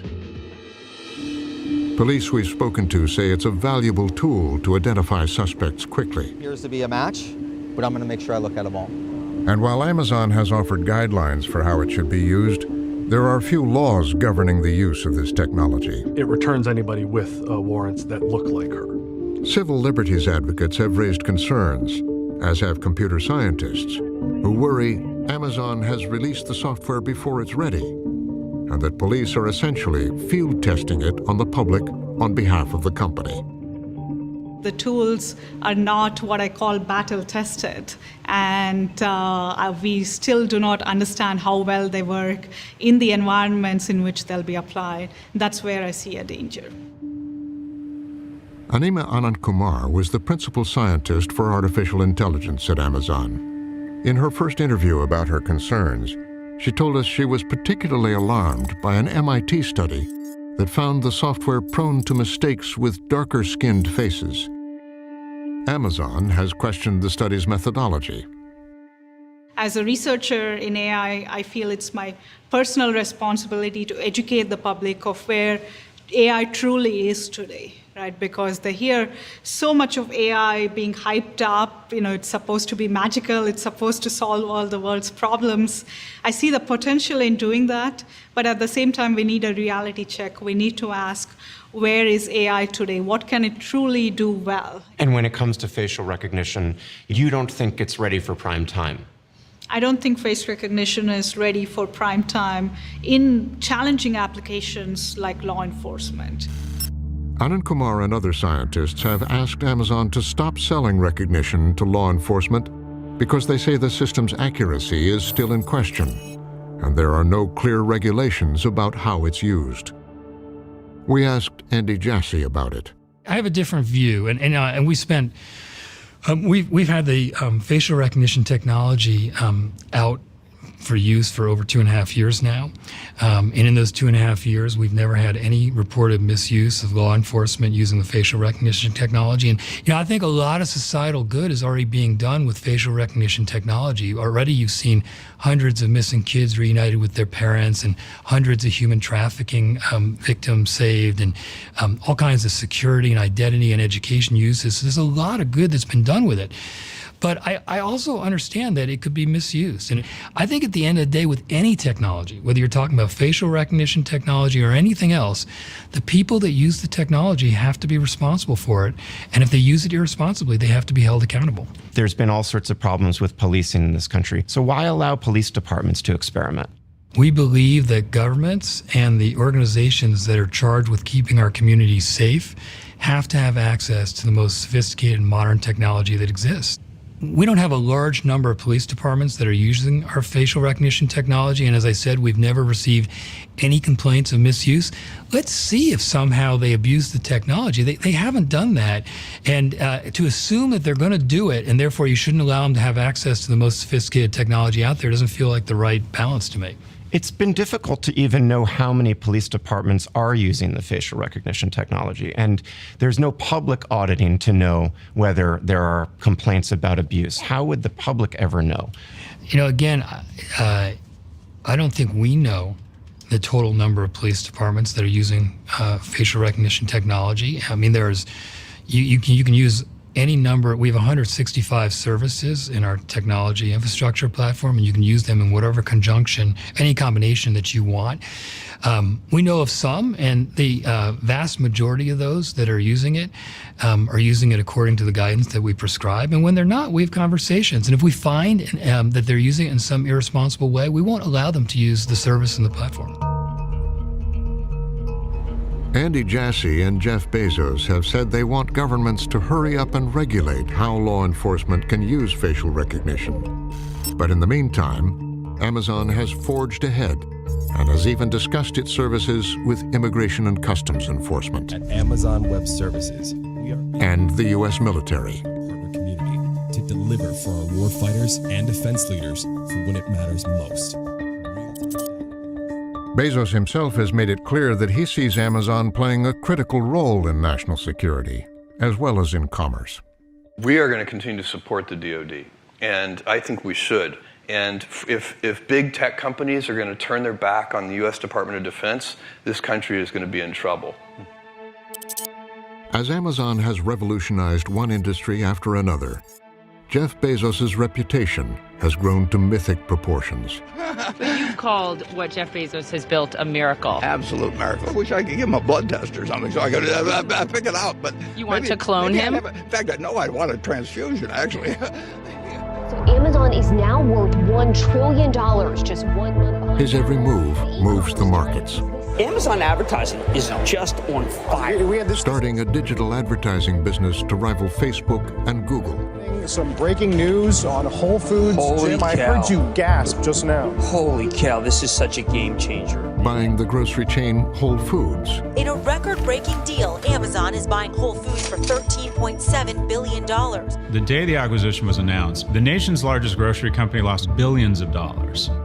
because Amazon acquired a company 1/12 the size. Everybody thinks Bezos is the smartest person in the world and he's going to come and crush me. When Amazon announced the acquisition of PillPack, News of the deal sent shockwaves through an industry where the retail pharmacy sector shed billions of dollars.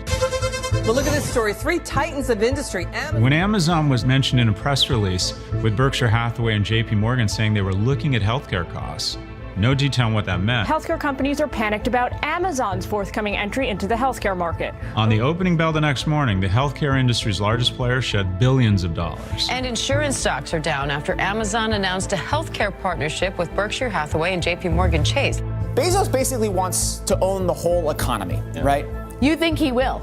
I kind of think he will. I kind of think that in like 10 years, Jeff Bezos owns every single thing there is. So Amazon has these Darth Vader-like abilities to just look at a sector and begin choking it of oxygen without even touching it. Amazon can begin beating competitors without even competing. You actually think that Amazon is having a negative effect on competition in the innovation economy right now? I think it's a mixed bag. I think you could argue, and there's evidence that they have inspired innovation in certain sectors. But I think there's a lot of small companies that aren't being formed, because if you go in to try and raise money for an e-commerce company, it's, well, how are we going to compete against Amazon? And I said, well, the answer can be summarized in one word: impossible. All right, let's move some earth. Every single area that he enters into, he manages to succeed in a fairly major way. We had another great Prime Day. We've never seen anything like a company that is so integrated into the fabric of existence. So, at a certain point, it becomes unavoidable. Amazon just yesterday said Bezos would even extend his reach into the heart of popular culture. Can you imagine Macy's starting a media company? We couldn't even imagine that. But Amazon does it and people take it seriously. Amazon is investing billions in new shows and movies. And on beefing up its streaming service, which streams 4 times as many movies as Netflix, Major League Baseball, and PBS shows like this one. The company now rivals Apple and Spotify in music streaming. And the Golden Globe goes to Transparent, Amazon Instant Video. I want to thank Amazon, Jeff Bezos. To Amazon, my new best friend. Bezos likes to joke about how every time he wins a Golden Globe, it helps us sell more shoes. And it does that in a very direct way, because if you look at Prime members, they buy more on Amazon than non-Prime members. And one of the reasons they do that is once they've paid their annual fee, they're looking around to see how can I get more value out of the program. They're trying to use this entertainment to get people into the pipeline. Alexa, play Jack Ryan on Fire TV. To keep them sitting within this structure that is Amazon, where it becomes this unthinking habit that's starting to pattern all these parts of our existence. So you're doing the media stuff to encourage people to use more of Prime? Correct. Amazon is represented at the Academy Awards. Amazon is the first streaming service nominated for Best Picture. He's like one of the old studio bosses right now. He really enjoys having this place in the industry and really seems to relish being at the center of attention there. And I also want you to know, Jeff, if you win tonight, you could expect your Oscar to arrive in 2 to 5 business days. What you see now is someone who is so supremely self-confident, a guy who has become a titan. Amazon is about to get bigger. It's looking for another home in North America. Bezos and Amazon's soaring stature would be on full display in September 2017, when the company announced a contest to find a location for a second headquarters. Called HQ2. They promised $5 billion in capital investments. $5 billion. $5 billion in local investment. And 50,000 jobs. 50,000 high-paying jobs. Cities are salivating over the opportunity. It was unprecedented because the number of jobs was head and shoulders more than had ever been offered in a deal before. This was a super high-profile auction by the most popular consumer company in the country. The company invited cities across North America to pitch themselves. How about, I don't know, here? 238 took them up on it. I chose Miami, you should too. Can't wait to see you, Amazon. I, Ebenezer Scrooge. Some with elaborately produced videos. I live in Atlanta. Amazon is demonstrating that it has the power to get thousands of elected officials to remake their workday and bow down before Amazon. I'm Mark Bound, mayor of the city of Danbury. And offer it huge tax breaks. Georgia offered $2 billion. Maryland offered $5 billion. $7 billion from New Jersey. Huge infrastructure promises, huge prime parcels of land. Philadelphia is offering the most land, 28 million square feet. They know that these places all don't have a prayer. Join us. So to those who saw it as a kind of grotesque display of corporate power to dangle 50,000 jobs and potential billions of dollars of revenue over metropolitan cities around the country, you say what? I think I used to work for the United States government. Like, we want businesses to invest in the United States. States want businesses to invest in states. City officials want businesses to invest in cities. The proposals we got, the cities made the proposals. They wanted us to come, and they presented to us why they were an attractive option. In November 2018, Amazon announced there were two winners: Arlington, Virginia, and New York City. This is by far the biggest new jobs deal in the history of New York City, the history of New York State. New York City and state had campaigned hard for it, offering up nearly $3 billion in subsidies and tax breaks. I'll change my name to Amazon Cuomo if that's what it takes. In return, Amazon promised 25,000 jobs, billions of dollars in capital investments, and a small number of projects earmarked for local community members. I thought it could be a great thing for New York. We are more and more of a tech center. We wanted to consolidate that reality. Having Amazon here would have helped immensely. But not everyone was enthused about giving billions in tax breaks to a trillion-dollar corporation. Alexandria Ocasio-Cortez says the tax break isn't worth it. Welcome to today's oversight hearing on the deal entered. Though the deal had already been finalized, the New York City Council insisted on a public hearing. It quickly turned contentious. Mr. Hausman, you mentioned that there are 5,000 employees that are currently working here in New York City for Amazon. Is that correct? Yes. Council members grilled Amazon executives on their position on unions and whether the company would pledge to remain neutral if workers in New York State tried to unionize. How many of those employees are unionized? None, sir. None. Would you be okay with agreeing to neutrality so that workers can unionize? No, sir. We respect employees. You wouldn't agree to that? Correct, sir. We would not. To go to a city council hearing, as Amazon did, and antagonize the city council. But if they wanted to start a fight, they did a great job. If they wanted to actually show that they were willing to work with this community and our values, they did a horrible job. You are in a union city, and one of the first answers to your question today is, would you be neutral? You said no. That is not a way to come to our city. It was not the reaction the company expected when it launched the contest. 2 weeks later, Amazon pulled out. Amazon is pulling the plug on its New York plans. We decided we didn't have to be there in that political dynamic. The fact of the matter is, when it turned out the governor and the mayor supporting something turned out not to be enough to persuade other critics that it was the right kind of investment for New York to make, we decided that's fine, we can go elsewhere.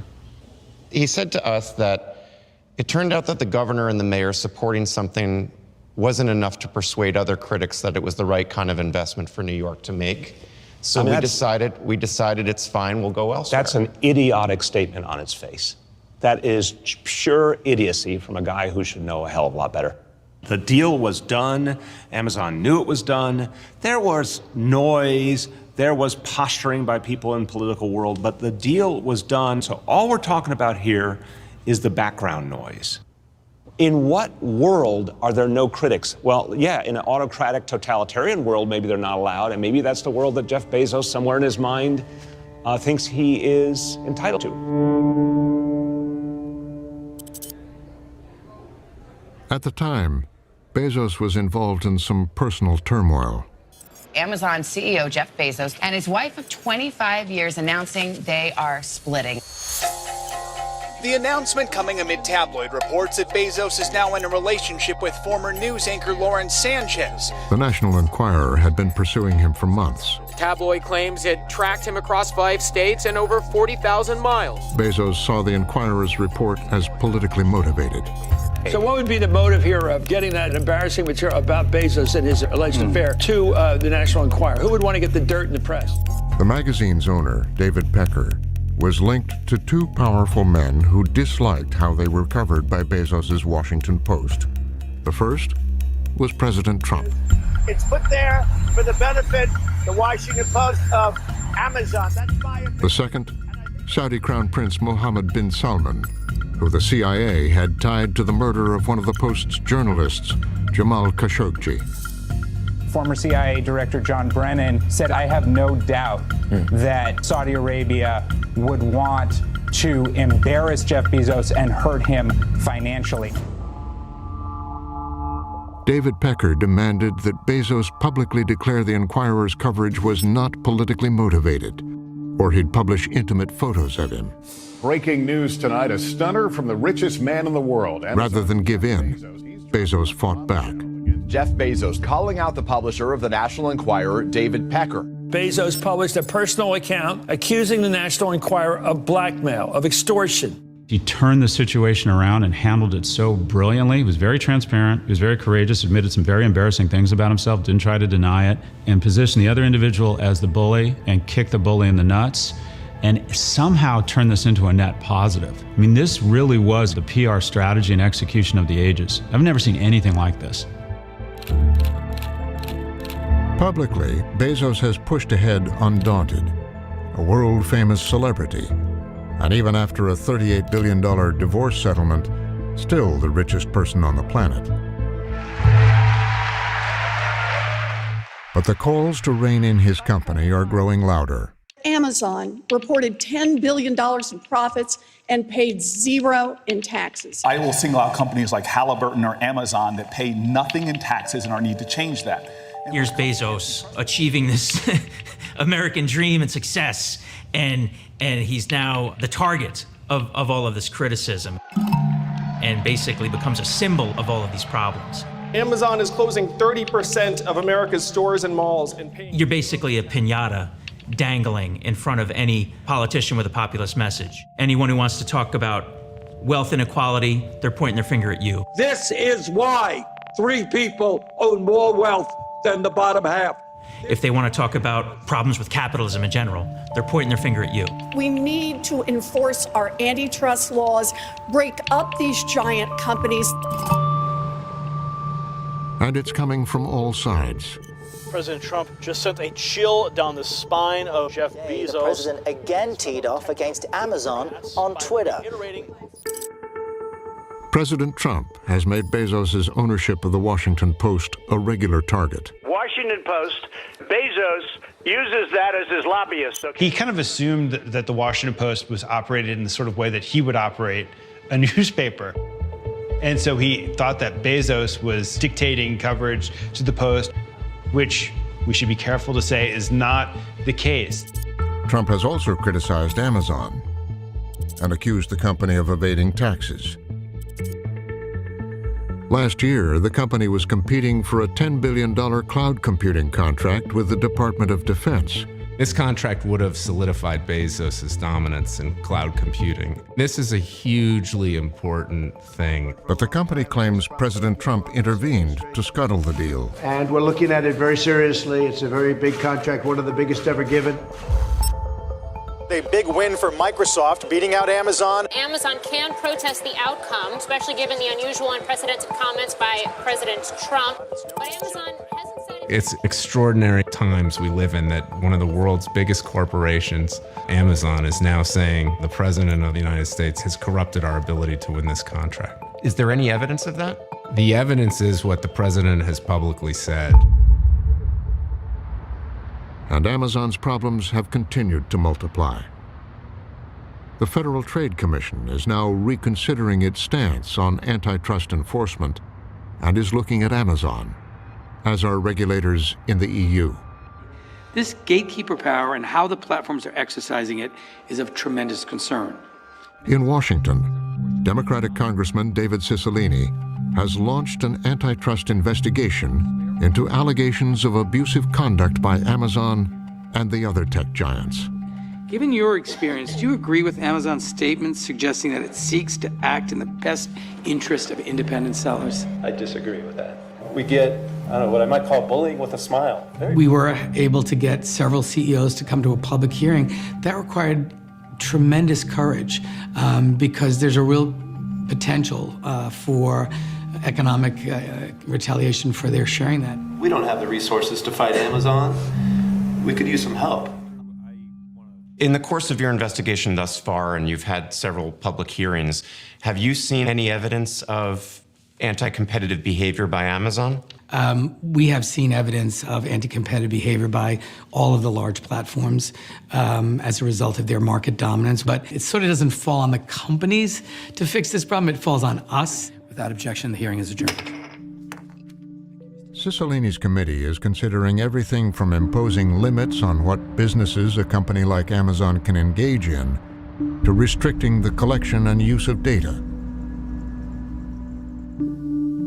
The man who helped Jeff Bezos build Amazon 25 years ago says it may be necessary to go even further.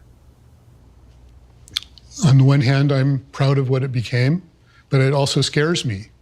And I just feel like it's important for someone in my situation to, at least say what they think about what's going on. This is sort of, in some ways, a baby that you gave birth to, right? And so, I mean, you helped birth Amazon. Yeah, very much so. In fact, I used to, get up several times during the night to see if it was working, and take care of it if it wasn't. So. And when you look at what Amazon has grown into today, you see what? Well, you don't want to see your offspring become antisocial adults, right? So I think not all of the effects of the company on the world are for the best. And I wish it weren't so. And but I had something to do with bringing it into existence. So it's partly on me.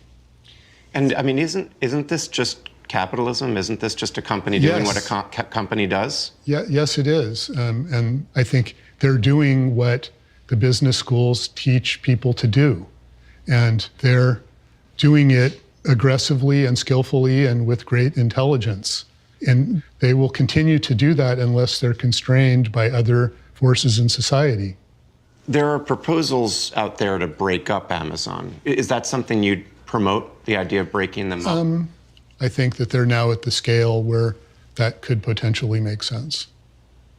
How do you and Jeff and others at the senior leadership level think about the call to break you guys up? We don't think about it very deeply.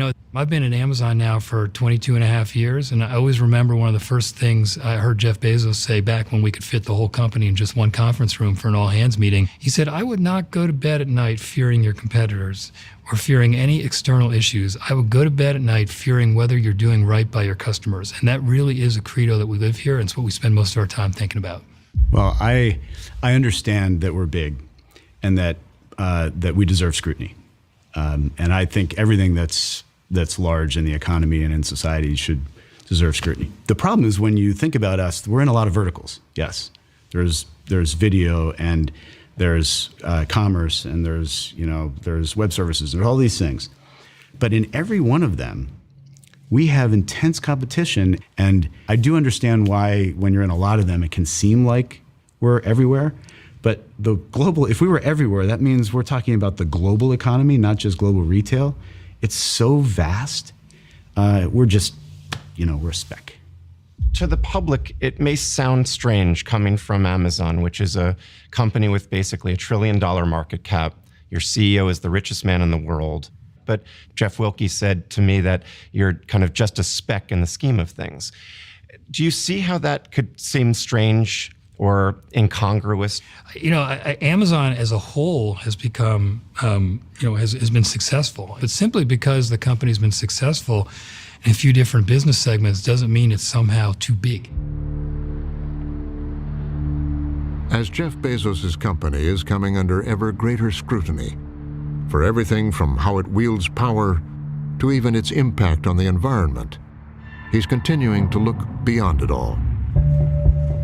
We get to preserve this unique gem of a planet which is completely irreplaceable. There is no plan B.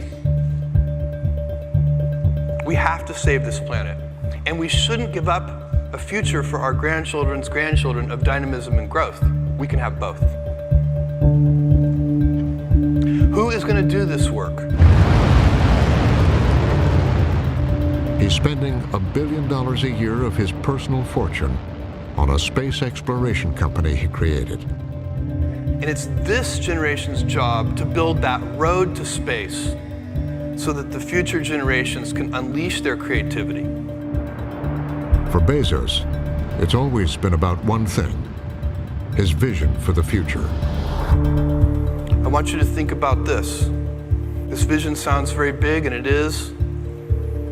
None of this is easy, all of it is hard, but I want to inspire you, and so think about this.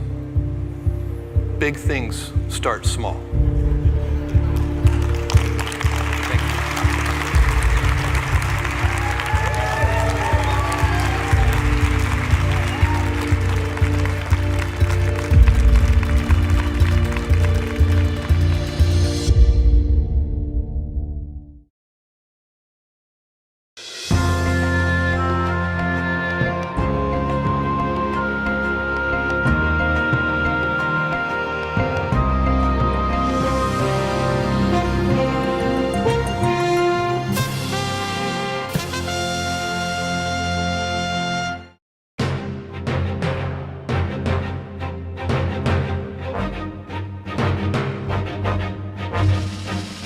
For more on this and other Frontline programs, visit our website at pbs.org/frontline.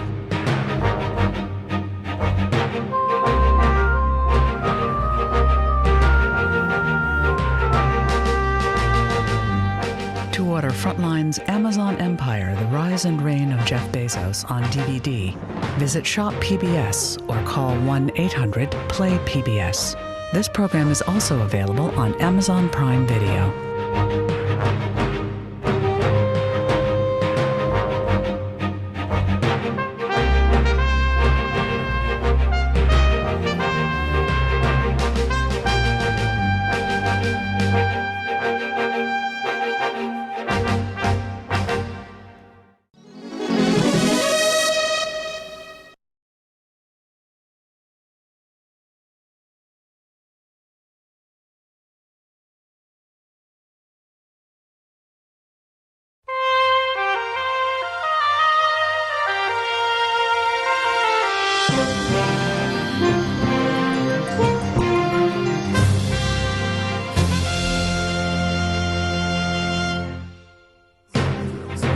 Tonight, the race to become an AI superpower is on. the politics of artificial intelligence, There will be a Chinese tech sector, and there will be an American tech sector. the new tech war, The more data, the better the AI works. So in the age of AI, where data is the new oil, China is the new Saudi Arabia.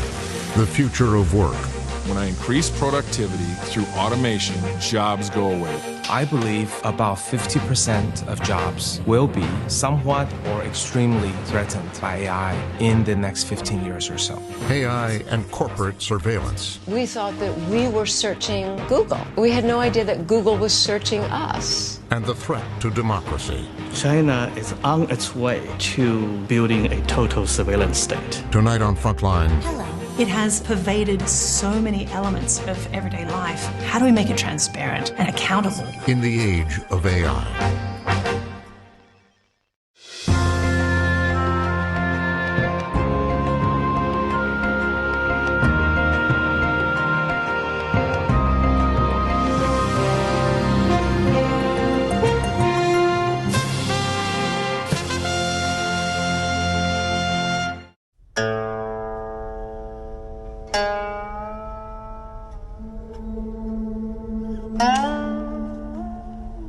This is the world's most complex board game.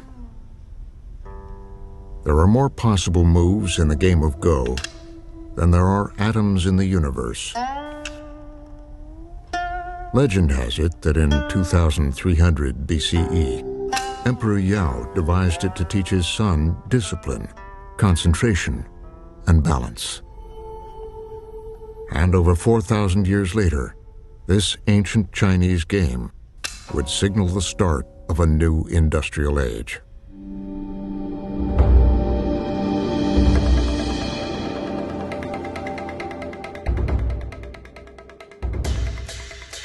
It was 2016 in Seoul, South Korea. Can machines overtake human intelligence? A breakthrough moment when the world champion of the ancient board game Go takes on an AI program developed by Google. 여전히 자신감은 있는 상태고요. 아무래도 역시 아직은 인간의 직관력이나 이런 감각들을 컴퓨터인 인공지능이 따라오기에는 약간 무리가 있지 않나 이렇게 생각을 해서 제가 꼭 In countries where it's very popular, like China and Japan and South Korea, to them Go is not just a game, right? It's like how you learn strategy. It has an almost spiritual component. You know, if you talk to South Koreans, right, and Lee Sedol is the world's greatest Go player, is the national hero in South Korea. They were sure that Lee Sedol would beat AlphaGo hands down. Google's AlphaGo was a computer program that, starting with the rules of Go and a database of historical games, had been designed to teach itself. I was one of the commentators at the Lee Sedol games. And yes, it was watched by tens of millions of people. Throughout Southeast Asia, this was seen as a sports spectacle with national pride at stake. But much more was in play. This was the public unveiling of a form of artificial intelligence called deep learning that mimics the neural networks of the human brain. So what happens with machine learning and artificial intelligence, initially with AlphaGo, is that the machine is fed all kinds of Go games. And then it studies them, learns from them, and it figures out its own moves. And because it's an AI system, it's not just following instructions, it's figuring out its own instructions. It comes up with moves that humans hadn't thought of before. So it studies games that humans have played, it knows the rules, and then it comes up with creative moves. 와, 정말 생각지도 못해. That's a very surprising move. I thought it was a mistake. Game 2, Move 37. That move 37 was a move that humans could not fathom, but yet it ended up being brilliant and woke people up to say, wow, after thousands of years of playing, we never thought about making a move like that. Oh, he resigned. It looks like Lee Sedol has just resigned, actually. In the end, the scientists watched their algorithms win 4 of the games. Lee Sedol took 1. What happened with Go, first and foremost, was a huge victory for DeepMind and for AI, right? It wasn't that the computers beat the humans. It was that, one type of intelligence beat another. Artificial intelligence had proven it could marshal a vast amount of data beyond anything any human could handle, and use it to teach itself how to predict an outcome. The commercial implications were enormous. While AlphaGo is a toy game, but its success and its waking everyone up, I think, is going to be remembered as the pivotal moment where AI became mature and everybody jumped on the bandwagon. This is about the consequences of that defeat. How the AI algorithms are ushering in a new age of great potential and prosperity. But an age that will also deepen inequality, challenge democracy, and divide the world into two AI superpowers. Tonight, 5 stories about how artificial intelligence is changing our world.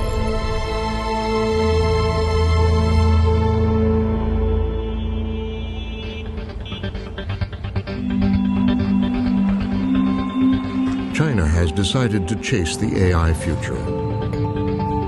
The difference between the internet mindset and the AI mindset. A future made and embraced by a new generation. Well, it's hard not to feel the kind of immense energy and also the obvious fact of the demographics. They're mostly very younger people. So that this clearly is technology which is being generated by a whole new generation. Orville Schell is one of America's foremost China scholars. He first came here 45 years ago. When I first came here in 1975, the Chairman Mao was still alive, the Cultural Revolution was coming on, and there wasn't a single whiff of anything of what you see here. It was unimaginable. In fact, in those years, one very much thought this is the way China is, this is the way it's going to be, and the fact that it has gone through so many different changes since is quite extraordinary. This extraordinary progress goes back to that game of Go. I think that the government recognized that this was a sort of critical thing for the future, and we need to catch up in this, that, we cannot have a foreign company showing us up at our own game, and this is going to be something that is going to be critically important in the future. So, we called it the Sputnik moment for the Chinese government. The Chinese government kind of woke up. As we often say in China, the beginning is the most difficult part. In 2017, Xi Jinping announced the government's bold new plans to an audience of foreign diplomats. China would catch up with the U.S. in artificial intelligence by 2025 and lead the world by 2030. And intensify cooperation in frontier areas such as digital economy, artificial intelligence, nanotechnology, and quantum computing.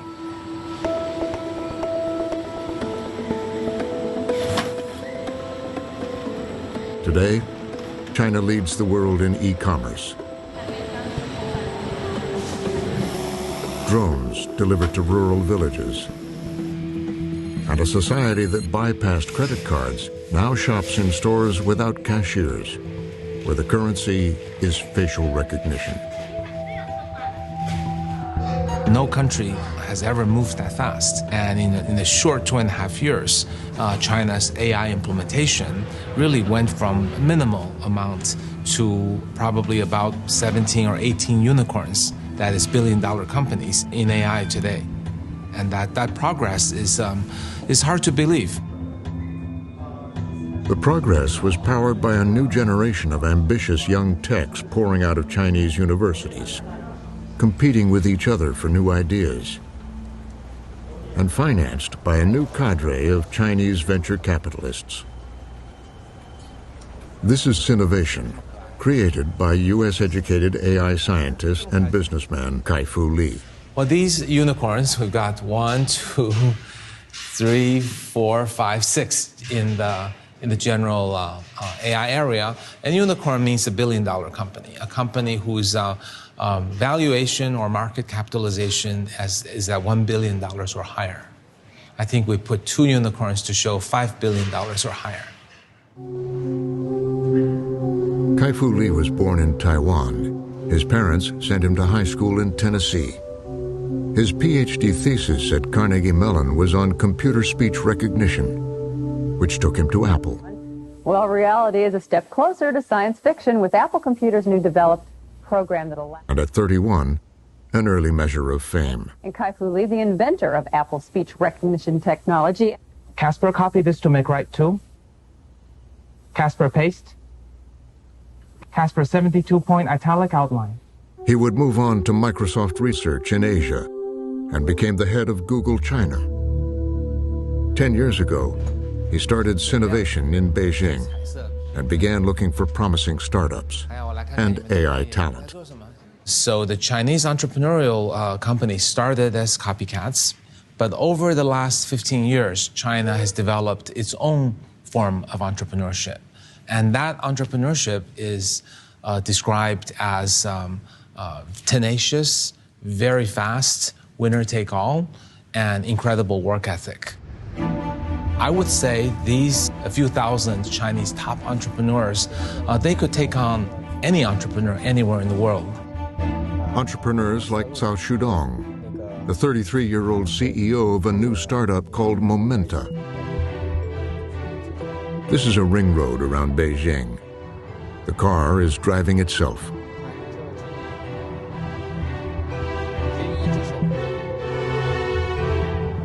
You see another cutting. Cao has no doubt about the inevitability of autonomous vehicles. Just like AlphaGo can beat the human player in Go, I think the machine will definitely surpass the human driver in the end. Recently, there have been cautions about how soon autonomous vehicles will be deployed. But Cao and his team are confident they're in for the long haul. US will be the first to deploy, but China may be the first to popularize. It's 50-50 right now. US is ahead in technology. China has a larger market, and the Chinese government is helping with infrastructure efforts. For example, building a new city the size of Chicago with autonomous driving enabled, and also a new highway that has sensors built in to help autonomous vehicle be safer. Their early investors included Mercedes-Benz. I feel very lucky and very inspiring and very exciting that we're living in this era. Life in China is largely conducted on smartphones. 1 billion people use WeChat, the equivalent of Facebook, Messenger, and PayPal, and much more combined into just one super app. And there are many more. China is the best place for AI implementation today because the vast amount of data that's available in China. China has a lot more users than any other country, 3 to 4 times more than the US. There are 50 times more mobile payments than the US. There are 10 times more food deliveries, which serve as data to learn more about user behavior than the US. 300 times more shared bicycle rides. And each shared bicycle ride has all kinds of sensors submitting data up to the cloud. We're talking about maybe 10 times more data than the US. And AI is basically run on data and fueled by data. The more data, the better the AI works. More importantly than how brilliant the researcher is working on the problem. So in the age of AI, where data is the new oil, China is the new Saudi Arabia. And access to all that data means that the deep learning algorithm can quickly predict behavior, like the creditworthiness of someone wanting a short-term loan. Here is our application, and the customer can choose how many money they want to borrow and how long they want to borrow, and they can input their data here, and after that, you can just borrow very quickly. The CEO shows us how quickly you can get a loan. It has done. It takes an average of 8 seconds. It has passed to banks. Wow. Yeah, our job is finished. In the 8 seconds, the algorithm has assessed 5,000 personal features from all your data. 12,000 features. That is related with the delinquency. When maybe the banks only use few, maybe 10 features when they are doing their risk management. Processing millions of transactions, it'll dig up features that would never be apparent to a human loan officer. Like how confidently you type your loan application. Or, surprisingly, if you keep your cell phone battery charged. It's very interesting. The battery of the phone is related with their delinquency rate. Someone who has much more lower battery, they get much more dangerous than others. It's probably unfathomable to an American how a country can dramatically evolve itself from a copycat laggard to all of a sudden to nearly as good as the US in technology. Like this facial recognition startup he invested in. Megvii was started by 3 young graduates in 2011. It's now a world leader in using AI to identify people.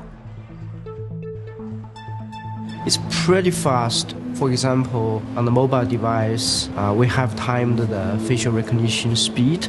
It's actually less than 100 milliseconds. So that's very, very fast. So 0.1 second that we'll be able to recognize you, even on a mobile device.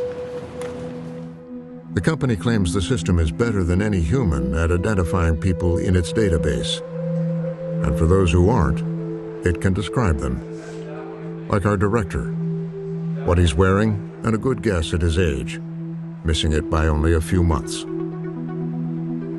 We are the first one to really take facial recognition to commercial quality. That's why in Beijing today you can pay for your KFC with a smile.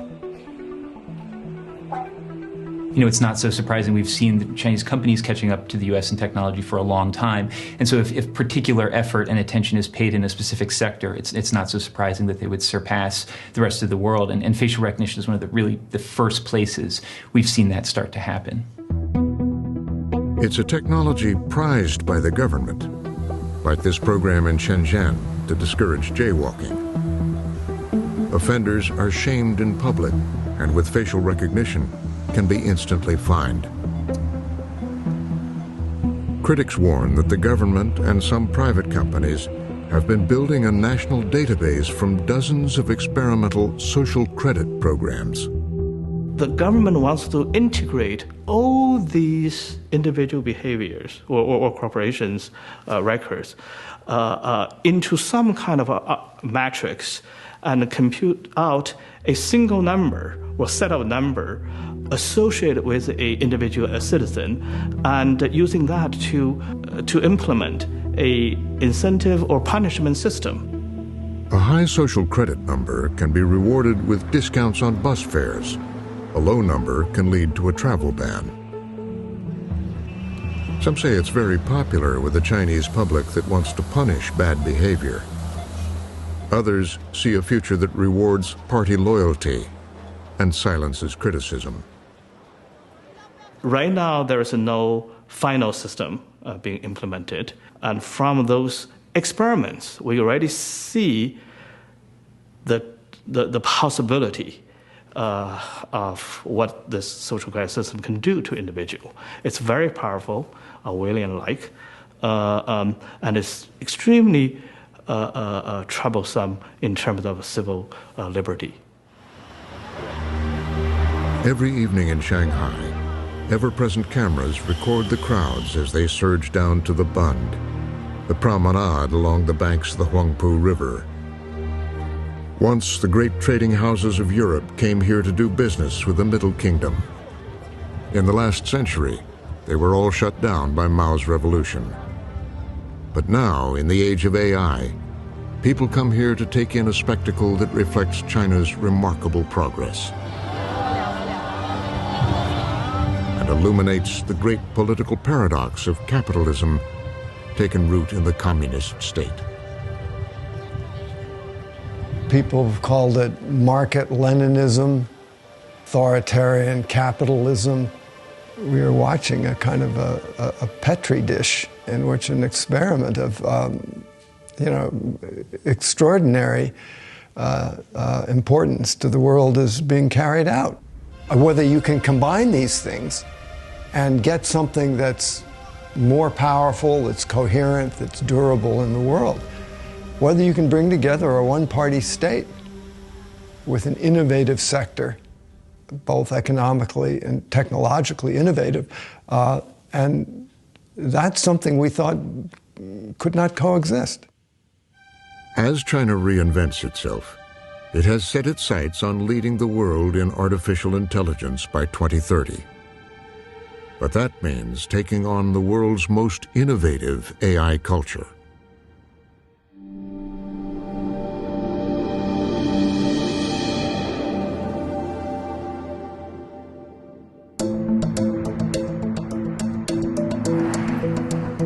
On an interstate in the U.S. Southwest, artificial intelligence is at work solving the problem that's become emblematic of the new age, replacing a human driver.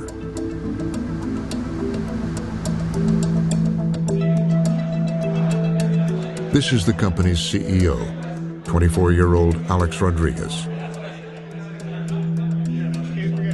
The more things we build successfully, the less people ask questions about how old you are when you have working trucks. And this is what he's built.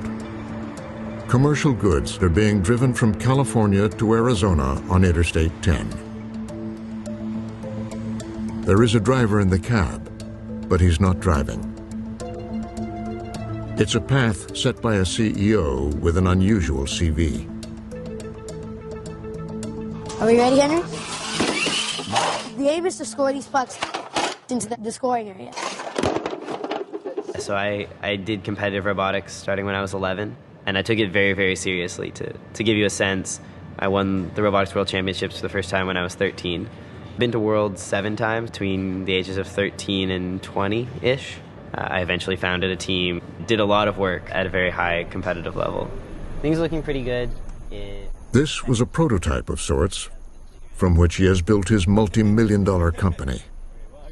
Hadn't built a robot in a while, wanted to get back to it, and felt that this was by far the most exciting piece of robotics technology that was up and coming. A lot of people told us we wouldn't be able to build it, but knew roughly the techniques that you would use.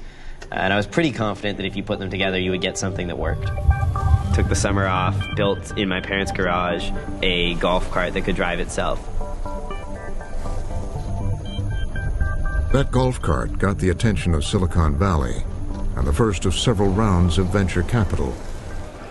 He formed a team and then decided the business opportunity was in self-driving trucks. He says there's also a human benefit.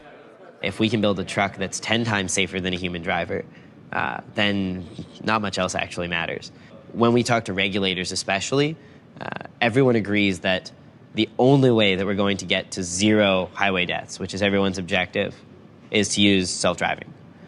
And so I'm sure you've heard the statistic, more than 90% of all crashes have a human driver as the cause. And so if you want to solve traffic fatalities, which in my opinion are the single biggest tragedy that happens year after year in the United States, this is the only solution. It's an ambitious goal, but only possible because of the recent breakthroughs in deep learning. Artificial intelligence is one of those key pieces that has made it possible now to do driverless vehicles where it wasn't possible 10 years ago, particularly in the ability to see and understand scenes. A lot of people don't know this, but it's remarkably hard for computers until very, very recently to do even the most basic visual tasks, like seeing a picture of a person and knowing that it's a person. And we've made gigantic strides with artificial intelligence in being able to see and understanding tasks, and that's obviously fundamental to being able to understand the world around you with the sensors that you have available. That's now possible because of the algorithms written by Yoshua Bengio and a small group of scientists. There are many aspects of the world which we can't explain with words. And that part of our knowledge is actually probably the majority of it. So like the stuff we can communicate verbally is the tip of the iceberg.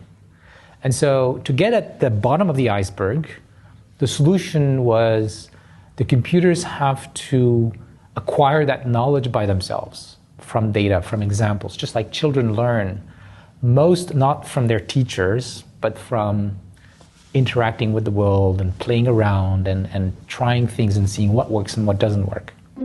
This is an early demonstration. In 2013, DeepMind scientists set a machine learning program on the Atari video game Breakout. The computer was only told the goal, to win the game. After 100 games, it learned to use the bat at the bottom to hit the ball and break the bricks at the top. After 300, it could do that better than a human player.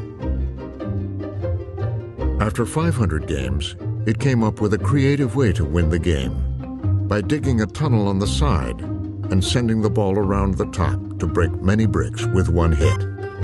That was deep learning. That's the AI program based on learning, really, that has been so successful in the last few years and it wasn't clear 10 years ago that it would work, but it has completely changed the map and is now used in almost every sector of society. Even the best and brightest among us, we just don't have enough compute power inside of our heads. Amy Webb is a professor at NYU and founder of the Future Today Institute. As AI progresses, the great promise is that these machines, alongside of us, are able to think and imagine and see things in ways that we never have before, which means that maybe we have some kind of new, weird, seemingly implausible solution to climate change. Maybe we have some radically different approach to dealing with incurable cancers.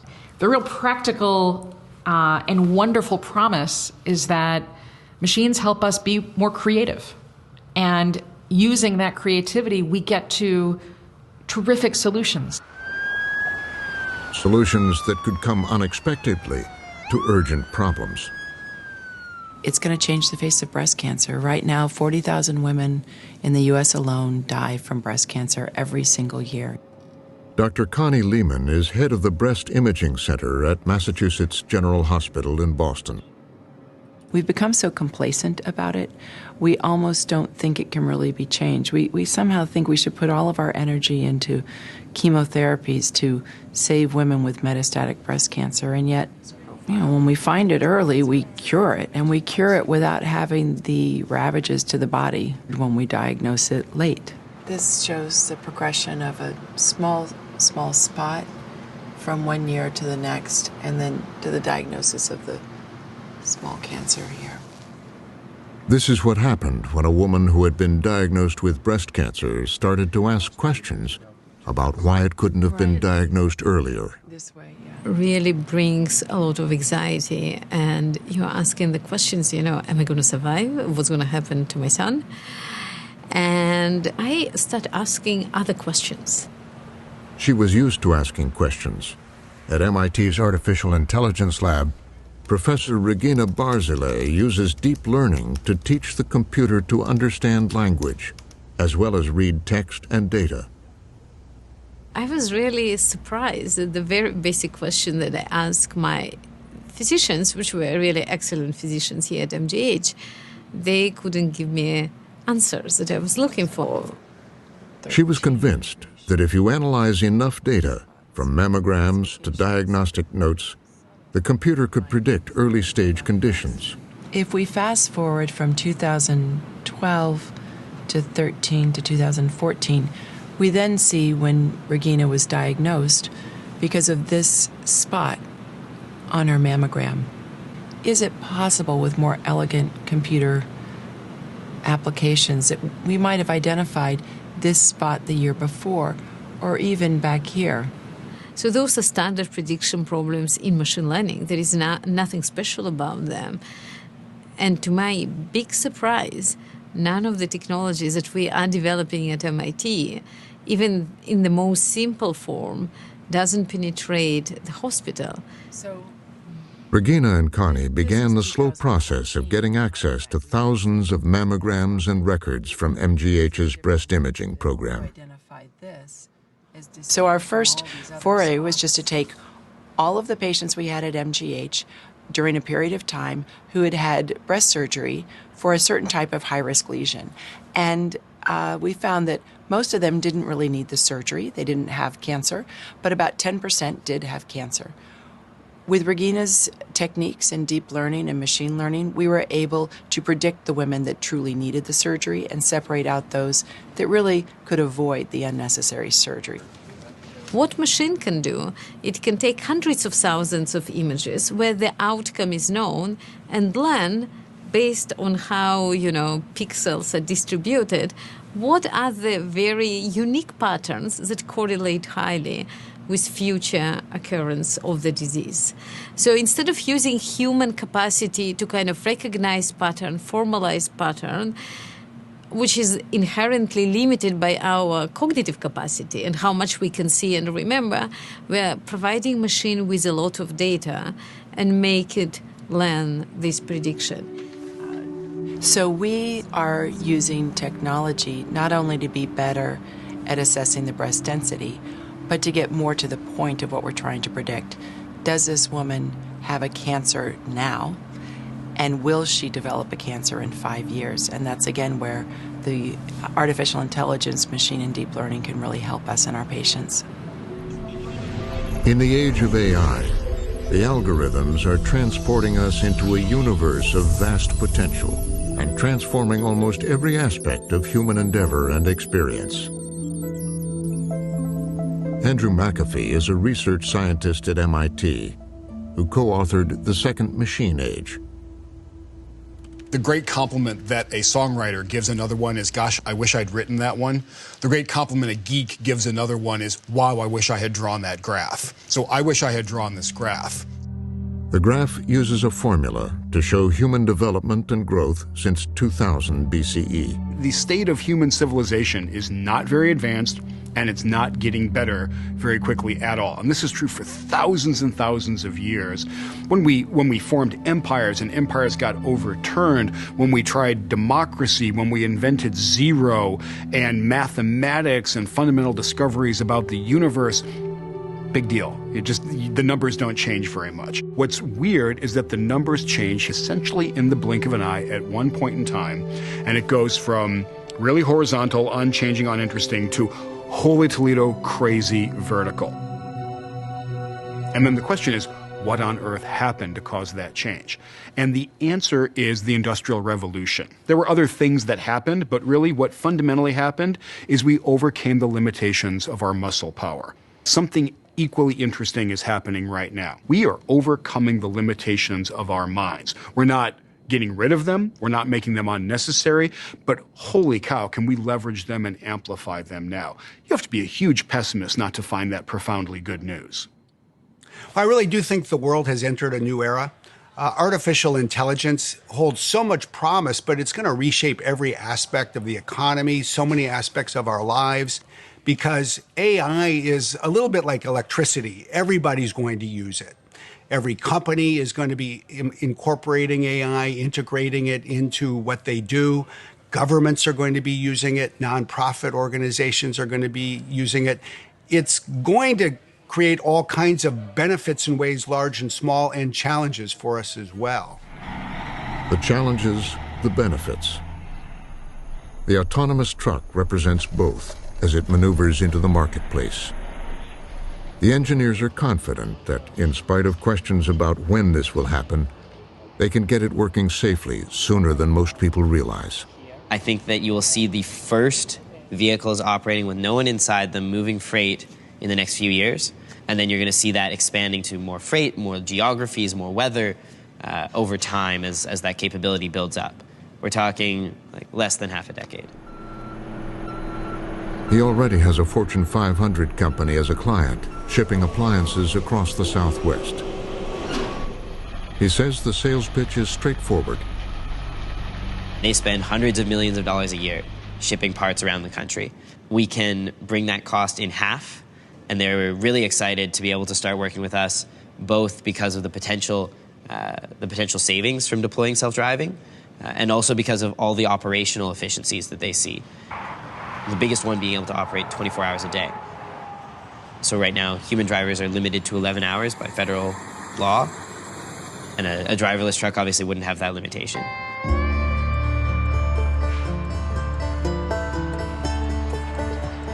The idea of a driverless truck comes up often in discussions about artificial intelligence. Steve Viscelli is a sociologist who drove a truck while researching his book, The Big Rig, about the industry. This is one of the most remarkable stories in U.S. labor history, I think, is, the decline of unionized trucking. The industry was deregulated in 1980, and at that time, truck drivers were earning the equivalent of over $100,000 in today's dollars.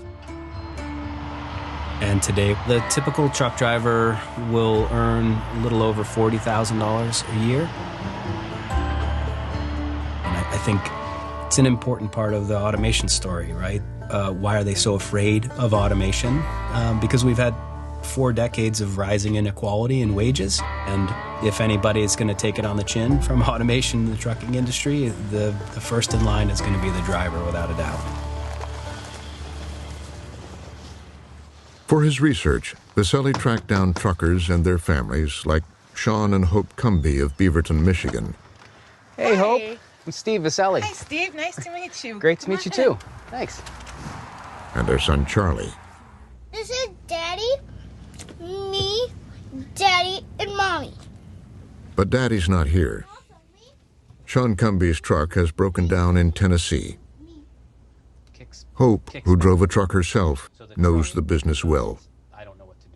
We made $150,000, right, in a year. That sounds great, right? That's like good money.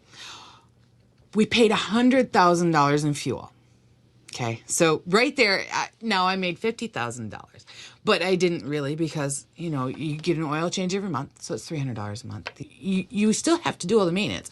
We had a motor blowout, right? $13,000. Right? I know. I mean, I choke up a little just thinking about it, because it was $13,000, and we were off work for 2 weeks. So by the end of the year, with that $150,000, by the end of the year, we'd made about $22,000. In a truck stop in Tennessee, Sean has been sidelined waiting for a new part. The garage owner is letting him stay in the truck to save money. Hi, baby. Hey, how's it going? It's going. Chunky butt. Hi, Chunky butt. What are you doing? Believe it or not, I do it because I love it. I mean, it's in the blood. 3rd generation driver. And my granddaddy told me a long time ago, when I was probably 11, 12 years old, probably. He said, the world meets nobody halfway. Nobody. He said, if you want it, you have to earn it. And that's what I do every day. I live by that creed, and I've lived by that since it was told to me. So if you're down for a week in a truck, you still have to pay your bills. I have enough money in my checking account at all times to pay a month's worth of bills. That does not include my food. That doesn't include field trips for my son's school. My son and I just went to our yearly doctor appointment. I took money out of my son's piggy bank to pay for it, because it's not scheduled in. It's not something that you can, afford. I mean, like when, sorry. It's okay.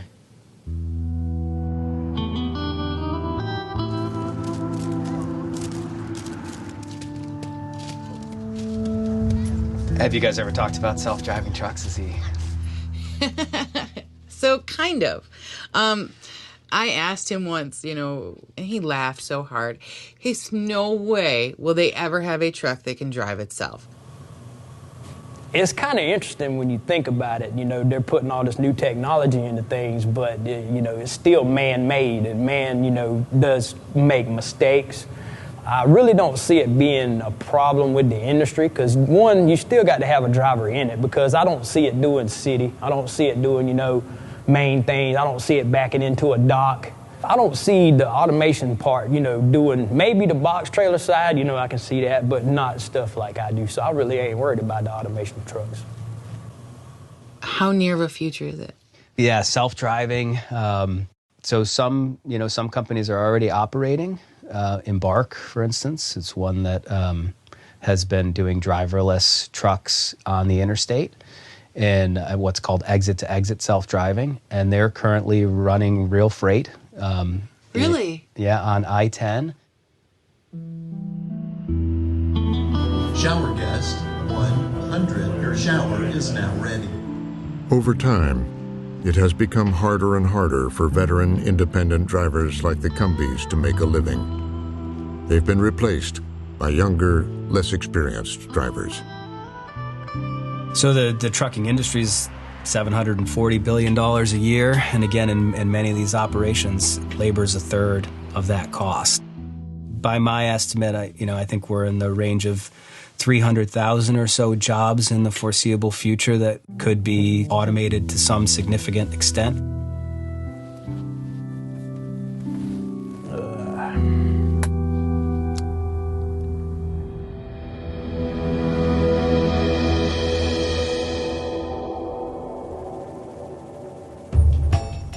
The AI future was built with great optimism out here in the West. In 2018, many of the people who invented it gathered in San Francisco to celebrate the 25th anniversary of the industry magazine. Howdy, welcome to Wired 25. It is a celebration for sure, but there's also a growing sense of caution and even skepticism. We're having a really good weekend here. Nick Thompson is editor-in-chief of Wired. When it started, it was very much a magazine about what's coming and why you should be excited about it. Optimism was the defining feature of Wired for many, many years. Or as our slogan used to be, change is good. And over time, it shifted a little bit. And now it's more, we love technology, but let's look at some of the big issues and let's look at some of them critically. And let's look at the way algorithms are changing the way we behave for good and for ill. So the whole nature of Wired has gone from a champion of technological change to more of a observer of technological change. So before we start, There are 25 speakers, all named as icons of the last 25 years of technological progress. Why is Apple so secretive? Joni Ive, who designed Apple's iPhone. It would be bizarre not to be. There's this question of what are we doing here in this life, in this reality? Jaron Lanier, who pioneered virtual reality. Cutting edge of the next. And Jeff Bezos, the founder of Amazon. Amazon was a garage startup. Now it's a very large company. Two kids in a dorm. His message is, all will be well in the new world. I guess, first of all, I remain incredibly optimistic about technology. And technologies always are two-sided, but that's not new. That's always been the case. And we will figure it out. The last thing you would ever want to do is stop the progress of new technologies, even when they are dual use. But, says Thompson, beneath the surface, there's a worry most of them don't like to talk about. There are some people in Silicon Valley who believe that you just have to trust the technology. Throughout history, there's been a complicated relationship between humans and machines. We've always worried about machines, and it's always been fine. And we don't know how AI will change the labor force, but it will be okay. So that argument exists. But there's another argument, which is what I think most of them believe deep down, which is this is different. We're going to have labor force disruption like we've never seen before. And if that happens, will they blame us? There is, however, one of the Wired 25 icons willing to take on the issue. On stage, Kai-Fu Lee dispenses with one common fear. Well, I think there's so many myths out there. I think one myth is that because AI is so good at a single task, that one day we'll wake up and we'll all be enslaved or forced to plug our brains to the AI, but it is nowhere close to displacing humans. But in interviews around the event and beyond, he takes a decidedly contrarian position on AI and job loss. The AI giants want to paint a rosier picture because they're happily making money, so I think they prefer not to talk about the negative side. I believe about 50% of jobs will be somewhat or extremely threatened by AI in the next 15 years or so. Kai-Fu Lee also makes a great deal of money from AI. What separates him from most of his colleagues is that he's frank about its downside. Yes, we've made about 40 investments in AI. I think based on these 40 investments, most of them are not impacting human jobs. They're creating value, making high margins, inventing a new model. But I could list 7 or 8 that would lead to a very clear displacement of human jobs. He says that AI is coming whether we like it or not, and he wants to warn society about what he sees as inevitable. You have a view which I think is different than many others, which is that AI is not going to take blue-collar jobs so quickly, but is actually going to take white-collar jobs. Yeah. Well, both will happen. AI will be, at the same time, a replacement for blue-collar, white-collar jobs, and be a great symbiotic tool for doctors, lawyers, and you, for example. But the white-collar jobs are easier to take because they're a pure quantitative analytical process. Let's say reporters, traders, telemarketing, telesales, customer service. Analysts? Analysts, yes. These can all be replaced just by a software. To do blue collar, some of the work requires, hand-eye coordination, things that machines are not yet good enough to do.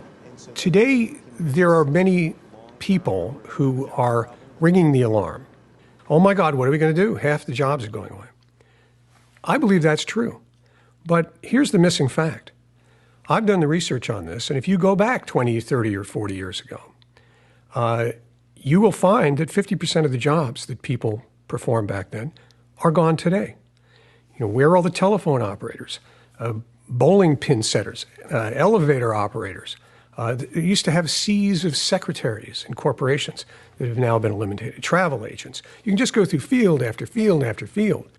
That same pattern has recurred many times throughout history with each new wave of automation. But I would argue that history is only trustable if it is multiple repetitions of similar events, not once in a blue moon occurrence. So over the history of many tech inventions, most are small things. Only maybe 3 are at the magnitude of AI revolution. The steam engine, electricity, and the computer revolution. I'd say everything else is too small. And the reason I think it might be something brand new is that AI is fundamentally replacing our cognitive process in doing a job in its significant entirety. And it can do it dramatically better. This argument about job loss in the age of AI was ignited 6 years ago amid the gargoyles and spires of Oxford University. 2 researchers had been poring through U.S. labor statistics, identifying jobs that could be vulnerable to AI automation. Well, vulnerable to automation in the context that we discussed 5 years ago now essentially meant that those jobs are potentially automatable over an unspecified number of years. And the figure we came up with was 47%. 47%. That number quickly traveled the world in headlines and news bulletins. But authors Carl Frey and Michael Osborne offered a caution.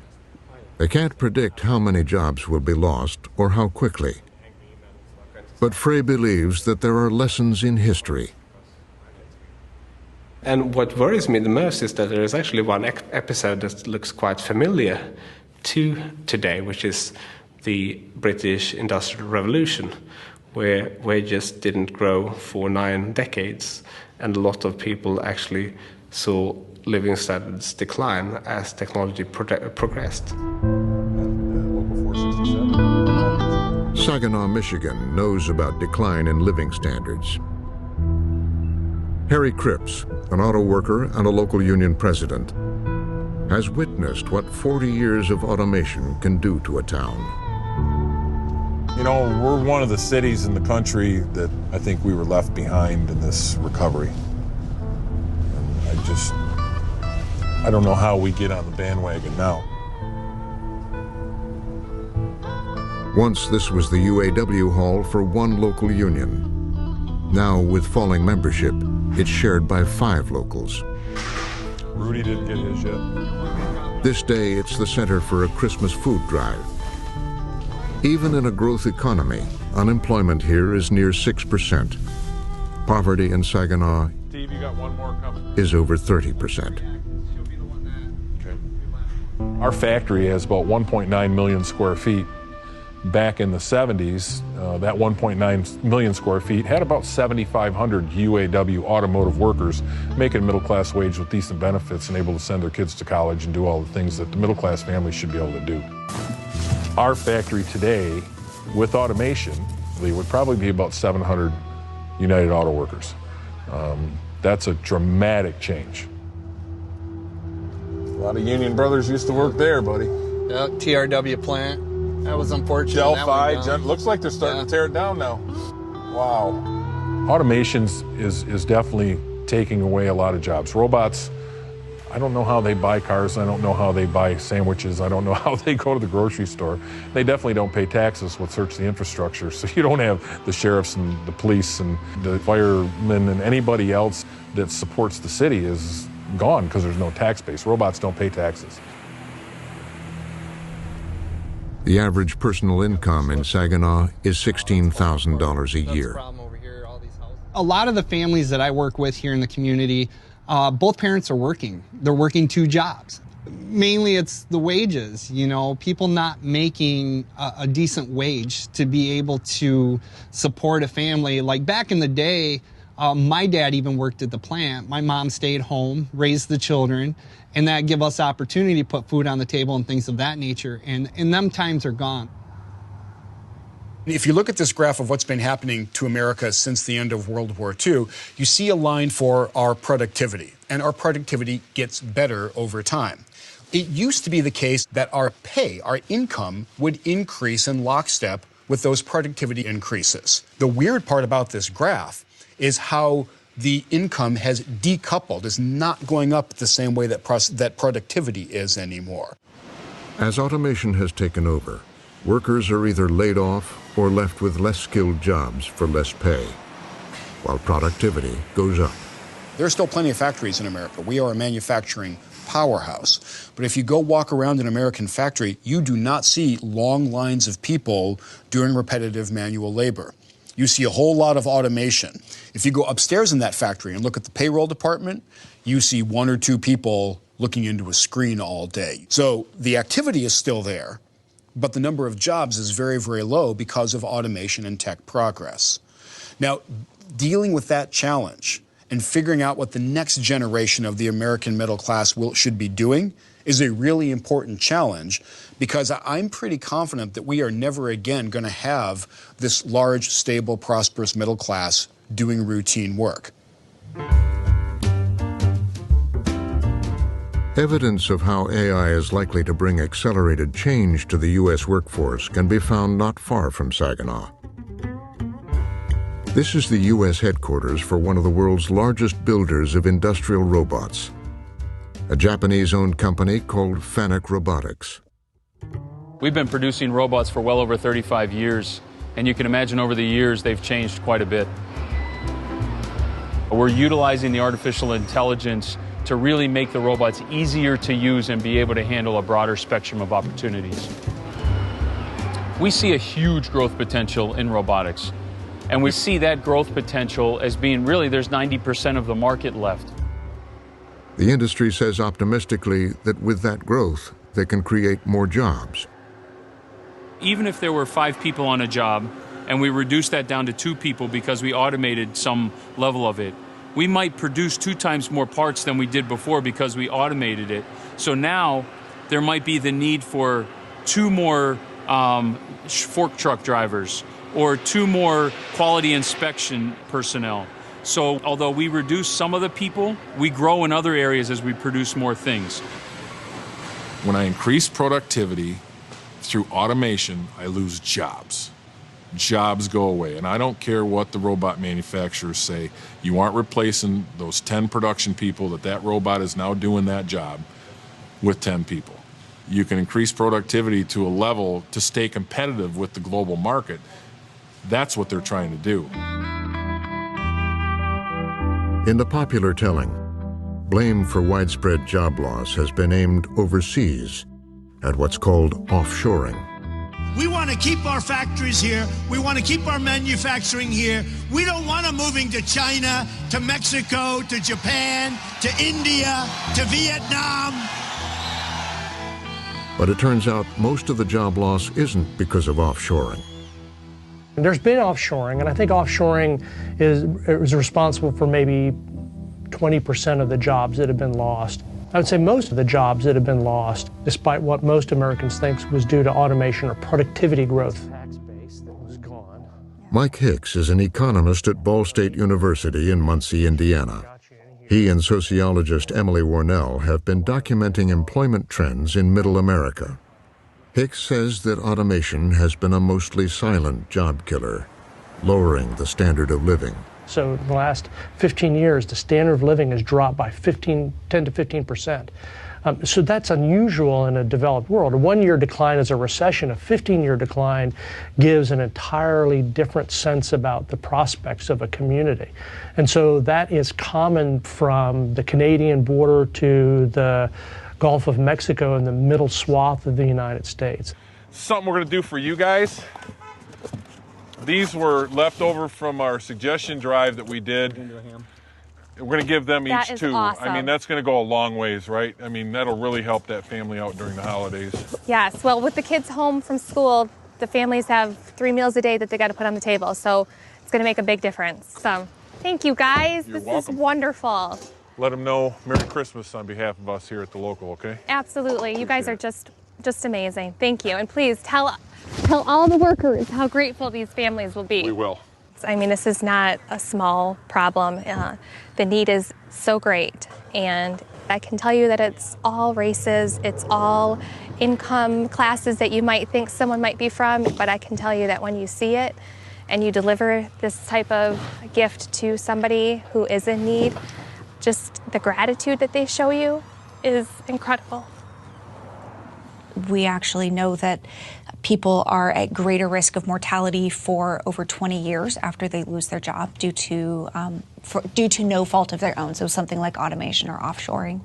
They're at higher risk for cardiovascular disease. They're at higher risk for depression and suicide. But then with the intergenerational impacts, we also see their children are more likely, children of parents who have lost their job due to automation are more likely to repeat a grade, they're more likely to drop out of school, they're more likely to be suspended from school, and they have lower educational attainment over their entire lifetimes. It's the future of this, not the past, that scares me, because I think we're in the early decades of what is a multi-decade adjustment period. The world is being reimagined. This is a supermarket. Robots guided by AI pack everything from soap powder to cantaloupes for online consumers. Machines that pick groceries, machines that can also read reports, learn routines, and comprehend, are reaching deep into factories, stores, and offices. At a college in Goshen, Indiana, a group of local business and political leaders come together to try to understand the impact of AI and the new machines. Molly Kinder studies the future of work at a Washington think tank. How many people have gone into a fast food restaurant and done a self-ordering? Anyone? Yes? Panera, for instance, is doing this. Cashier was my first job, and in where I live in Washington, D.C., it's actually the #1 occupation for the greater D.C. region. There are millions of people who work in cashier positions. This is not a futuristic challenge. This is something that's happening sooner than we think. In the popular discussions about robots and automation and work, almost every image is of a man on a factory floor or a truck driver. And yet, in our data, when we looked, women disproportionately hold the jobs that today are at highest risk of automation. And that's not really being talked about. And that's in part because women are overrepresented in some of these marginalized occupations, like a cashier or a fast food worker, and also in large numbers in clerical jobs in offices, HR departments, payroll, finance. A lot of that is more routine, processing information, processing paper, transferring data. That has huge potential for automation. AI is going to do some of that. Software robots are going to do some of that. So how many people are still working as switchboard operators? Probably none in this country. The workplace of the future will demand different skills, and gaining them, says Molly Kinder, will depend on who can afford them. I mean, it's not a good situation in the United States. There's been some excellent research that says that half of Americans couldn't afford a $400 unexpected expense. And if you want to get to $1,000, there's even less. So imagine you're going to go out without a month's pay, 2 months' pay, a year. Imagine you want to put savings toward a course to redevelop your career. People can't afford to take time off of work. They don't have a cushion.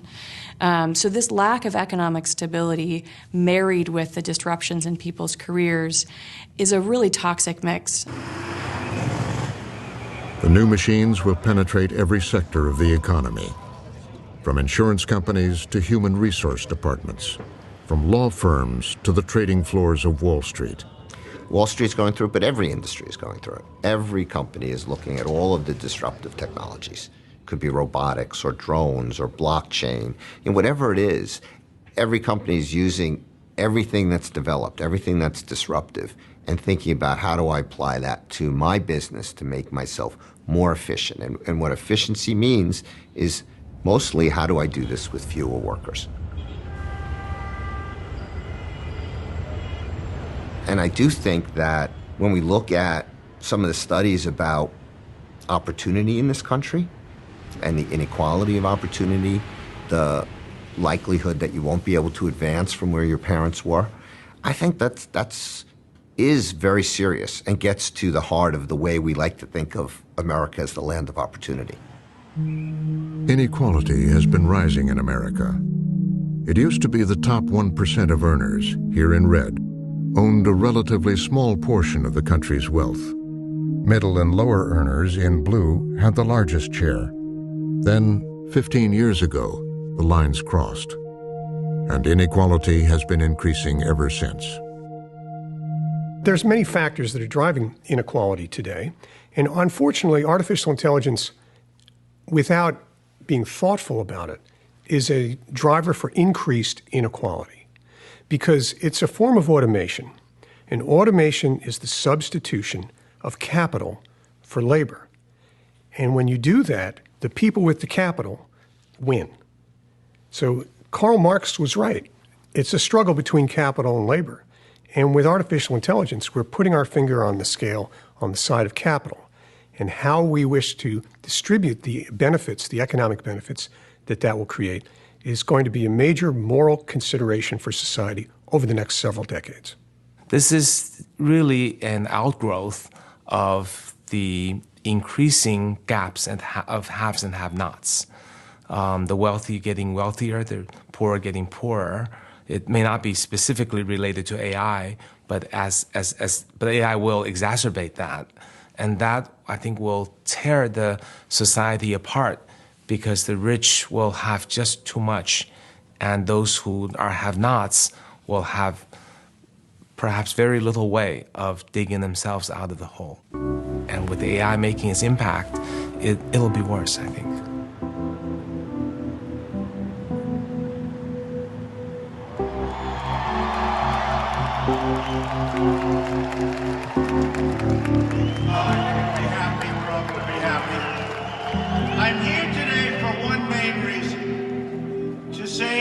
thank you to Ohio.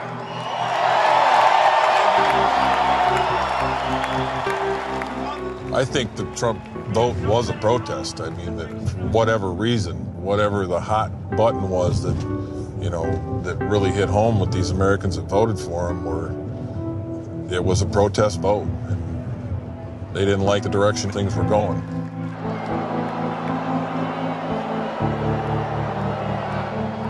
I'm scared. I'm going to be quite honest with you. I worry about the future of not just this country, but the entire globe. If we continue to go in an automated system, what are we going to do? Now I've got a group of people at the top that are making all the money, and I don't have anybody in the middle that can support a family. So do we have to go to the point where we crash to come back? And in this case, the automation's already going to be there, so I don't know how you come back. I'm really worried about where this leads us in the future.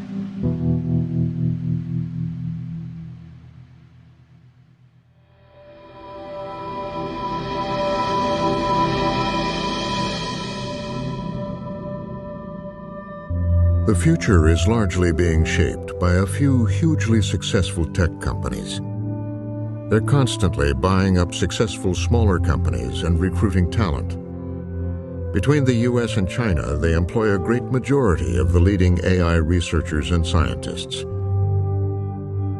In the course of amassing such power, they've also become among the richest companies in the world. AI really is the ultimate tool of wealth creation. Think about the massive data that Facebook has on user preferences and how it can very smartly target an ad that you might buy something and get a much bigger cut that a smaller company couldn't do. Same with Google, same with Amazon. So AI is a set of tools that helps you maximize an objective function. And that objective function initially will simply be make more money. And it is how these companies make that money and how their algorithms reach deeper and deeper into our work, our daily lives, and our democracy that makes many people increasingly uncomfortable. Pedro Domingos wrote the book, The Master Algorithm. Everywhere you go, you generate a cloud of data. You're trailing data. Everything that you do is producing data. And then there are computers looking at that data that are learning, and these computers are essentially trying to serve you better. They're trying to personalize things to you. They're trying to adapt the world to you. So on the one hand, this is great because the world will get adapted to you without you even having to explicitly adapt it. There's also a danger because the entities and the companies that are in control of those algorithms don't necessarily have the same goals as you. And this is where I think people need to be aware of what's going on so they can have more control over it.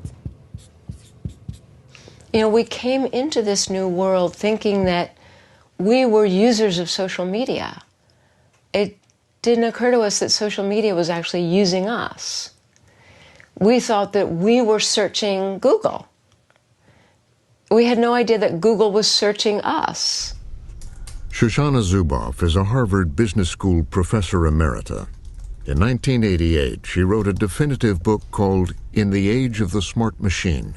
For the last 7 years, she has worked on a new book, making the case that we have now entered a new phase of the economy, which she calls surveillance capitalism.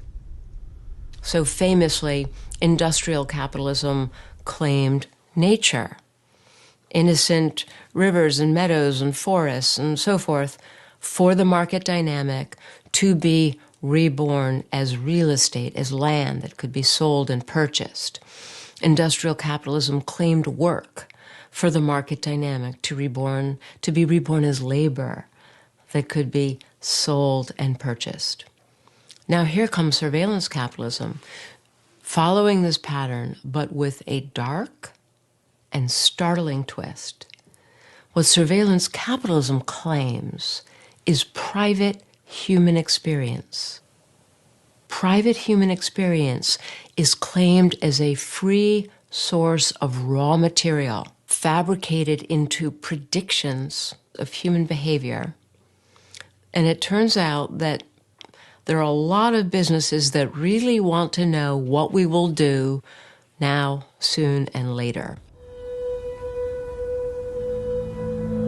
Like most people, Alastair McTaggart had no idea about this new surveillance business until one evening in 2015. I had a conversation with a fellow who's an engineer, and I was just talking to him one night at dinner at a cocktail party, and there had been something in the press that day about privacy in the paper, and I remember asking him, he worked for Google, what's the big deal about why are people so worked up about it?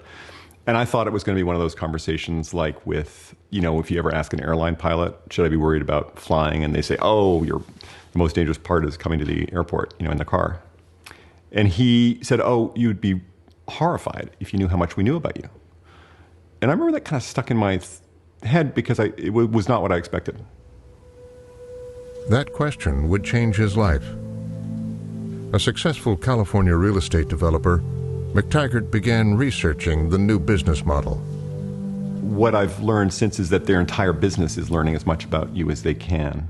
Everything about your thoughts and your desires and your dreams and who your friends are and what you're thinking, what your private thoughts are.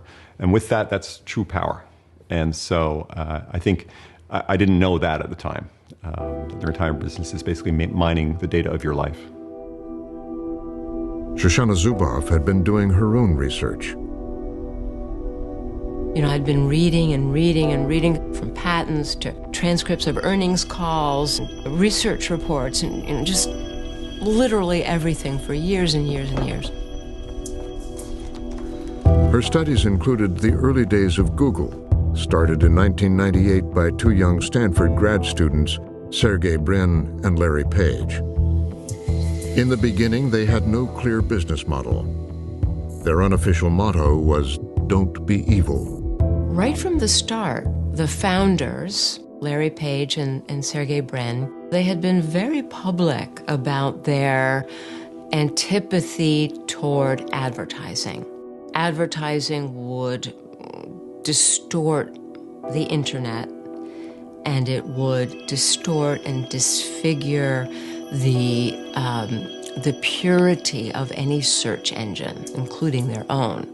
Once in love with e-commerce, Wall Street has turned its back on the dot-coms. Then came the dot-com crash of the early 2000s. Has left hundreds of unprofitable internet companies begging for love and money. While Google had rapidly become the default search engine for tens of millions of users, their investors were pressuring them to make more money. Without a new business model, the founders knew that the young company was in danger. In this state of emergency, the founders decided we've simply got to find a way to save this company. And so parallel to this were another set of discoveries where it turns out that whenever we search or whenever we browse, we're leaving behind traces, digital traces of our behavior. And those traces back in these days were called digital exhaust. They realized how valuable this data could be by applying machine learning algorithms to predict users' interests. What happened was they decided to turn to those data logs in a systematic way and to begin to use these surplus data as a way to come up with fine-grained predictions of what a user would click on, what kind of ad a user would click on. And inside Google, they started seeing these revenues pile up at a startling rate. They realized that they had to keep it secret. They didn't want anyone to know how much money they were making or how they were making it, because users had no idea that these extra behavioral data that told so much about them, was just out there, and now it was being used to predict their future. When Google's IPO took place just a few years later, the company had a market capitalization of around $23 billion. Google's stock was now as valuable as General Motors. And it was only when Google went public in 2004 that the numbers were released. And it's at that point that we learned that between the year 2000 and the year 2004, Google's revenue line increased by 3,590%. Let's talk a little bit about information and search and how people consume it. By 2010, the CEO of Google, Eric Schmidt, would tell The Atlantic magazine, is we don't need you to type at all because we know where you are with your permission. We know where you've been with your permission. We can more or less guess what you're thinking about. Now, is that over the line? Eric Schmidt and Google declined to be interviewed for this program. Google's new business model for predicting users' profiles had migrated to other companies, particularly Facebook. Roger McNamee was an early investor and advisor to Facebook. He's now a critic and wrote a book about the company.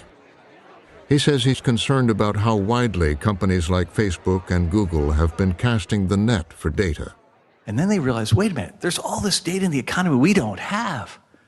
So they went to credit card processors and credit rating services and said, we want to buy your data. They go to health and wellness apps and say, hey, you got women's menstrual cycles? We want all that stuff. Why are they doing that? They're doing that because behavioral prediction is about taking uncertainty out of life. Advertising and marketing are all about uncertainty. You never really know who's going to buy your product. Until now. We have to recognize that we gave technology a place in our lives that it had not earned.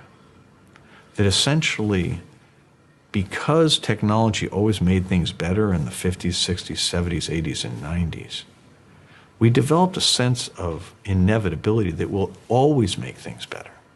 We developed a trust, and the industry earned goodwill that Facebook and Google have cashed in. The model is simply this: provide a free service, like Facebook, and in exchange you collect the data of the millions who use it. And every sliver of information is valuable. It's not just what you post, it's that you post. It's not just that you make plans to see your friends later. It's whether you say, I'll see you later, or I'll see you at 6:45. It's not just that you talk about the things that you have to do today. It's whether you simply rattle them on in a rambling paragraph or list them as bullet points. All of these tiny signals are the behavioral surplus that turns out to have immense predictive value. In 2010, Facebook experimented with AI's predictive powers in what they called a social contagion experiment. They wanted to see if, through online messaging, they could influence real-world behavior. The aim was to get more people to the polls in the 2010 midterm elections. Cleveland, I need you to keep on fighting. I need you to keep on believing. They offered 61 million users an I voted button, together with faces of friends who had voted. A subset of users received just the button.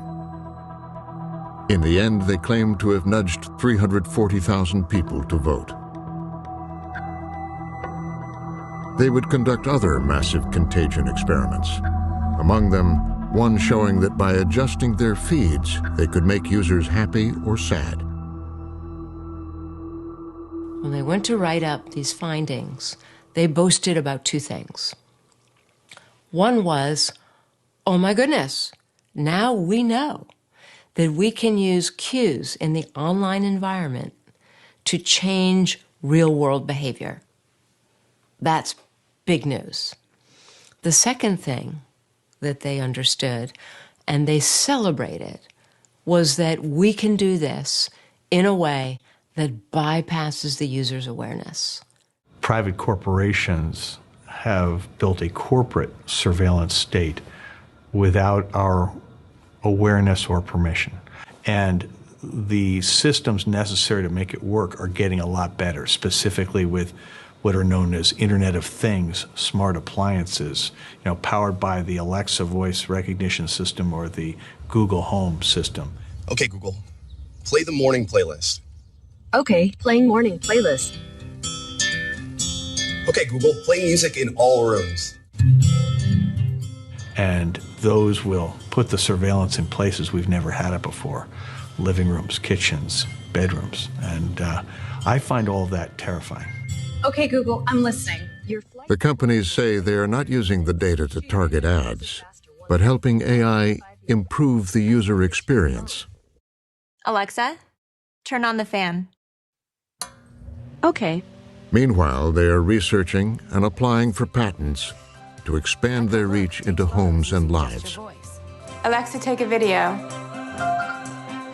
The more and more that you use spoken interfaces, so smart speakers, they're being trained not just to recognize who you are, but they're starting to take baselines and comparing changes over time. So does your cadence increase or decrease? Are you sneezing while you're talking? Is your voice a little wobbly? The purpose of doing this is to understand more about you in real time so that a system could make inferences. Perhaps like, do you have a cold? Are you in a manic phase? Are you feeling depressed? So that is an extraordinary amount of information that can be gleaned by you simply waking up and asking your smart speaker, what's the weather today? Alexa, what's the weather for tonight? Currently in Pasadena, it's 58 degrees with cloudy skies. Inside it is then. Dinner!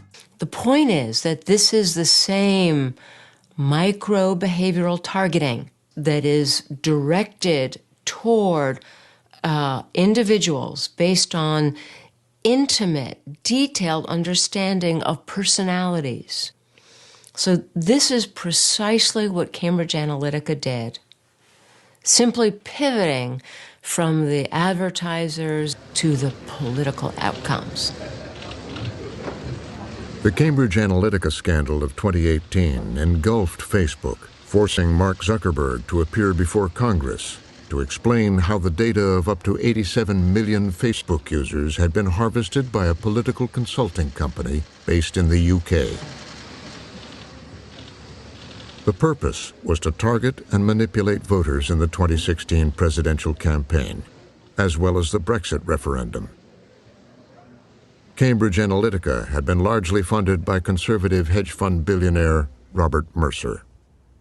And now we know that any billionaire with enough money who can buy the data, buy the machine intelligence capabilities, buy the skilled data scientists, they too can commandeer the public and infect and infiltrate and upend our democracy with the same methodologies that surveillance capitalism uses every single day.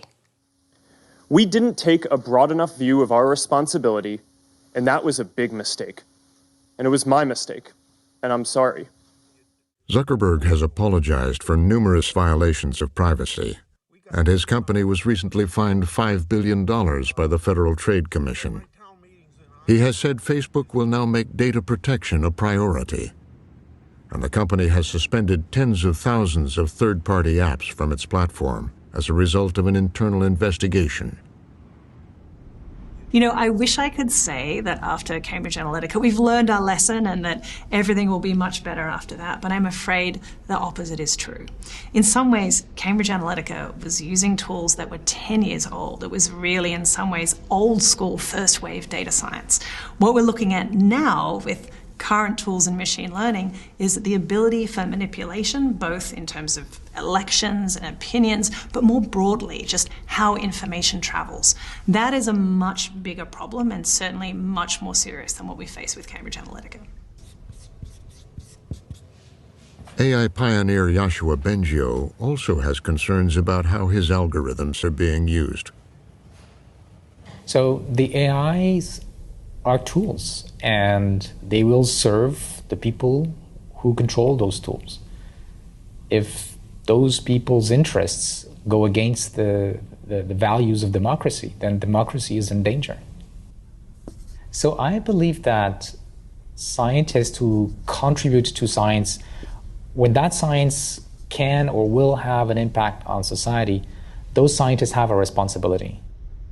It's a little bit like the physicists of around the Second World War who rose up to tell the governments, wait, nuclear power can be dangerous and nuclear war can be really, really destructive. And today, the equivalent of the physicists of the 40s and 50s and 60s are the computer scientists who are doing machine learning and AI. One person who wanted to do something about the dangers was not a computer scientist, but an ordinary citizen. Alistair McTaggart was alarmed. Voting is, for me, the most alarming one. If less than 100,000 votes separated the last two candidates in the last presidential election in 3 states, this is not... He began a solitary This is not campaign. a very difficult problem. They're talking about convincing a relatively tiny fraction of the voters in a handful of states to either come out and vote or stay home. And remember, these companies know everybody intimately. They know who's a racist, who's a misogynist, who's a homophobe, who's a conspiracy theorist. They know the lazy people and the gullible people. They have access to the greatest trove of personal information that's ever been assembled. They have the world's best data scientists. And they have essentially a frictionless way of communicating with you. This is power. McTaggart started a signature drive for a California ballot initiative for a law to give consumers control of their digital data. In all, he would spend $4 million of his own money in an effort to rein in the Goliaths of Silicon Valley. Google, Facebook, AT&T, and Comcast all opposed his initiative. I'll tell you I was scared. Fear of looking like a world-class idiot. The market cap of all the firms arrayed against me was over $6 trillion. He needed 500,000 signatures to get his initiative on the ballot. He got well over 600,000. Polls showed 80% approval for a privacy law. That made the politicians in Sacramento pay attention. So McTaggart decided that because he was holding a strong hand, it was worth negotiating with them. And if AB 375 passes by tomorrow and is signed into law by the governor, we will withdraw the initiative. Our deadline to do so is tomorrow at 5. At the very last moment, a new law was rushed to the floor of the State House. Take their seats, please. Mr. Secretary, please call the roll. The voting starts. Allen, aye. And the first guy, I think, was a Republican, and he voted for it. And everybody had said the Republicans won't vote for it because it has this private right of action where consumers can sue. And the guy in the Senate, he calls the name. Aye Roth, aye Skinner, aye Stern, aye Stone. You can see down below, and everyone went green, and then it passed unanimously. Ayes 36, no 0. The measure passes. Immediate transmittal to the Assembly. So I was blown away. It was a day I will never forget.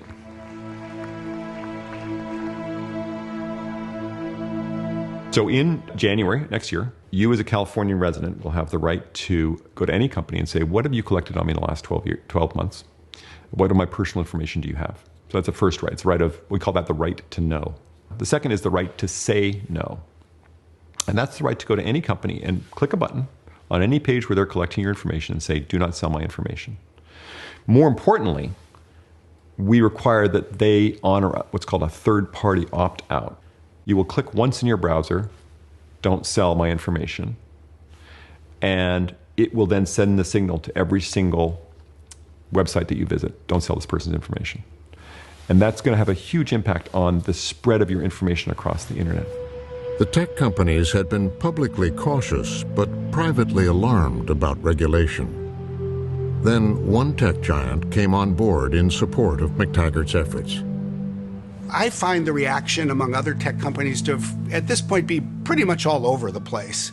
Some people are saying, you're right to raise this, these are good ideas.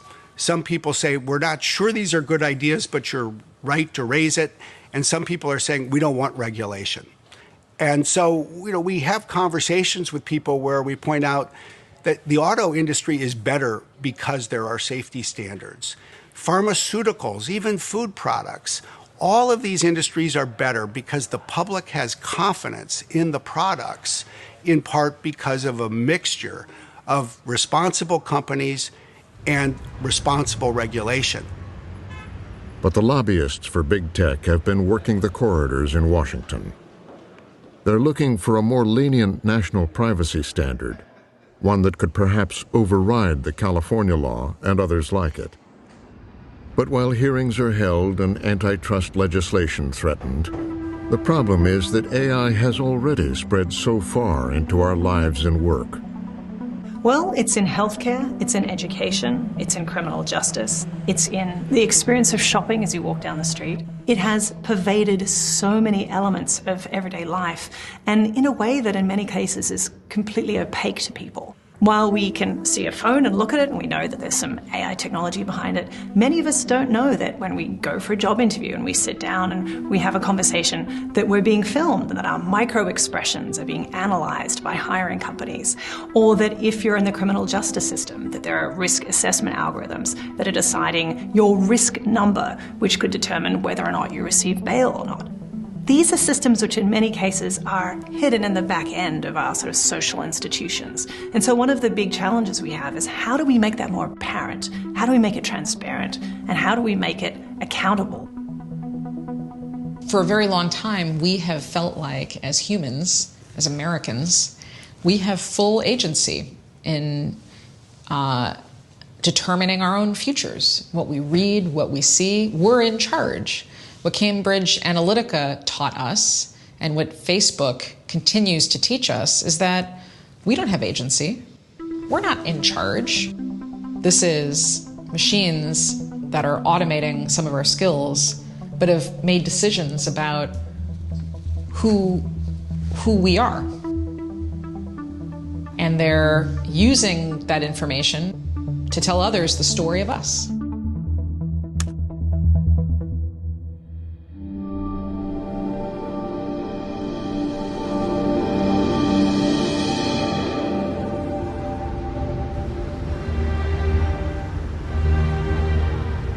In China, in the age of AI, there's no doubt about who is in charge.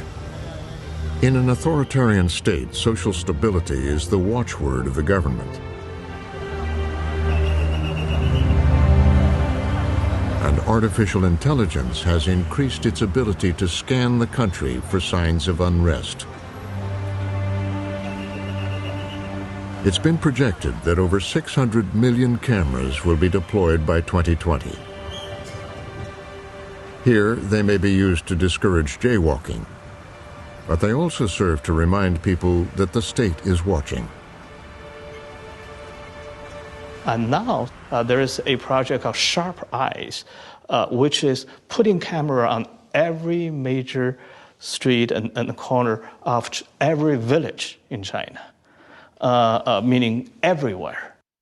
Matching with the most advanced artificial intelligence algorithm, which they can actually use this data, real-time data, to pick up a face or pick up an action.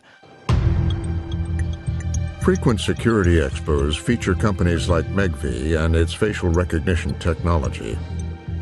They show off cameras with AI that can track cars and identify individuals by face, or just by the way they walk.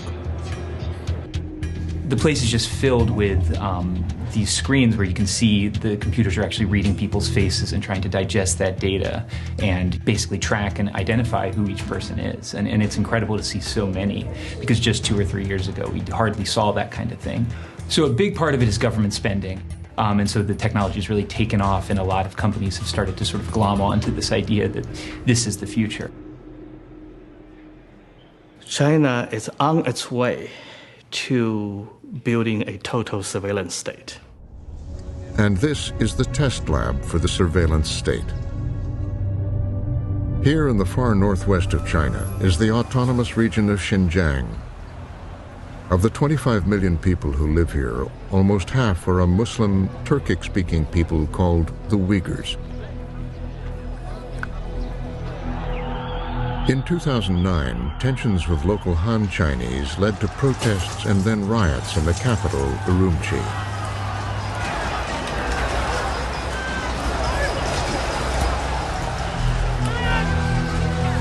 As the conflict has grown, the authorities have brought in more police and deployed extensive surveillance technology. That data feeds an AI system that the government claims can predict individuals prone to terrorism and detect those in need of re-education in scores of recently built camps. It is a campaign that has alarmed human rights groups. Chinese authorities are, without any legal basis, arbitrarily detaining up to 1 million Turkic Muslims simply on the basis of their identity.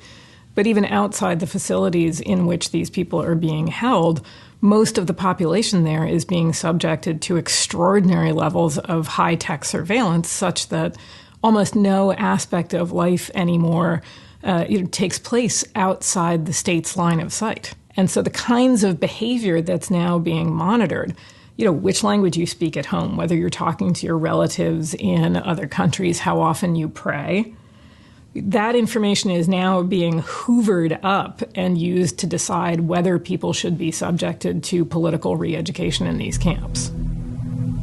There have been reports of torture and deaths in the camps. And for Uyghurs on the outside, Xinjiang has already been described as an open-air prison. Trying to have a normal life as Uyghur is impossible both inside and outside of China. Just imagine, while you're on your way to work, police subject you to scan your ID, forcing you to lift your chin, while machines take your photo and you wait until you find out if you can go. Imagine police take your phone and run data scan and force you to install compulsory software, allowing your calls and messages to be monitored. Imagine at the Nuri Turkel, a lawyer and a prominent Uyghur activist, addresses a demonstration in Washington, D.C. Many among the Uyghur diaspora have lost all contact with their families back home. Turkel warns that this dystopian deployment of new technology is a demonstration project for authoritarian regimes around the world.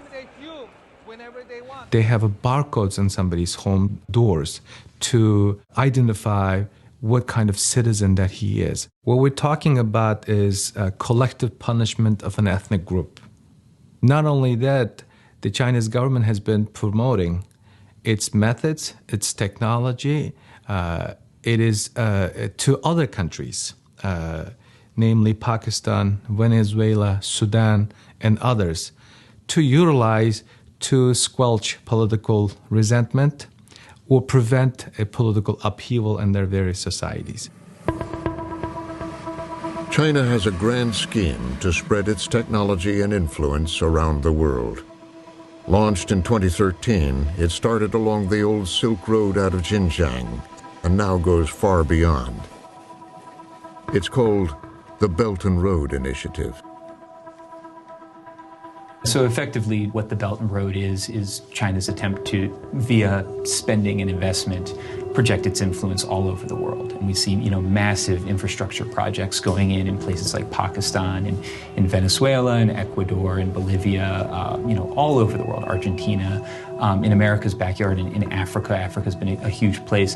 And what the Belt and Road ultimately does is it attempts to kind of create a political leverage for the Chinese spending campaign all over the globe. Like Xi Jinping's 2018 visit to Senegal, where Chinese contractors had just built a new stadium, arranged loans for a new infrastructure development, and, said the foreign ministry, there would be help maintaining social stability. As China comes into these countries and provides these loans, what you end up with is Chinese technology being sold and built out by Chinese companies in these countries. We've started to see it already in terms of surveillance systems, not the kind of high-level AI stuff yet, but, lower-level camera-based, manual sort of observation type things all over. You see it in Cambodia, you see it in Ecuador, you see it in Venezuela. And what they do is they sell a dam, sell some other stuff, and they say, by the way, we can give you these camera systems and for your emergency response. And it'll cost you $300 million, and we'll build a ton of cameras, and we'll build you a kind of, a main center where you have police who can watch these cameras. And that's going in all over the world already.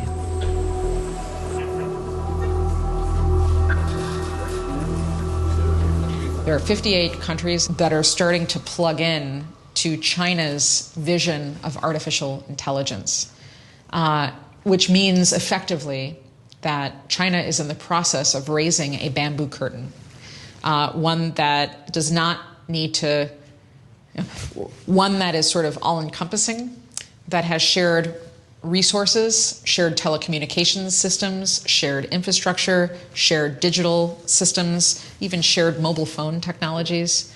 That is quickly going up all around the world to the exclusion of us in the West. Well, one of the things I worry about the most is that the world is going to split in two, and that there will be a Chinese tech sector and there will be an American tech sector. And countries will effectively get to choose which one they want. It'll be kind of like the Cold War, where you decide, are we going to align with the Soviet Union? Are we going to align with the United States? And the third world gets to choose this or that. And that's not a world that's good for anybody. The markets in Asia and the U.S. falling sharply on news that a top Chinese executive has been arrested in Canada. Her name is Sabrina Meng. She's the CFO of the Chinese telecom Huawei.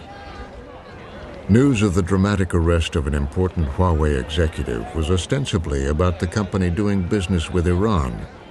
But it seemed to be more about American distrust of the company's technology. From its headquarters in southern China, designed to look like fanciful European capitals, Huawei is the second biggest seller of smartphones and the world leader in building 5G networks, the high-speed backbone for the age of AI. Huawei's CEO, a former officer in the People's Liberation Army, was defiant about the American actions.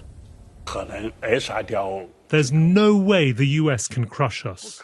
The world needs Huawei because we are more advanced. If the lights go out in the West, the East will still shine. And if the North goes dark, then there is still the South.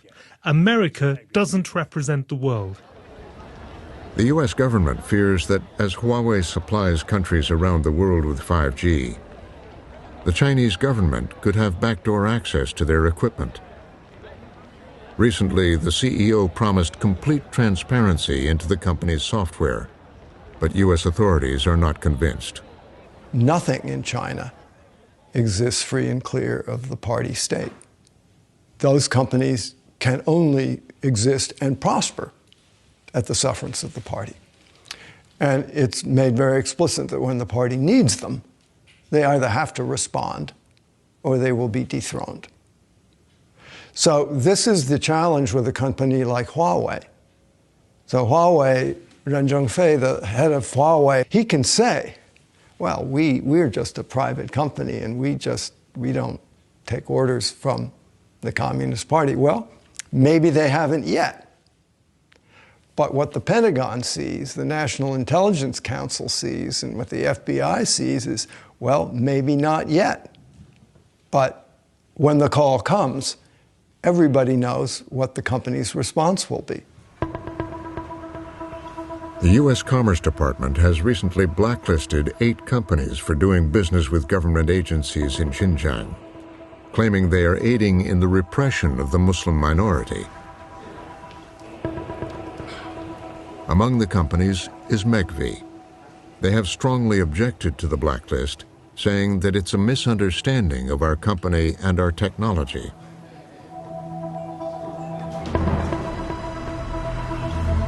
President Xi has increased his authoritarian grip on the country.